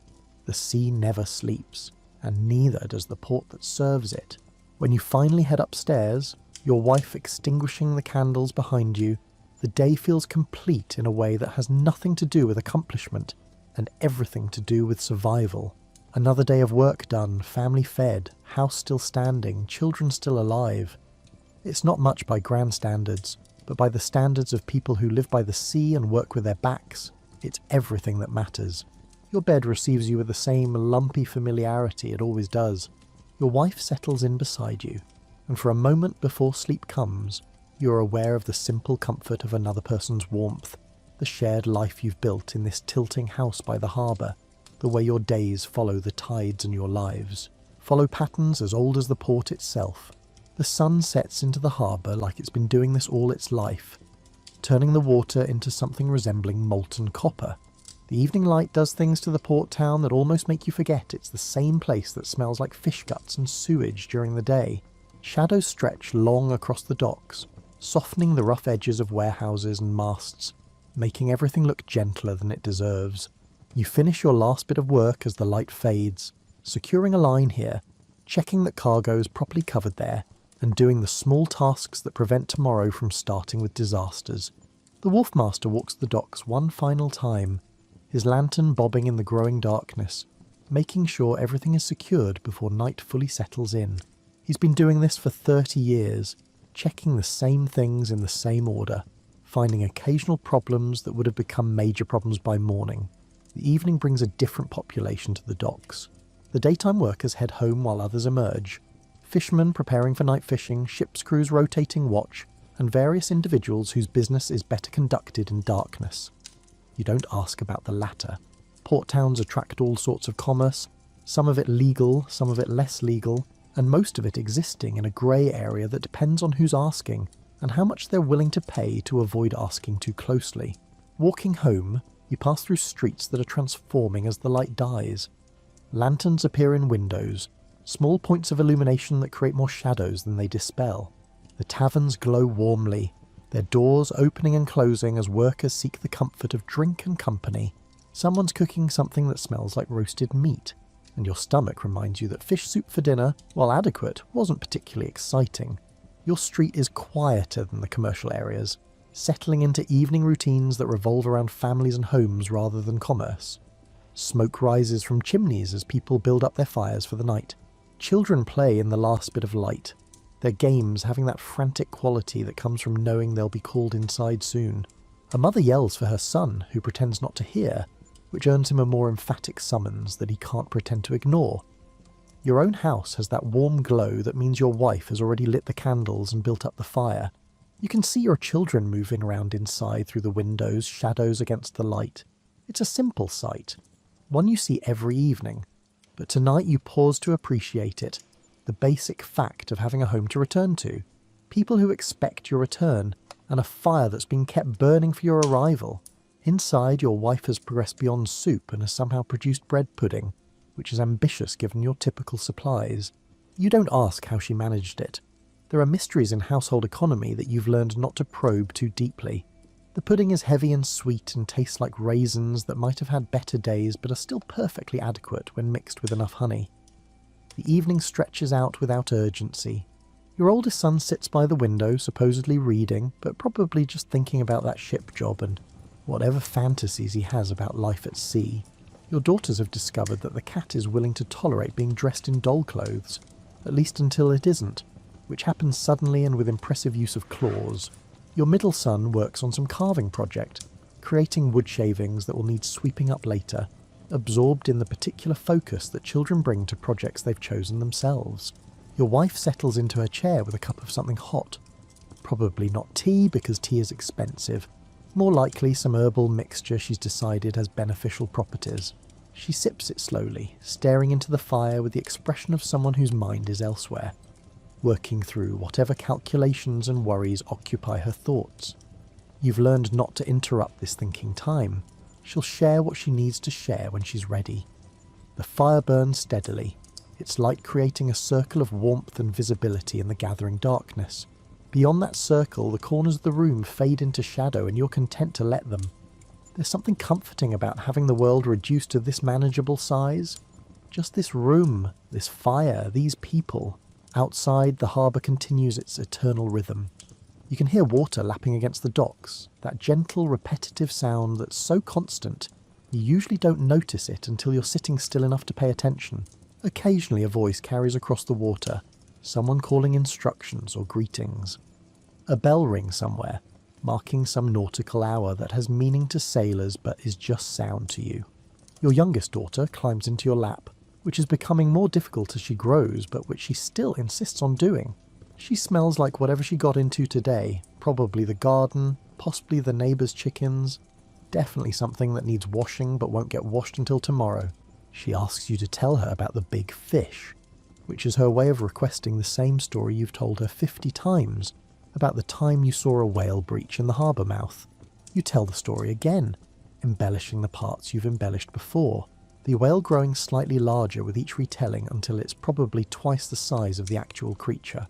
She listens with the satisfaction of hearing a familiar tale, occasionally correcting your details when you deviate too far from the established narrative. When you finish, she immediately asks if you've ever seen a bigger fish than that, which leads to speculation about what might live in the deep ocean, which leads to her being convinced there are definitely sea monsters. Your wife interrupts before the sea monster discussion can escalate into nightmares. She herds the children toward the stairs with gentle insistence, beginning the long process of getting everyone to bed. Your oldest son doesn't need herding, but goes anyway, probably glad for the excuse to escape family time and return to whatever thoughts occupy his almost adult mind.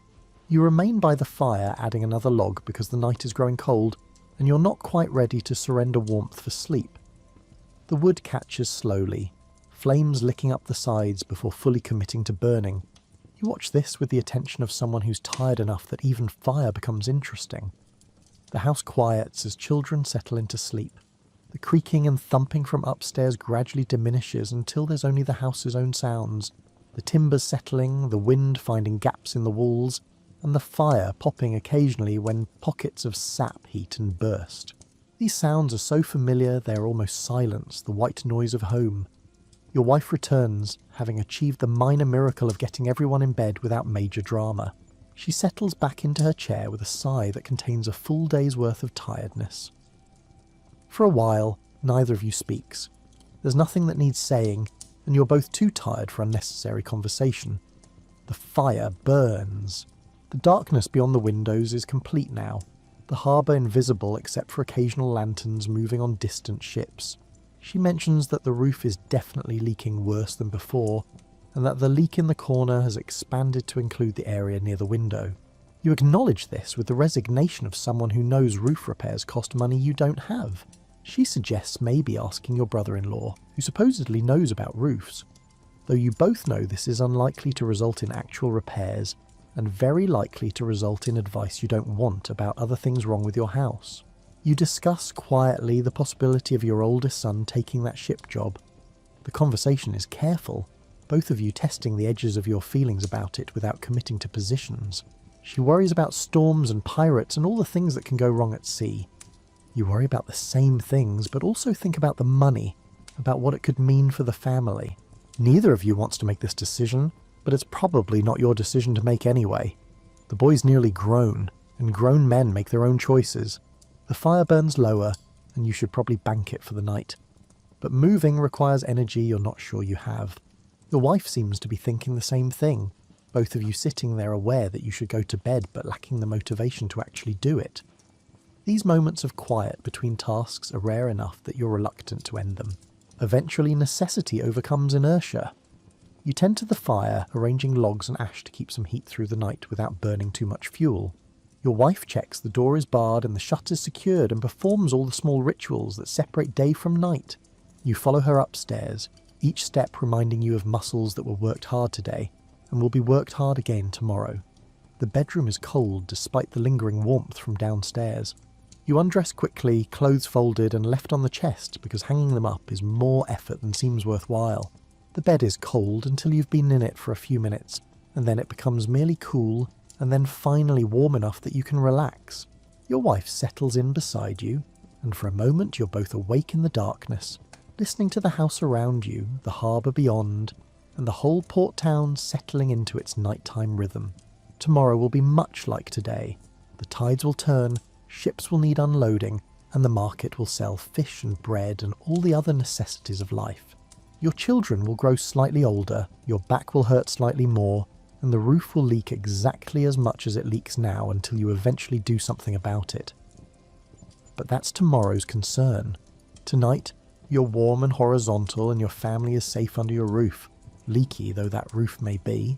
The sea murmurs in the background, eternal and endless. The sound that's been the backdrop to your life since you were born in this port town and will be the backdrop until you die here. It's not a bad sound to fall asleep to. Constant, rhythmic, almost like breathing if breathing were larger and wetter and involved moving several million tons of water twice a day. Sleep comes gradually, consciousness fading like the tide going out, and your last thought before it takes you is something about tomorrow's work. Though by morning you won't remember what that thought was, only that you had it, and it seemed important at the time, and now it's gone like everything else into the gentle darkness of sleep and sea and home. You wake before dawn in an Amish farmhouse, and the first thing you notice is what you don't hear. There's no mechanical hum vibrating through the floorboards, no compressor cycling on in the corner of the kitchen, and no ambient electrical buzz that modern life has trained your ears to ignore. Instead, you hear the actual sounds of morning. A rooster clearing his throat in the barn, the settling creak of wood beams cooling from yesterday's warmth, and your own breathing in the darkness. You pad barefoot across wide plank floors that still hold a whisper of coolness from the night.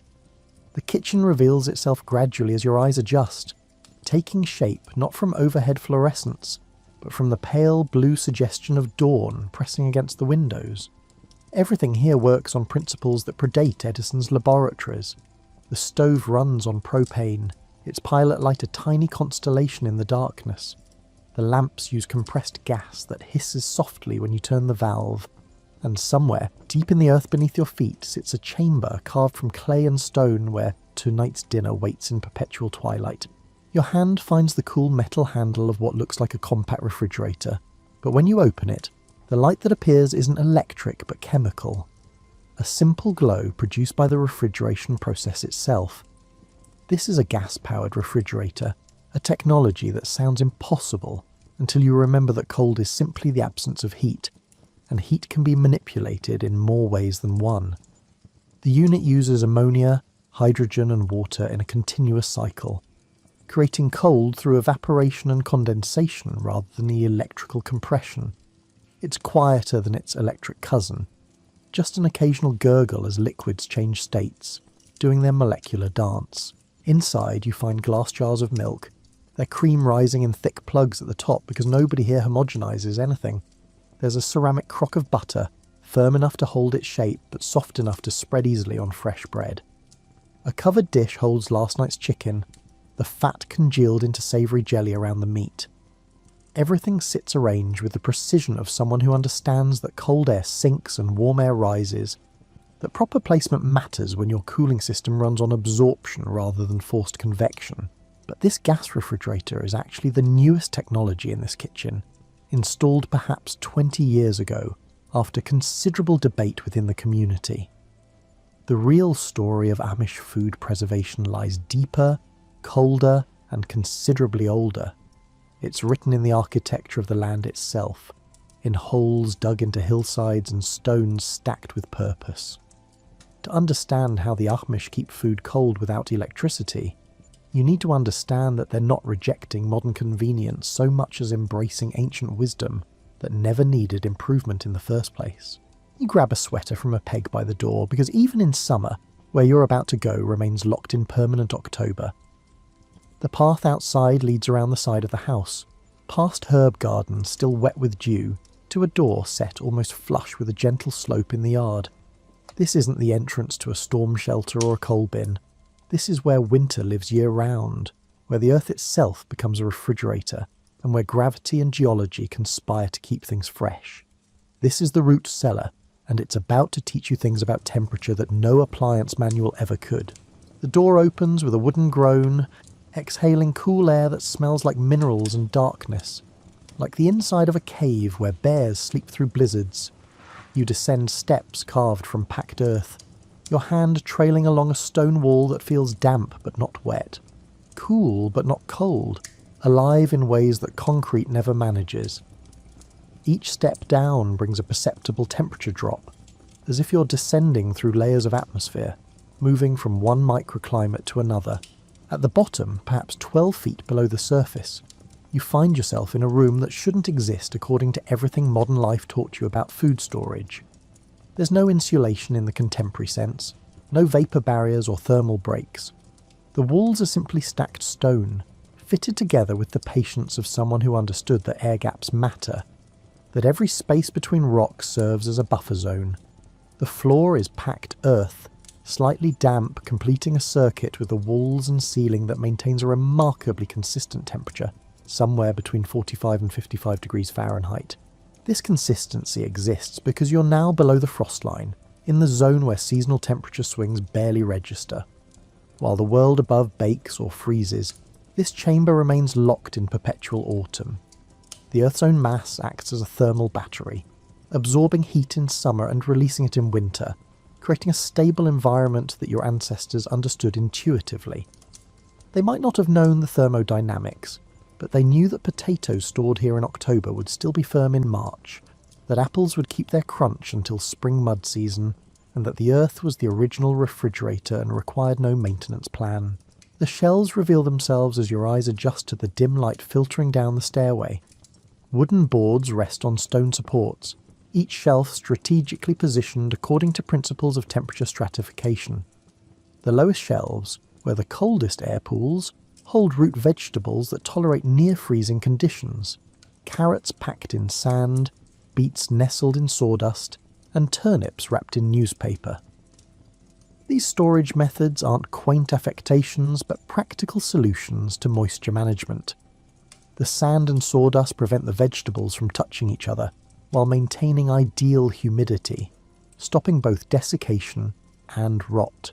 Middle shelves hold glass jars of preserved goods, pickles floating in cloudy brine, applesauce the colour of sunset, and green beans packed with dill heads that look like tiny fireworks frozen mid-explosion. These jars represent summer captured and held hostage, prevented from spoiling by carefully calibrated acidity and the absence of air. Canning is its own form of cold storage when you think about it, creating an environment so hostile to bacteria that food remains suspended in time, waiting patiently to be remembered and consumed months after its harvest. The highest shelves, where temperatures climb closer to 60 degrees, hold items that prefer less aggressive cooling. winter squash with their thick skins that protect sweet orange flesh, onions braided together like rope, and garlic bulbs that fill the air with their pungent promise. Up here near the ceiling, the air moves slightly, stirred by convection currents that flow down the stairs, across the floor, and back up again in an endless loop. This circulation isn't designed so much as allowed, the natural consequence of opening a cool chamber to warmer air above. But what makes this root cellar remarkable isn't just its function, but also its redundancy and its passive nature. Nothing needs to be plugged in or turned on.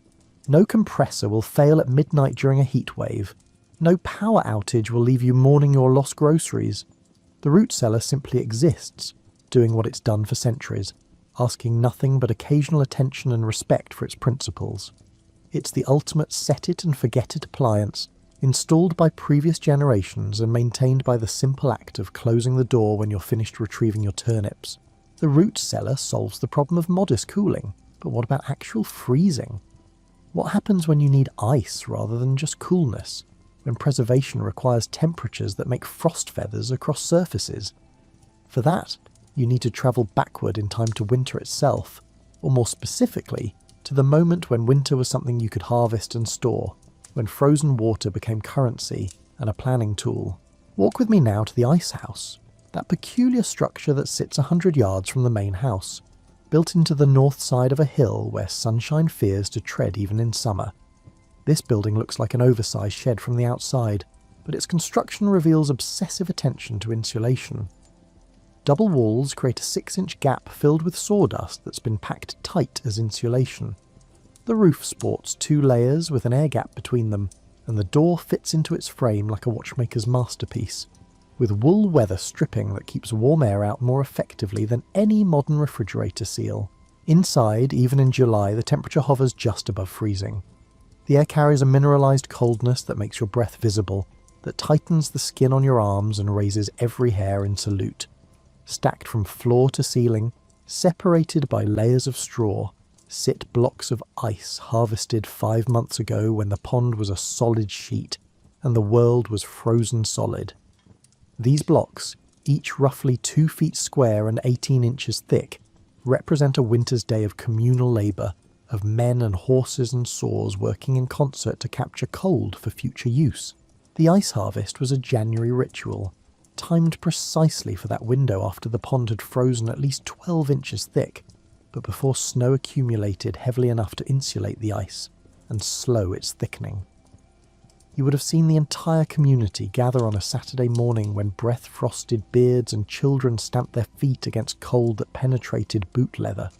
Someone would have scored the ice with a horse-drawn plough fitted with metal teeth, creating a grid of lines that marked where blocks should be cut. Then the sawing would begin, men working in pairs with long 2-handled saws that sang through ice, with a distinctive grinding shriek. Each block, once freed from its brothers, would be guided towards shore using pike poles, then hoisted onto a wooden slide where it would be loaded onto a wagon and transported to the ice house. The loading required choreography worthy of a ballet company. Too much haste and blocks would crack. Too much delay and they'd begin freezing together. Too little sawdust between layers and they'd fuse into one massive unusable block over the months. The work generated a peculiar warmth, despite sub-freezing temperatures, the kind of heat that comes from exertion rather than environment. So men would shed coats and work in shirt sleeves, while their breath created private weather systems around their heads. The physics of icehouse storage are brutally simple but deceptively effective. Ice wants to melt, but melting requires heat energy. The sawdust insulation slows heat transfer to a crawl, and the blocks themselves create their own cooling zone that resists warming. As outer layers slowly melt over months, they refreeze slightly each night, creating a self-sealing barrier. Meltwater drains away through the floor into a carefully engineered runoff system, preventing the remaining ice from sitting in water that would accelerate melting. By late summer, you might have lost 40% of your harvest to melting, but 60% of a January crop still means frozen storage capacity through September. This ice serves multiple purposes beyond just chilling food. Cream destined to become ice cream gets packed in wooden buckets surrounded by ice and rock salt, the salt lowering the freezing point and creating temperatures below 32 degrees. Meat can be kept for days rather than hours when buried in ice, and butter stays firm even when the thermometer pushes 90 degrees outside. The icehouse essentially extends winter on demand, letting you summon cold whenever necessary, proof that you can indeed save the weather for later if you plan ahead. But perhaps the most elegant solution to food preservation sits where water emerges from the earth itself, in structures built around springs that flow year-round with water that never varies more than a few degrees from its constant 54-degree temperature. The springhouse combines running water with careful architecture to create a cooling system that operates continuously without any input beyond gravity and geology. Picture a small stone building, maybe 10 feet by 12, built directly over a natural spring. The water emerges from the ground inside the structure, flows through a shallow channel carved from stone, and exits through an opening in the wall downhill. The building's walls are thick stone, 2 feet or more, and the roof is heavily insulated with sod or slate. Small windows near the roofline allow air circulation but prevent direct sunlight from entering. The door faces north and is typically double-layered with an air gap between, creating an airlock that maintains the cool interior temperature. Inside, the spring channel dominates the floor plan. This isn't a stream you'd step across casually. It's maybe 2 feet wide and 8 inches deep, flowing with gentle insistence. The water stays crystal clear because spring water emerges filtered through layers of sand and rock, stripped of sediment and organic material. More importantly, it stays cold, drawing its temperature from the aquifer 50 or 100 feet below, where seasonal variations never penetrate. Along both sides of the channel sit stone platforms where crocks and jars are placed. Milk crocks, still warm from the morning milking, are set directly into the water, which immediately begins stealing their heat. The flowing water carries that heat away downstream, preventing any temperature build-up that would occur in still water. Within an hour, milk that left the cow at 98 degrees has dropped to 60 degrees, extending its freshness from hours to days. By evening, it's down to the spring's ambient temperature, cold enough that cream rises slowly and bacterial reproduction slows to a crawl. Buttercrocks sit on the slightly higher platforms, not in the water but close enough that evaporative cooling from the stream creates a microclimate 10 degrees cooler than the surrounding air.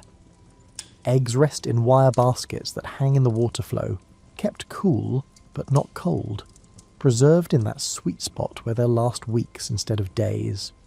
Covered dishes containing leftovers line the shelves above the water, benefiting from the general coolness without getting damp. The springhouse operates on principles that modern refrigeration engineers would recognise but execute with mechanical complexity. Cool air, being denser than warm air, flows downward and pulls in the lowest spaces. The spring water continuously generates cool air as it flows, and that air stays low, trapped by the building's design.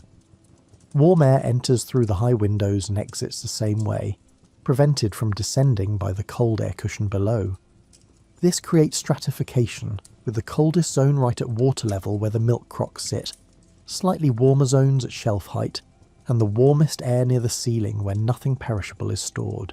What makes the springhouse remarkable is its responsiveness to external conditions.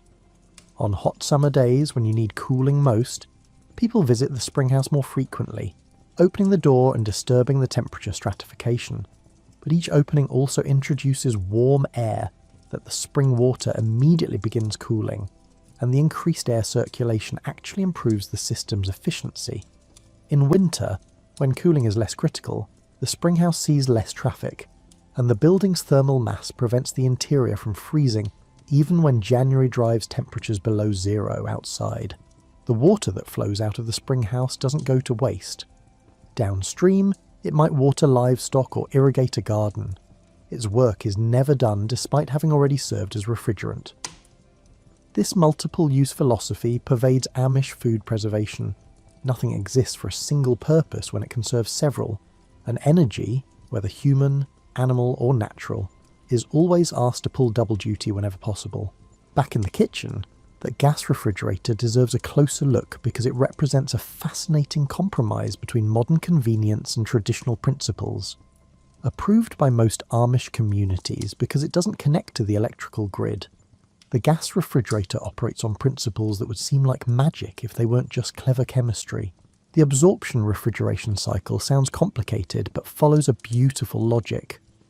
Inside the sealed system, ammonia dissolves in water to create a solution that gets heated by a small gas flame, no bigger than what you'd see on a water heater pilot light.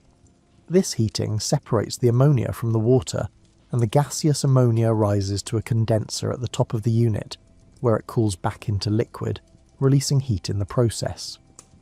That liquid ammonia then flows to an evaporator coil inside the refrigerator compartment, where it meets hydrogen gas in a low-pressure environment. Here's where it gets interesting. The hydrogen doesn't participate in cooling directly, but lowers the partial pressure of the ammonia, which allows the ammonia to evaporate at low temperatures. This evaporation absorbs heat from inside the refrigerator, which is just a fancy way of saying it creates cold. The ammonia gas then flows to an absorber where it meets water again, dissolves back into solution, and the cycle continues indefinitely as long as that tiny flame keeps burning. The beauty of this system is its lack of moving parts. No compressor cycling on and off, no fan motors pushing air around, and no electronic controls deciding when to defrost. The refrigerator runs continuously at its own pace, creating cold through heat in a paradox that nonetheless works perfectly well. The only maintenance it requires is occasional cleaning of the burner and a yearly check to ensure the flue isn't blocked. Otherwise, it simply operates year after year, consuming a gallon of propane every week or two depending on ambient temperature and how often the door opens. The interior looks familiar to anyone who's opened a refrigerator. Shelves and door storage, a small freezer compartment, and crisper drawers for vegetables. But the cooling isn't uniform like in an electric model. The freezer sits at the top where the evaporator coil runs coldest, and temperature increases gradually toward the bottom. This means you need to store things strategically, milk on the top shelf where it stays coldest, vegetables in the bottom drawers where they won't freeze, and leftovers in the middle zones according to their sensitivity to temperature. This temperature gradient isn't a flaw but a feature if you understand it.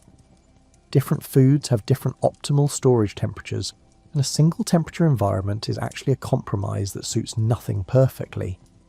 Eggs keep best around 45 degrees, just barely cool enough to slow bacteria, but not so cold that flavours mute. Milk wants 38 degrees, cold enough to suppress spoilage, but not so cold it freezes. Leafy greens prefer 32 degrees with high humidity, while root vegetables like it slightly warmer and drier. The gas refrigerator's natural temperature stratification lets you find the right zone for each food if you understand the map. Most Amish families who use gas refrigerators treat them as supplements to their traditional storage methods rather than replacements. The refrigerator handles daily use items and foods that don't store well in root cellars or spring houses. Fresh milk, butter, eggs, leftovers, and produce that's been cut or prepared. Meanwhile, the bulk storage of preserved goods, root vegetables and seasonal harvests still happens in those older, passive systems that don't require fuel or maintenance. This layered approach to food storage demonstrates a principle worth noting. Sometimes the best technology is several technologies working together, each handling what it does best. On an August afternoon when the garden reaches its productive zenith, the kitchen transforms into something between a laboratory and a factory, a space dedicated to the ancient art of making food, immortal through heat, acid, and sealed glass. Canning day has arrived.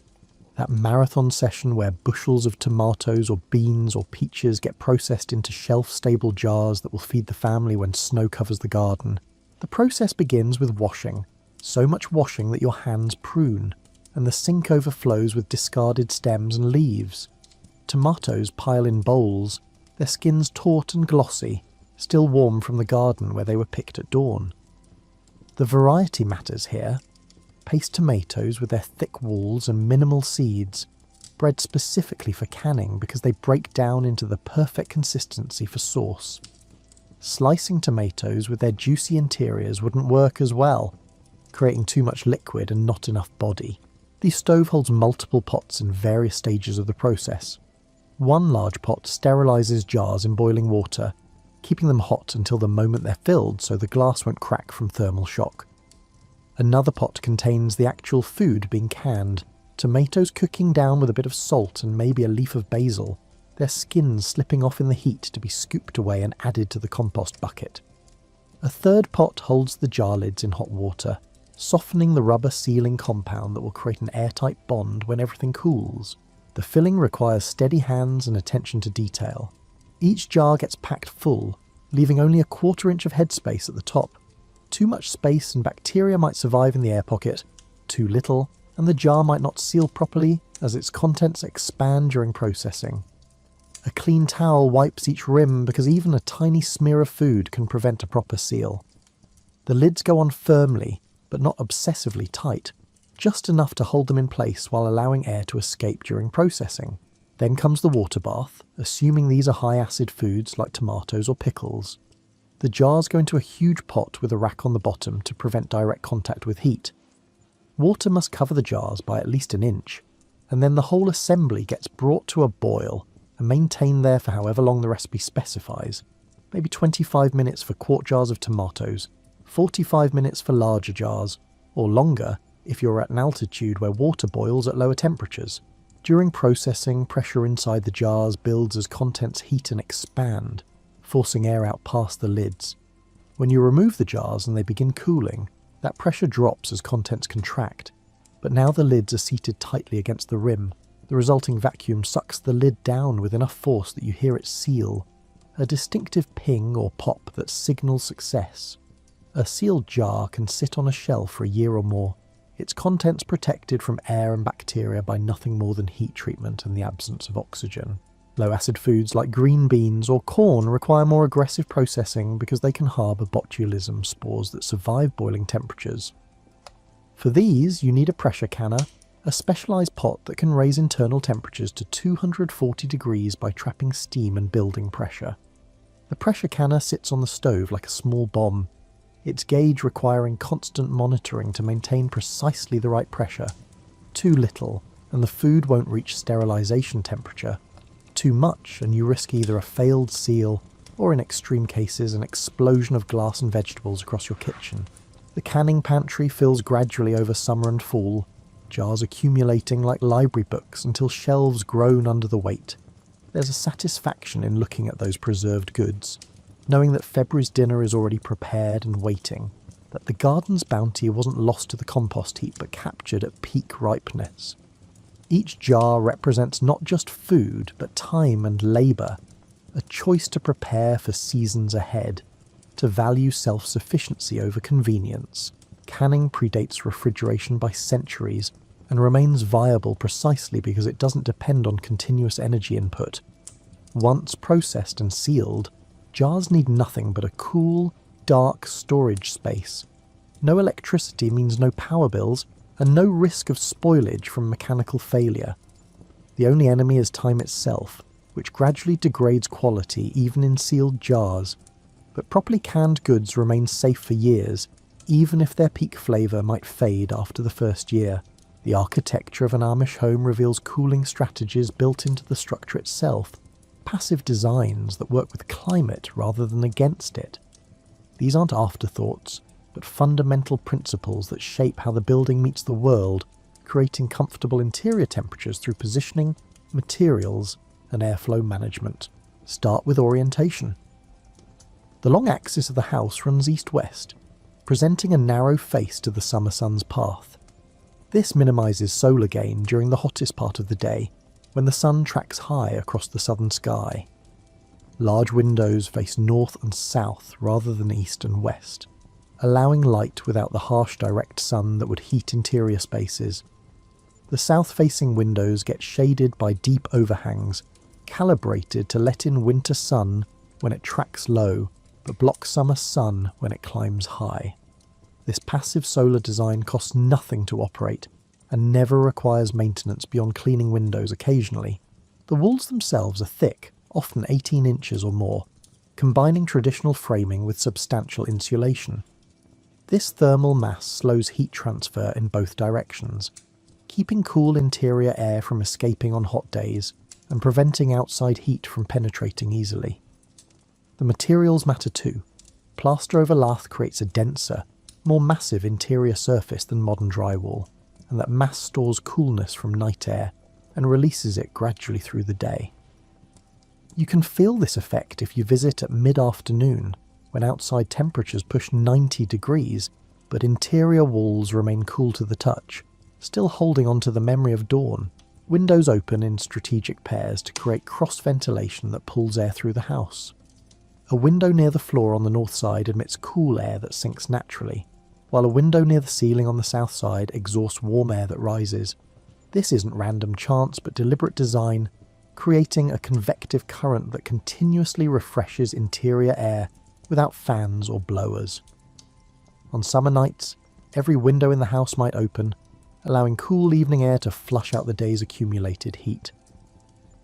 By morning, the house interior sits 10 or 15 degrees cooler than it will be by evening, and closing windows before the day heats up traps that coolness inside. The basement provides additional cooling through its contact with stable subsurface temperatures. In traditional design, the kitchen often included a summer kitchen in the basement, where cooking could happen without heating the main living spaces. Bread could be baked, meals prepared, and preserves processed in a space that never exceeded 70 degrees, even when the thermometer outside climbed past 90. This vertical separation of function based on temperature is brilliant in its simplicity. Hot activities happen where natural coolness exists, and living spaces stay comfortable. Porches wrap around multiple sides of the house, creating shaded buffer zones that prevent direct sun from hitting walls and windows. These porches serve as outdoor rooms where much of summer life happens, providing comfortable spaces without requiring the main house to accommodate gatherings during heat. The porch roof, typically 6 to 8 feet deep, casts shadows that move with the sun, keeping walls cool during the hottest hours. Come evening, families gather on these porches to catch breezes and escape residual heat from cooking.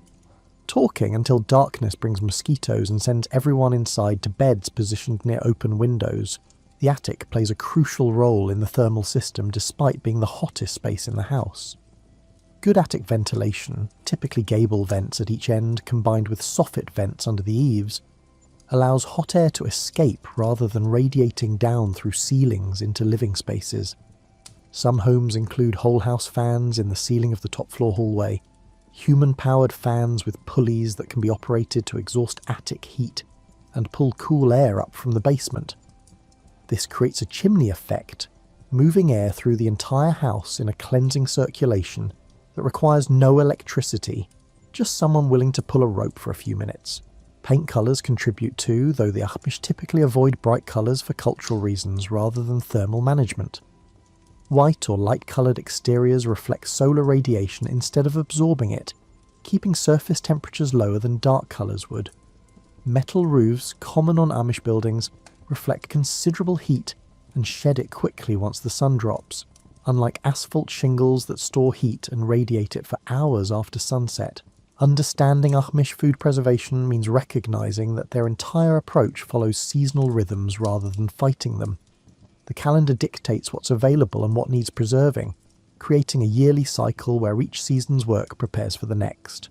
Spring arrives with a paradox. The root cellar is getting low just as fresh food becomes available again.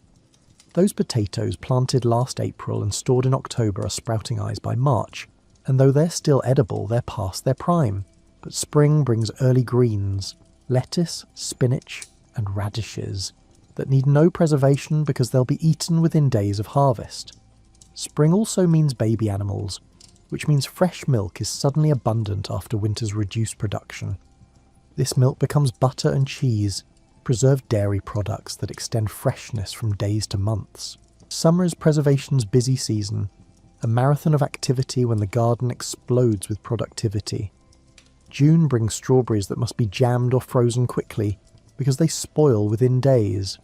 July means cucumbers turning into pickles, a transformation that happens in crocks on the kitchen counter, as salt and thyme convert fresh vegetables into tangy preserved ones. August is tomato season, requiring all-day canning sessions that leave you smelling like a pizza kitchen, but yielding dozens of jars that will make winter pasta sauce possible. September brings the apple harvest. Some varieties are for immediate eating, while others are specifically grown for storage because their thick skins and dense flesh let them last until spring in the root cellar. Each preservation method gets matched to the food's characteristics. Watery vegetables like cucumbers and green beans are better than they freeze because their texture would be destroyed by ice crystals. Berries freeze beautifully but make terrible canned goods because the processing turns them to mush. Apples can be dried into leathery rings that store indefinitely, but pears become grainy when dried and work better canned or fresh. Learning these matches takes years of experience and generations of accumulated knowledge about which techniques work with which foods. Fall is the storing season when the root cellar receives its winter stock. Potatoes get dug after the first light frost kills the vines, but before hard freezes damage the tubers. They're left to dry in the field for a few hours so dirt falls away easily, then stored in wooden boxes where air can circulate. Carrots, beets, turnips, and parsnips can stay in the ground until needed. Soil is the perfect storage medium, but many get dug and stored to avoid having to harvest in snow. Winter squash get cured for 2 weeks at warm temperatures to harden their skins before moving to cool storage, where they'll last through March. Winter means living off stored goods and understanding scarcity in ways that modern life has forgotten. By February, the food available is what you planned for months earlier. If you didn't can enough tomatoes or pickles, well, you don't eat them until summer returns. This isn't hardship, but reality. A natural consequence of seasonal eating that creates anticipation. The first strawberry of June tastes better when you haven't eaten one since the previous June. Fresh corn in August feels special when you've been eating dried beans all winter. This seasonal rhythm creates a different relationship with food than what supermarkets offer. You can't eat whatever you want whenever you want it, but you also experience food at its peak, right after harvest when flavours are most intense. Modern preservation techniques like canning and freezing are improvements on older methods, but they're still improvements within a seasonal framework rather than attempts to eliminate seasons entirely. The Amish accept that tomatoes have a season, that fresh milk production drops in winter, and that some foods simply aren't available year-round without heroic efforts they choose not to make. The rhythm also creates anticipation and variety. Just when you're tired of winter squash, spring greens arrive. Just when you're overwhelmed by summer tomatoes, they stop producing, and fall apples begin. This variety comes not from importing foods from different climates, but from accepting what each season offers. It's a less monotonous diet than eating the same globally sourced foods year-round, even if it's less immediately convenient. Preserving food without electricity requires knowledge that must be preserved just as carefully as the food itself. This knowledge passes through generations, not through written instructions, but through experience, through watching and doing, and through the accumulated wisdom of success and failure over decades. A young woman learns canning from her mother, starting with simple recipes like applesauce that forgive minor errors, and graduating to more complex preserves that require precise timing and temperature control. She learns that you can tell when jelly is done by how it sheets off a spoon, that the temperature of the boiling mixture matters but the visual cues matter more, and that recipes are guidelines, but experience is the real teacher. These lessons can't be reduced to written instructions because so much depends on variables that change. The pectin content of your particular apples, the humidity on canning day, and the exact heat distribution in your particular stove. A young man learns rice harvesting from his father and uncles, discovering through cold hands and aching back how to saw blocks that are uniform enough to stack efficiently, but not so perfect that the effort wastes time. He learns that ice quality matters. Clear ice from the centre of the pond stores better than cloudy ice from near shore, that rushing the harvest because a warm spell threatens can result in blocks too thin to last through summer, and that the sawdust used for insulation needs to be dry, or it will compress and lose its insulating value. The knowledge includes understanding failure modes, how to recognise when a jar hasn't sealed properly and needs reprocessing, what spoiled food smells like before you've actually opened the jar and exposed yourself to danger, how to tell if a potato in the root cellar has started rotting and needs removing before it spreads to its neighbours. These negative lessons are as important as positive ones, because food preservation, when it fails, can create food poisoning that kills. Some knowledge is empirical rather than theoretical. Nobody needs to know that botulism spores can survive boiling temperatures, but die at 240 degrees. They just need to know that low-acid foods require pressure canning rather than water bath canning. Nobody needs to understand evaporative cooling thermodynamics to use a spring house effectively. They just need to know that milk crocks go in the water and butter crocks go above it. The theory is interesting, but the practice is what keeps food safe and family fed. This knowledge also includes seasonal timing that's specific to local climate. When to plant potatoes so they mature before the first frost, but late enough that they're not sitting in soil during the hottest part of summer. When various apple varieties ripen, and which ones store well versus which ones should be eaten fresh. When to expect the spring to run coldest, usually April when snowmelt still drains underground, versus when it warms slightly, late summer when the aquifer has been warmed by months of precipitation. These micro-local details matter enormously, but aren't written in books. They're learned through years of observation and passed through conversation. The knowledge system also includes community wisdom about what works and what doesn't. If someone experiments with a new preservation technique and it works brilliantly, that information spreads through social networks. Similarly, if someone tries something that fails spectacularly, that becomes community knowledge too. This collective learning speeds adaptation and prevents repeated mistakes. It's a form of cultural evolution where successful techniques persist, and unsuccessful ones get abandoned, or without any formal research program or extension service guidance. Interestingly, modern technology hasn't completely eliminated this traditional knowledge even among the Amish. Gas refrigerators still benefit from traditional placement strategies, don't put them near heat sources, and do allow air circulation around the cooling coils. Root cellars still need periodic checking for rot and proper humidity management. Spring houses still require maintenance of water channels and structural integrity. The technology may have improved in some areas, but the underlying principles remain constant, and understanding those principles matters more than understanding the specific tools. As you stand here in this Amish kitchen, dawn now fully arrived and the world waking around you, you might wonder what lessons translate from this life to your own. You're probably not going to dig a root cellar or harvest ice from a pond, but the principles underlying these practices aren't strictly about technology. They're about understanding systems, planning ahead, and accepting limits. The most obvious lesson is redundancy. The Amish don't depend on a single preservation method but layer multiple approaches.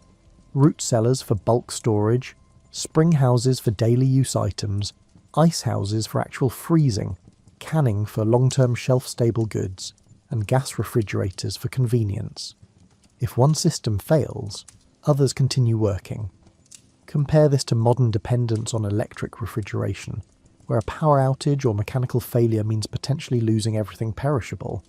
The Amish approach, while more labour-intensive, is also more resilient against individual failures. Another lesson is the value of passive systems.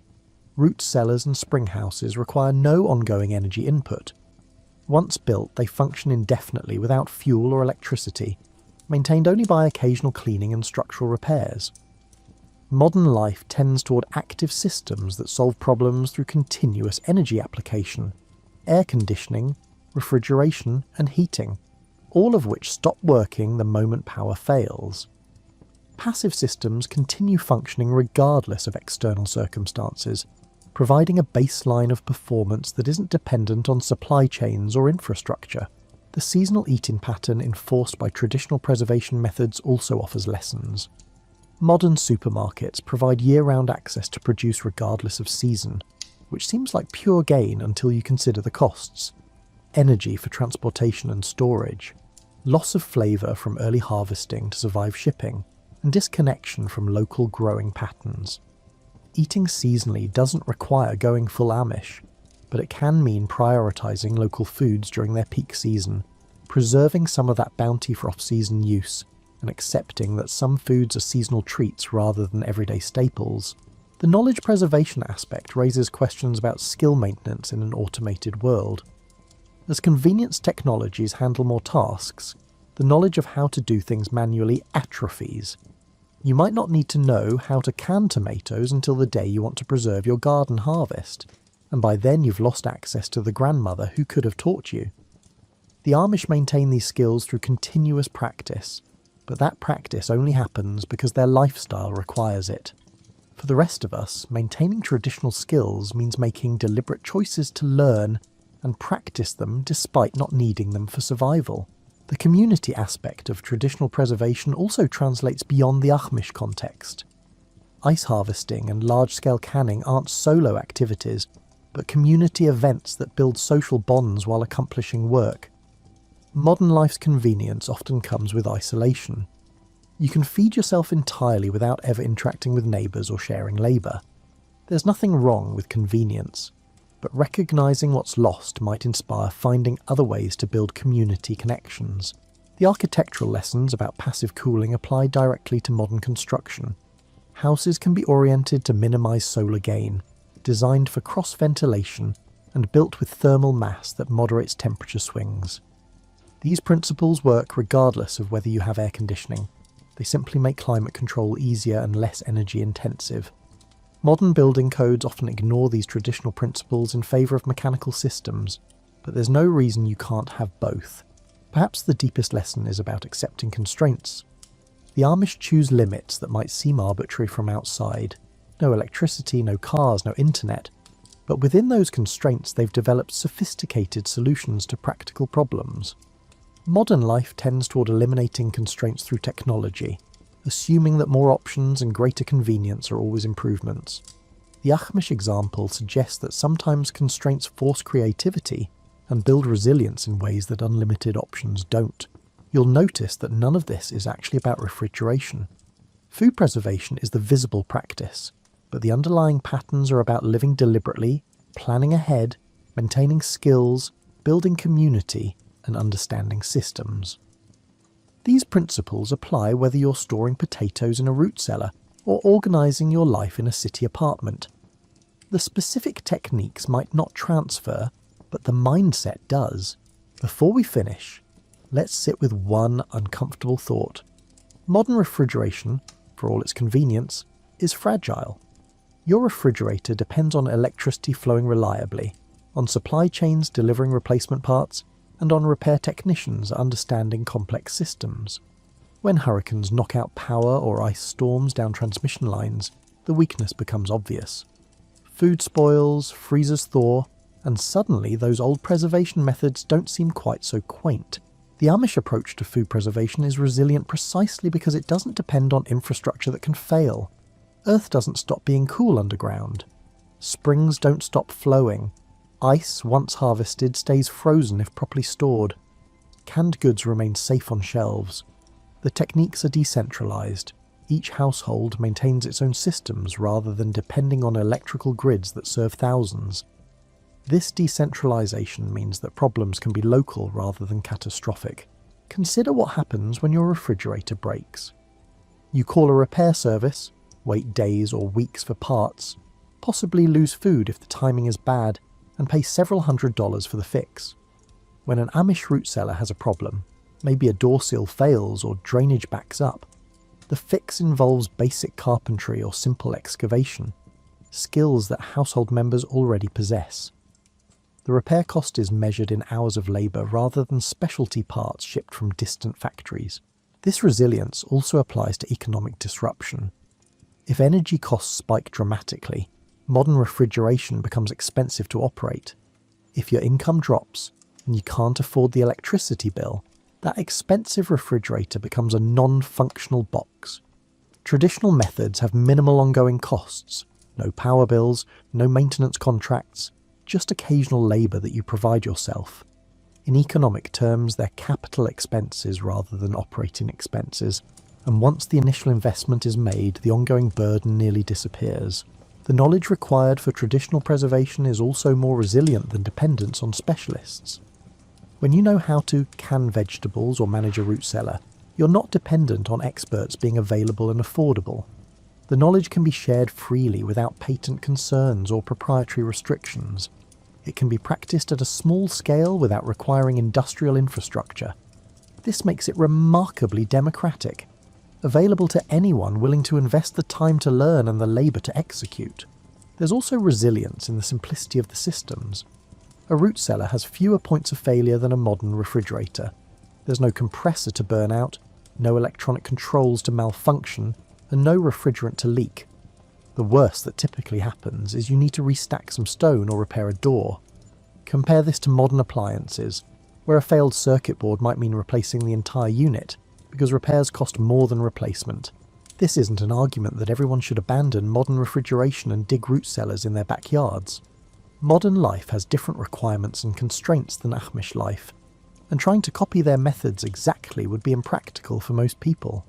But understanding that alternatives exist, that there are multiple ways to solve food preservation problems, provides a kind of mental resilience even if you never act on it. Knowing you could, if necessary, preserve food without electricity makes you less dependent and more confident, even if you never actually need to do it. The kitchen has warmed as morning progressed, and the sounds of the day have fully arrived. Chickens complaining in their run, horses shifting in their stalls, and distant voices of family members starting their work. You've witnessed an alternative to modern food preservation, not better or worse, but different, optimised for different values and constraints.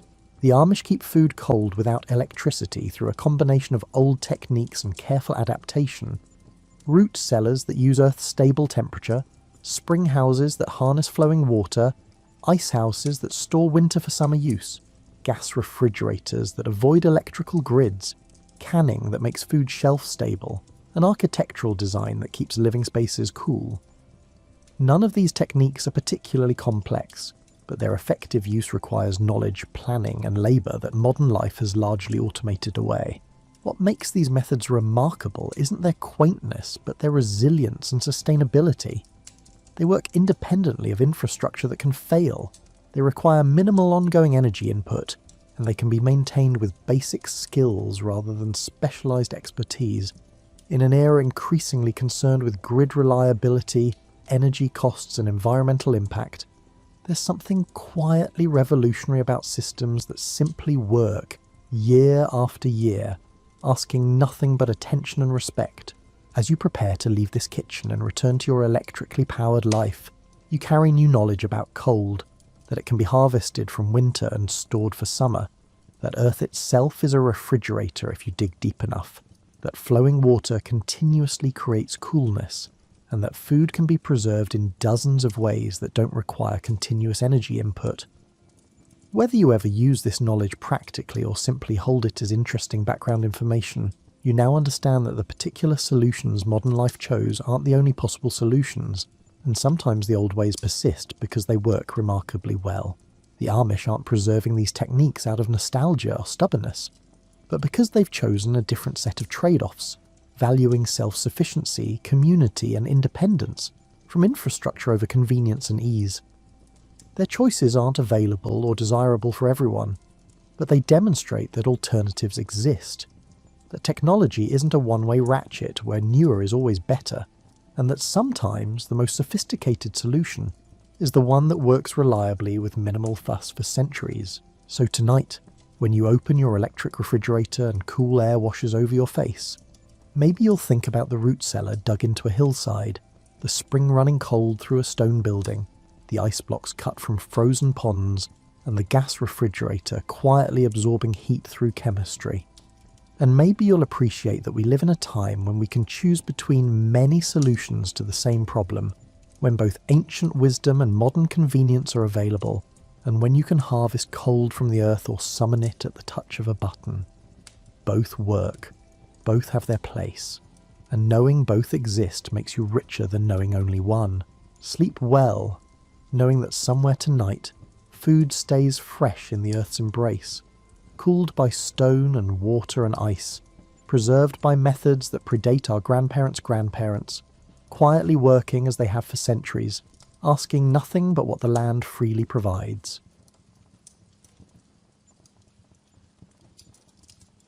Long before Neil Armstrong became the celestial figure of American mythology, he was a boy obsessed with the mechanics of flight. Armstrong's fascination ran deeper than the conventional narrative of an innocent child staring at the sky, dreaming of one day touching the stars.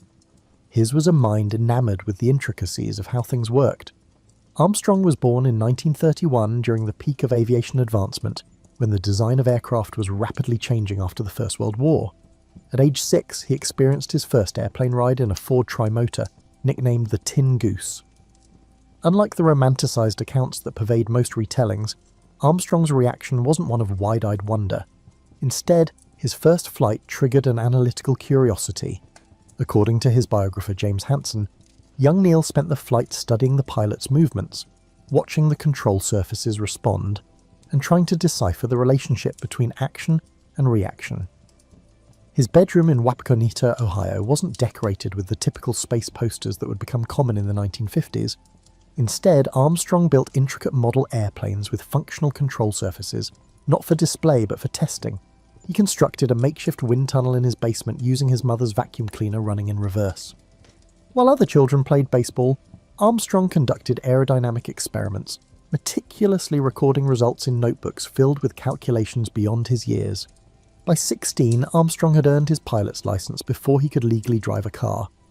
He didn't pursue flying for the thrill or romance so commonly attributed to early aviators.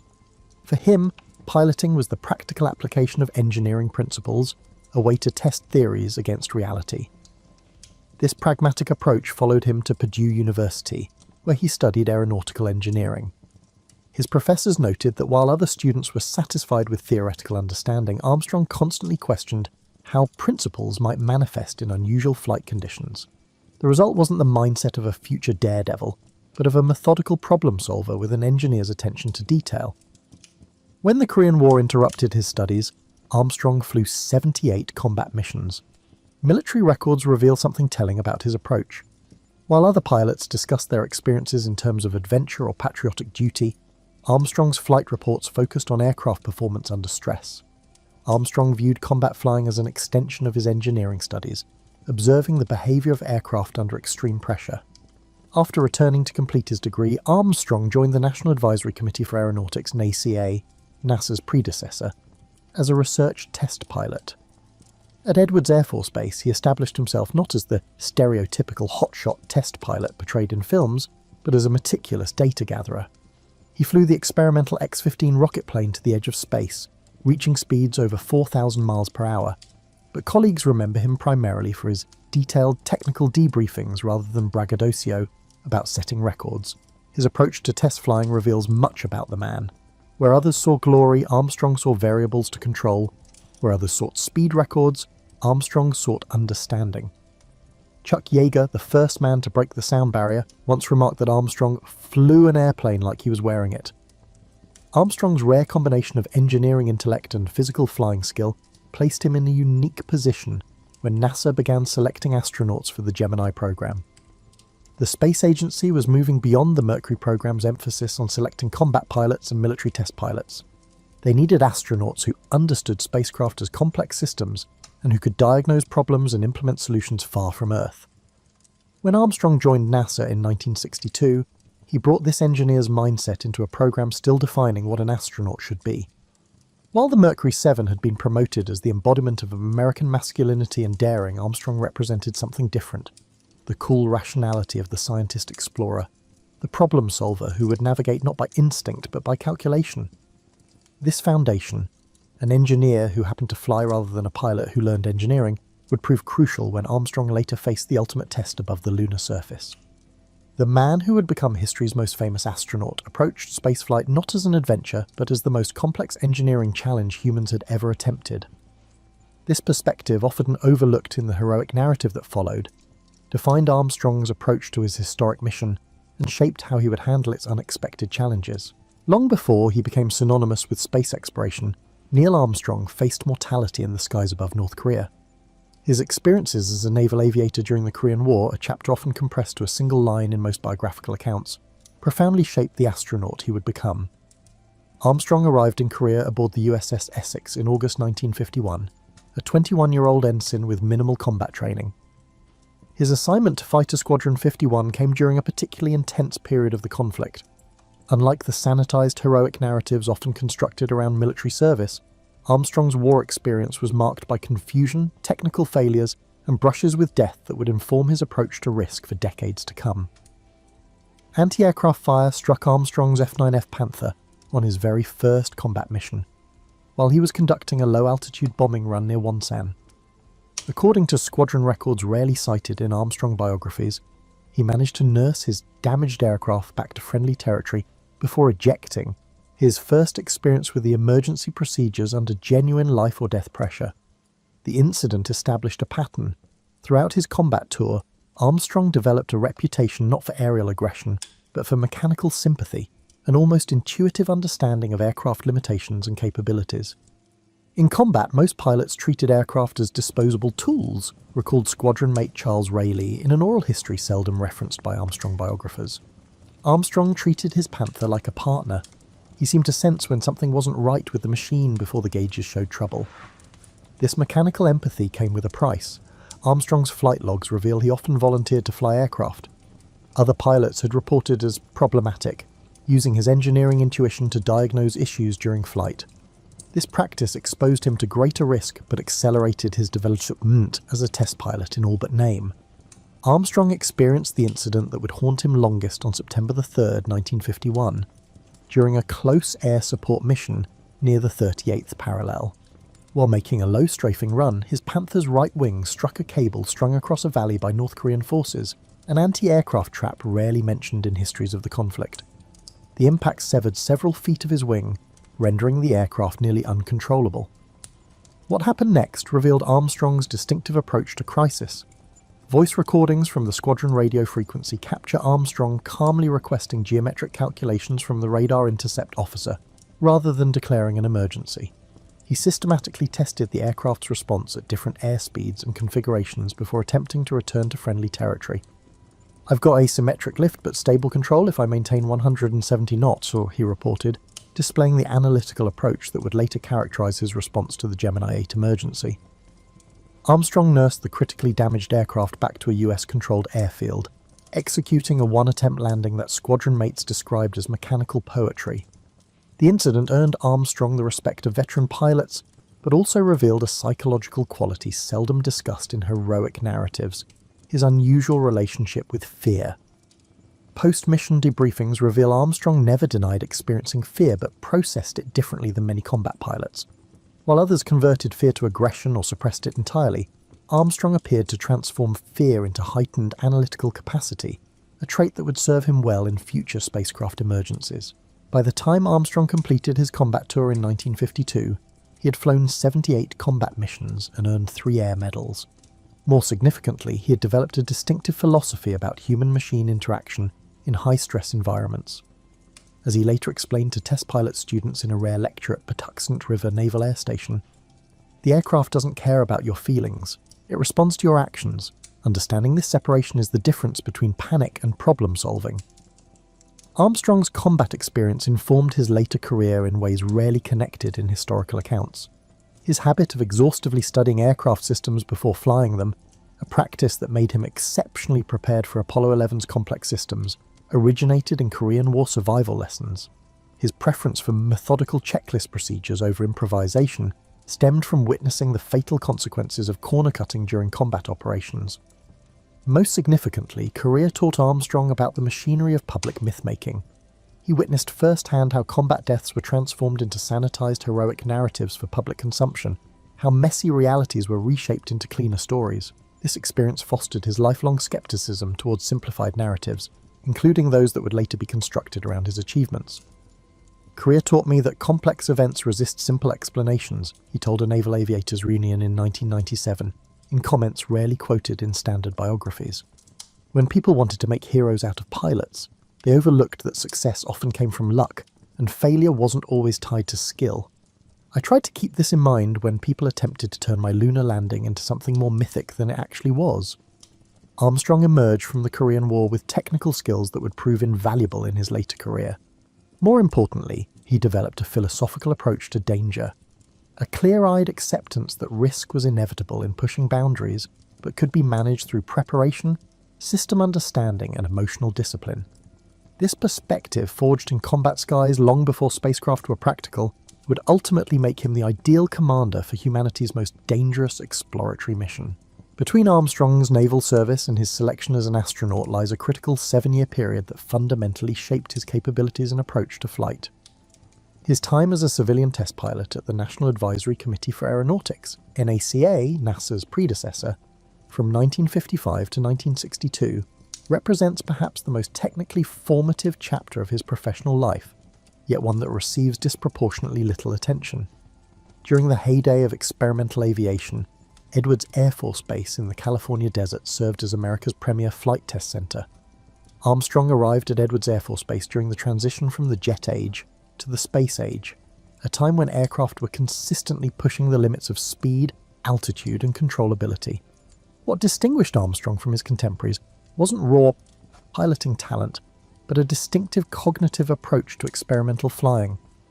Most test pilots approached flights as demonstrations of skill, noted Chief Engineer Walt Williams in previously unpublished interviews. Armstrong approached them as experiments with precisely defined variables. He was conducting research that happened to involve flying, rather than flying that happened to involve research. This perspective made Armstrong uniquely valuable in the X-15 program, the rocket-powered aircraft that represented humanity's first real venture to the edge of space. Unlike other test pilots who viewed the X-15 as a vehicle for setting records, Armstrong approached each flight as a data-gathering opportunity. His flight debriefings, preserved in NACA archives but rarely cited, reveal an engineer's obsession with cause-effect relationships and system behaviours rather than performance metrics. Armstrong's most significant X-15 flight on April 20, 1962, is typically noted for reaching an altitude of 207,500 feet, the edge of space. Less discussed is how the flight nearly ended in disaster when the aircraft skipped off the atmosphere during re-entry, bouncing Armstrong's far-off course. The incident required him to make split-second decisions about energy management and re-entry angle, with minimal guidance as the planned flight profile had been invalidated. The X-15 incident directly informed how I approached the lunar landing. Armstrong later explained to flight controllers during Apollo simulations. Both involved energy management problems with tight margins and degraded information. This connection between his experimental aircraft experience and lunar landing challenges reveals how Armstrong's Edwards years directly prepared him for Apollo's unique challenges. Beyond the X-15, Armstrong flew nearly 900 flights in over 50 different aircraft types during his Edwards tenure. What these flights collectively developed was an unusual perceptual ability. Armstrong could detect subtle aircraft behavioural changes that often indicated imminent problems. Test engineer Bruce Peterson described this talent. Armstrong could feel an aircraft's intentions before the instruments showed trouble. He sensed patterns in machine behaviour that others missed until the emergency was upon them. This perceptual skill became legendary in a nearly fatal incident involving the Lunar Landing Research Vehicle, LLRV, an ungainly contraption nicknamed the Flying Bedstead, used to simulate lunar landing conditions on Earth. On May the 6th, 1968, while hovering 200 feet above the ground, the vehicle experienced a total propellant system failure. Armstrong detected the failure and ejected barely a half-second before the vehicle crashed, and the explosion was so narrow that analysis suggested any other pilot would have delayed recognition long enough to perish. What's rarely connected is how this incident directly informed Armstrong's later decision-making during Apollo 11's landing. The program alarm crisis during lunar descent presented a similar pattern of degraded information requiring rapid assessment. Armstrong's Edwards experience had trained him to distinguish between a manageable anomaly and a genuine emergency, which was precisely the decision he needed to make when the 1201 and 1202 alarms arose. Armstrong's Edwards years also shaped his communication style. Recordings from X-15 flights reveal his development of what flight controllers later called minimalist precision, the ability to convey complex technical information in extremely concise language. This communication economy would prove crucial during Apollo 11's descent when radio communication was intermittent and every second of transmission time was needed to convey maximum information. Additionally, during the Edwards period, Armstrong gained extensive experience with fly-by-wire control systems, aircraft controlled electronically rather than through direct mechanical linkages. The lunar module represented the ultimate fly-by-wire vehicle, with control responses entirely mediated through computer systems. Armstrong's unusual comfort with these systems originated in his experimental aircraft work, where he had developed what colleagues called digital hands. the ability to adapt control inputs to computer-interpreted commands rather than direct physical feedback. Perhaps most significantly, Armstrong's Edwards tenure shaped his relationship with risk. Unlike the stereotype of the daredevil test pilot, Armstrong developed what colleagues called calibrated courage, the ability to objectively assess danger without either minimizing or exaggerating it. This perspective was captured in his response when asked about fear during X-15 flights. Fear is an emotion. Risk is a calculation. I try to ensure that calculation governs emotion. This philosophy would prove crucial during Apollo 11's final descent when Armstrong faced multiple potential abort scenarios. His Edwards experience had developed his ability to distinguish between acceptable and unacceptable risk, to recognize when continuing forward despite problems was justified and when retreat was the only rational option. This judgment, honed over hundreds of experimental flights pushing the boundaries of speed and altitude, ultimately enabled the split-second decisions that made the lunar landing possible. The Gemini program, NASA's critical bridge between the Mercury and Apollo missions, represented Armstrong's transformation from experimental test pilot to operational astronaut. His experiences during this period, particularly commanding Gemini 8, developed specific capabilities that would prove decisive during Apollo 11's lunar landing attempt. Yet this crucial developmental phase is often treated as merely a biographical stepping stone, rather than the essential preparation it truly was.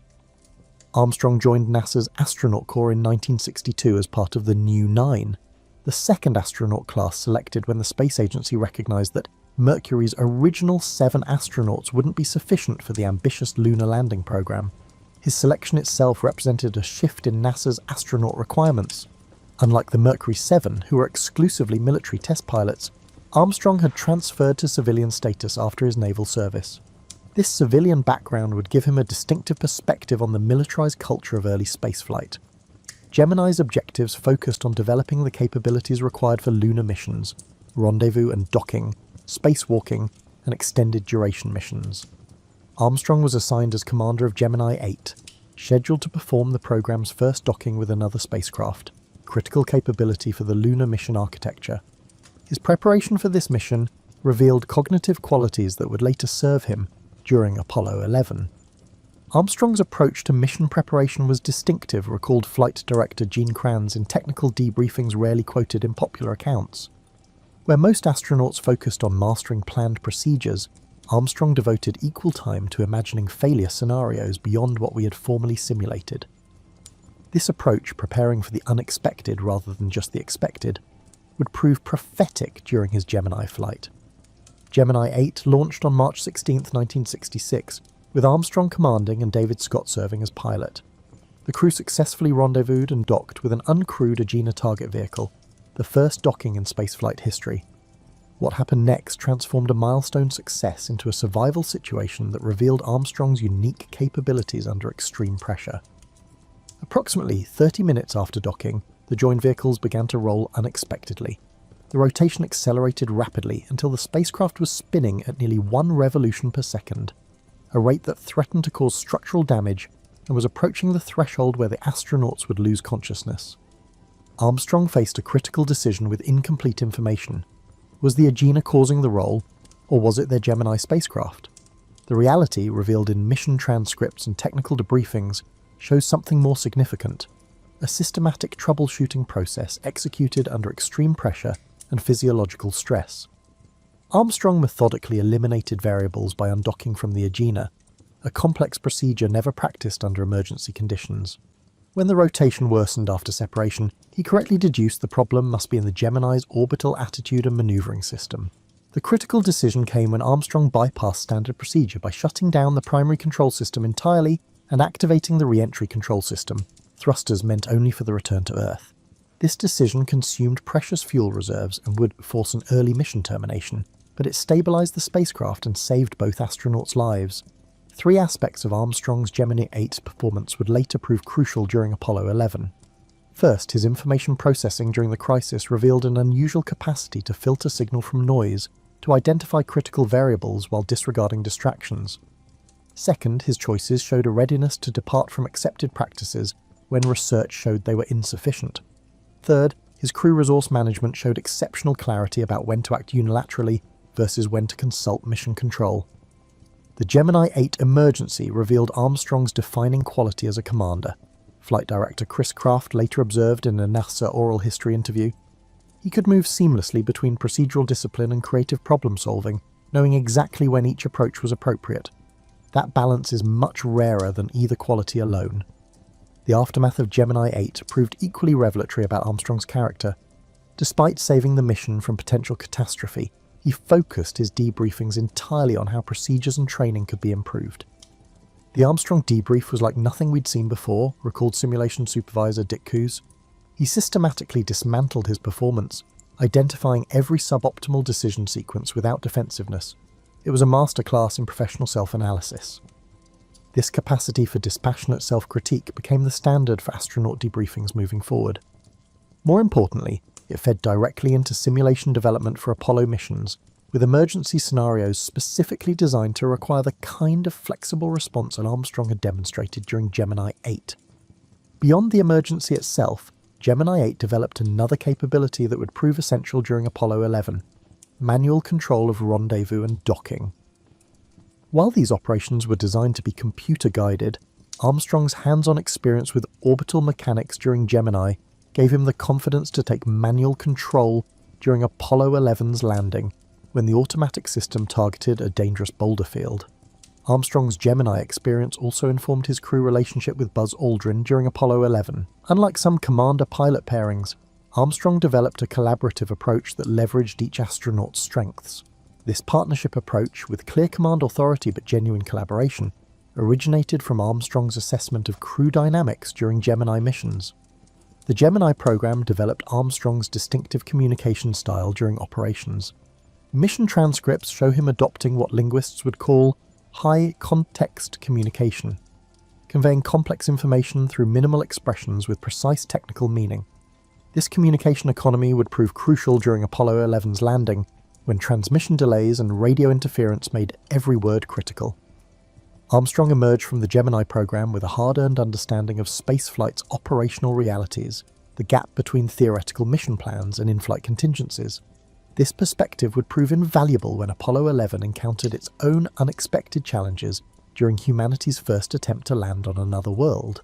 The 20 months between Armstrong's selection as Apollo 11's commander and the actual lunar mission represent perhaps the most intensive specialized training program any human has ever undertaken.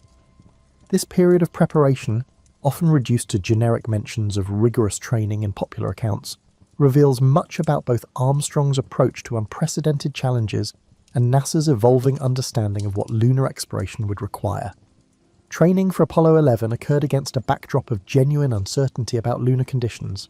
Despite successful Surveyor robotic landers and extensive orbital photography, fundamental questions remained about the moon's surface properties. Would the lunar regolith support the lunar module's weight? Could humans function effectively in 1/6 gravity? How would equipment designed on Earth behave in vacuum conditions? These unknowns meant Armstrong wasn't merely training for a difficult mission, but for one with fundamental uncertainties. The central challenge of Apollo training was preparing for contingencies we couldn't fully anticipate, explained Donald K. Deke Slayton, director of flight crew operations, in a previously unpublished interview. Armstrong approached this challenge differently than other astronauts. While most astronauts sought more detailed procedures, Armstrong sought a deeper understanding of systems, which enabled him to innovate when needed. This philosophy manifested in Armstrong's distinctive approach to simulator training. While NASA scheduled approximately 400 hours of formal simulator time for each Apollo crew, Armstrong logged nearly 950 hours, with much of this additional time focused on deliberately inducing system failures beyond planned training scenarios. Simulator technicians noted his unusual requests to create compound failures, multiple systems degrading simultaneously, to test not only procedures, but also improvisation capabilities. The Lunar Landing Research Vehicle, LLRV, and its training variant, the Lunar Landing Training Vehicle, LTV, represented perhaps the most challenging and dangerous aspect of Apollo preparation. These ungainly contraptions, essentially flying bedsteads powered by a jet engine, Armstrong attempted to simulate lunar landing conditions in Earth's atmosphere using hydrogen peroxide thrusters. Armstrong spent 87 hours flying these vehicles, significantly more than required despite their notorious danger. 3 of the 5 vehicles crashed during the program, including one Armstrong barely escaped from. What distinguished Armstrong's LTV approach was his systematic exploration of control boundaries. While most astronauts used the vehicles to practice normal landings, Armstrong deliberately induced oscillations and recovery scenarios, testing how the simulated lunar module behaved at the edges of controllability. This boundary exploration would prove crucial during Apollo 11's actual landing, when Armstrong needed to assess whether increasing maneuvers for redesignating the landing site remained within the vehicle's capabilities. The geological training aspect of Apollo preparation reveals another dimension of Armstrong's approach to learning.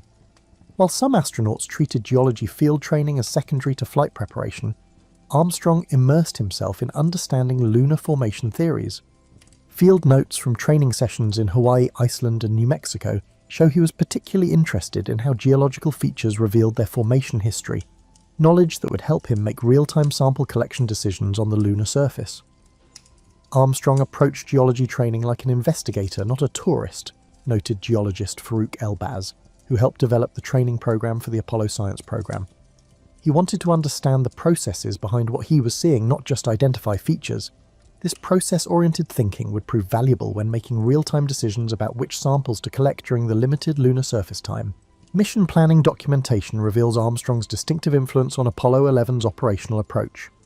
While early landing plans emphasized automated systems with minimal pilot intervention, Armstrong successfully advocated for what he called monitored autonomy, allowing the computer to perform routine operations while maintaining human override capability for critical decisions. This philosophy directly reflected his test pilot background, where he had developed a nuanced understanding of human-machine collaboration, rather than seeing automation and manual control as binary opposites. Armstrong's preparation extended beyond technical aspects to psychological readiness for uncharted territory. Unlike training for previous missions where astronauts could speak with humans who had experienced similar conditions, Apollo 11 represented a journey beyond human experience. Armstrong developed what colleagues called comfortable uncertainty, the ability to prepare thoroughly while acknowledging that complete preparation was impossible. The distinctive quality Armstrong brought to Apollo training was epistemological humility, observed Apollo flight director Glyn Lunny in an oral history interview. He recognized that our models of lunar conditions were approximations at best and maintained intellectual flexibility about what they might actually encounter. This open-minded approach, combined with rigorous preparation, created a unique readiness for genuine unknowns. Communication training revealed another dimension of Armstrong's preparation philosophy. Recognizing that transmission quality between Earth and the Moon would be limited by technology and distance, he developed a distinctive communication economy. Training transcripts show him systematically reducing message length while preserving critical information, a skill that would prove essential during the landing, when every second of communication time was precious. Perhaps most revealing was Armstrong's approach to failure simulation. While most astronauts preferred to focus on successful outcomes with occasional emergencies, Armstrong regularly requested what trainers called cascading failure scenarios, situations where initial problems triggered subsequent complications. This approach reflected his understanding that real emergencies rarely follow textbook patterns, but instead evolve unpredictably as systems interact. Armstrong's training philosophy was captured in a note he wrote to flight controllers before a particularly difficult simulation. Today, let's make the task as hard as possible.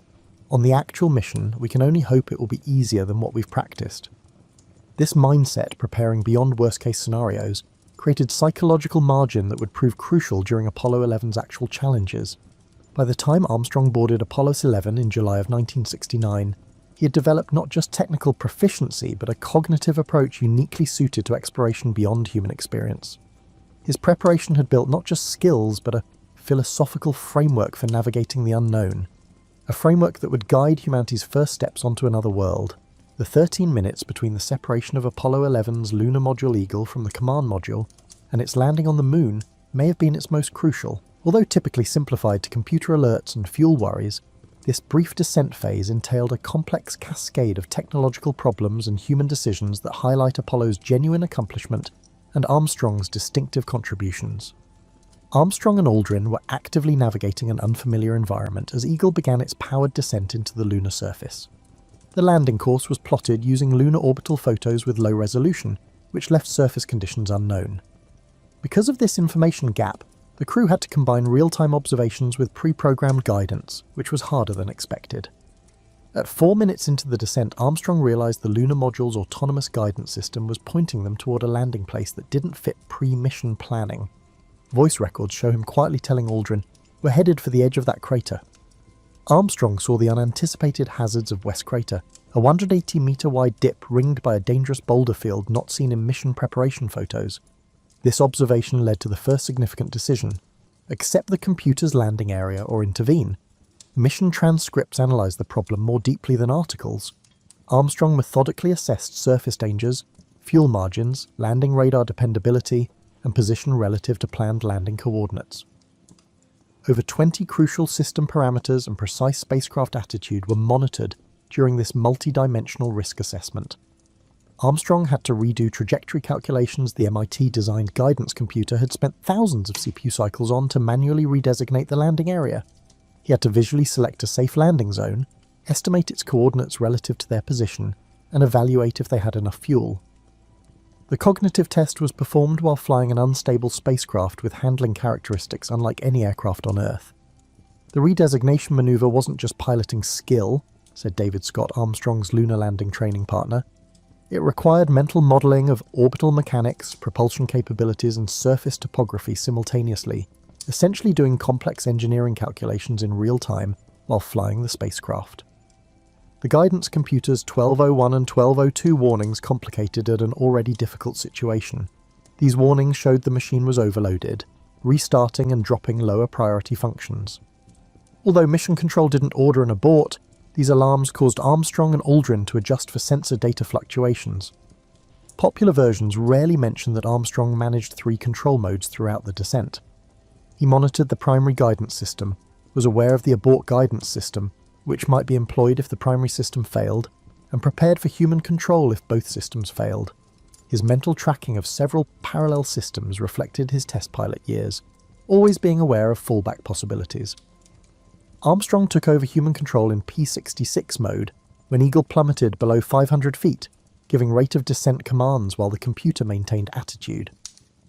Human-machine collaboration matched Armstrong's balanced automation strategy throughout mission preparation.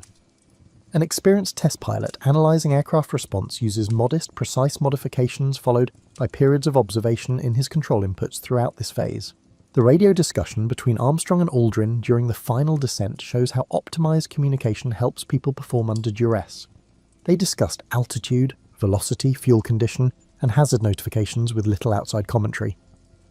They had simulated thousands of hours to perfect their speech communication to provide the most information with less distraction. Armstrong suffered dust obscuration as Eagle reached the surface. Exhaust from the descent engine created a blinding dust cloud over lunar objects. Armstrong later sought shadows, rocks, or something that would give me a clue to velocity and altitude, but visual references became harder to see. Late in the flight, sensory loss prompted him to rely increasingly on instrument data, requiring rapid perceptual adaptation. Landing on the moon was doubtful. The lunar module's legs had crushable aluminum honeycomb to buffer landing stresses, but no one understood how it would react. Armstrong kept the descending engine at minimum thrust until stable contact in the last seconds, preparing for rebound or sideways movement. Radio call contact light, followed by engine stop and Houston Tranquility Base here. The Eagle has landed, conceals Armstrong and Aldrin's complicated shutdown routine. Within seconds of landing, they had to establish a stable position, shut down the descent engine, switch various systems to surface mode, and prepare for an emergency ascent if surface circumstances were unstable. Armstrong's cognitive bandwidth control during the landing was amazing. During the descent, he monitored over 30 system parameters, processed changing visual information, calculated fuel and trajectory, communicated with Aldrin and Mission Control, and manually controlled the spacecraft in an unfamiliar environment. This cognitive multitasking may have been the most difficult operational environment ever. The landing changed humanity's relationship with the universe beyond the technological feat. Armstrong and Aldrin broke a boundary that had defined human existence since our species emerged, being creatures of a single world by going from orbit to Earth. The drop from orbit to the land was a technical operation and a lasting human expansion beyond Earth. The landing confirmed a human-machine integration strategy that would shape decades of exploration. Armstrong's blend of automation and manual control set a precedent for modern spaceflight, trusting computers with mundane tasks and humans with vital judgments. Armstrong believed that exploration required technology improvement and human adaptation, not just one. It also emphasizes the need to simplify technical concepts without oversimplifying. This communication method helped Armstrong explain issues without panicking during the landing. Armstrong's fame association was maybe the most shocking selection criterion. NASA realized that whoever led the first landing would face tremendous celebrity as Apollo neared its peak. Some psychological tests found Armstrong had exceptional immunity to the distorting effects of public attention. Armstrong performed consistently under pressure, unlike other astronauts who became more cautious or irresponsible. The choice was controversial. Some NASA employees suggested choosing charismatic astronauts to garner public attention. Others preferred combat-experienced military candidates. Internal papers show disagreement about whether Armstrong's reservedness would reduce the mission's inspiration. The conclusion hinged on judgment under uncertainty, which is hard to quantify. The lunar landing would require maneuvers that Earth cannot replicate. Later, flight director Chris Kraft said, "We needed someone who could make the right decision when there was no right answer." Armstrong showed his courage in real life during the Gemini 8 emergency. When Armstrong, Aldrin and Collins were assigned to Apollo 11 in January 1969, public attention centered on their technical capabilities. Behind closed doors, NASA knew that the first lunar landing required more than piloting skill. It required a commander who could handle history without being crushed. NASA's changing leadership philosophy for space exploration influenced Armstrong's selection. The perfect commander for humanity's first steps on another globe wasn't the best pilot or most authoritative personality, but someone whose identity could fade behind the achievement. NASA found a commander in Armstrong who never let his ego overshadow humanity's success. The opening question, "Did Neil Armstrong actually walk on the moon?" reflects one of the most persistent current conspiracy theories. Exploring moon landing denialism's history reveals Armstrong's legacy and cultural concerns about technology, trust, and American identity. Contrary to popular belief, conspiracy theories about the moon landing began immediately after Apollo 11, not in the US.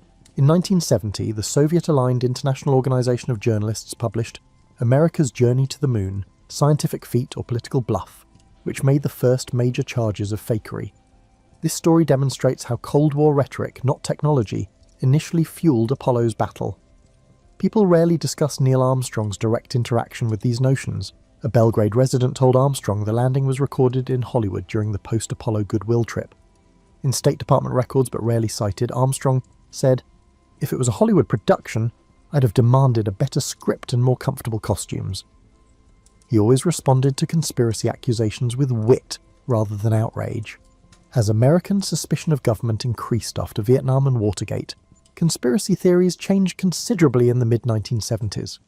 Bill Kaysing's self-published pamphlet We Never Went to the Moon changed moon hoax arguments from foreign propaganda to home skepticism in 1976.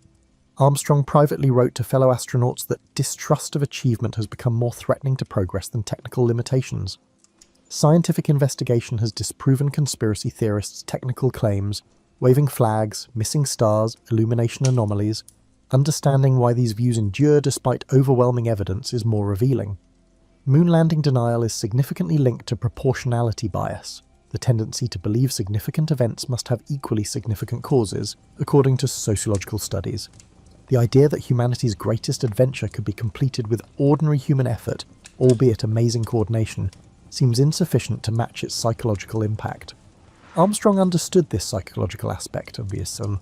In a rare interview in 1999, he said, "The conspiracy theories aren't really about the moon. They're about the uncomfortable reality that humans can accomplish things that seem impossible through processes too complex for any individual to fully comprehend." Armstrong's lifelong emphasis on systems thinking above heroism is shown by this revelation. Moon hoax beliefs flourished online, creating echo chambers where denialism could thrive without evidence. 1999 polls showed that about 72% of Americans denied the moon landings, a proportion that has remained consistent despite new information. This tenacity gives insight into how some people handle trust, evidence, and authority. Armstrong's co-workers handled conspiracy claims differently. Other astronauts debated technical issues as Buzz Aldrin punched a persistent skeptic. Armstrong kept quiet on public platforms, but addressed the concerns in schools. He told a university audience, "Directly addressing conspiracy theories legitimizes them. Better to motivate the future generation to exceed our achievements than defend history." Conspiracy theories changed revealingly. Early versions claimed radiation, technology, or physics impeded the travel. After disproving each claim, speculation switched to purported motivations: Cold War competition, military purposes, and more intricate conspiracy frameworks. Moon landing denial led to greater rejection of institutional knowledge, reflecting American conspiracy thinking. The documentary Operation Avalanche of 2016 explored the conspiracy by imagining a moon landing scam. Armstrong declined the project but reportedly watched a screening and told associates, "They've made faking it seem far more complicated than actually doing it." This episode explains why moon hoax theories fail. The conspiracy requires more players, technology, and coordination than lunar expeditions. Armstrong saw moon landing denial as a philosophical challenge, not a personal insult. Friends say he saw it as educational failure rather than malice, consequence of science education that emphasized facts over procedure. In his final years, he oriented educational donations towards scientific methodology and critical thinking programs rather than knowledge acquisition.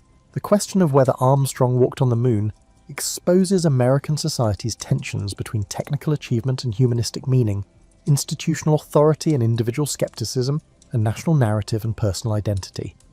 Armstrong understood this intricacy and saw that his moonwalk had become a test of how individuals connect to communal achievement. During a congressional hearing 2 years prior to his demise, Armstrong addressed conspiracy theories without directly confronting them, asserting that knowledge is not a finite resource. "I can walk on the moon without your believing, but your disbelief may prevent you from attaining the impossible." Armstrong's remark shows that the moon landing was more than a physical feat. It symbolized human possibilities. Moon landing conspiracy theories persist despite overwhelming evidence from multiple missions, independent verification from other countries' space agencies, and retroreflectors still working on the moon. This says something about historical truth in the modern era. The moon landing is unusual in that it was widely documented, but just a few people witnessed it. Armstrong understood this epistemic issue. He emphasized in private letters with historians that space exploration produced a new category of human knowledge that required collective confidence because it could not be independently validated. This knowledge guided his lifelong focus on education that taught how to analyze facts and draw conclusions. After July 1969, the topic, "Did Neil Armstrong really walk on the moon?" becomes more about how cultures establish shared reality. Armstrong's legacy may not be lunar dust, but his example of how human success exceeds individual capacity through collaboration and common purpose, a truth no conspiracy theory can change. The man who took that little step realized that humanity's greatest achievements are defined by how they increase human possibility, not by who does them. This means that whether someone believes in the moon landing is less important than if it encourages them to push themselves. In his final public engagement, Armstrong reminded pupils, "Our sight is limited by the horizon. Moving the horizon is progress."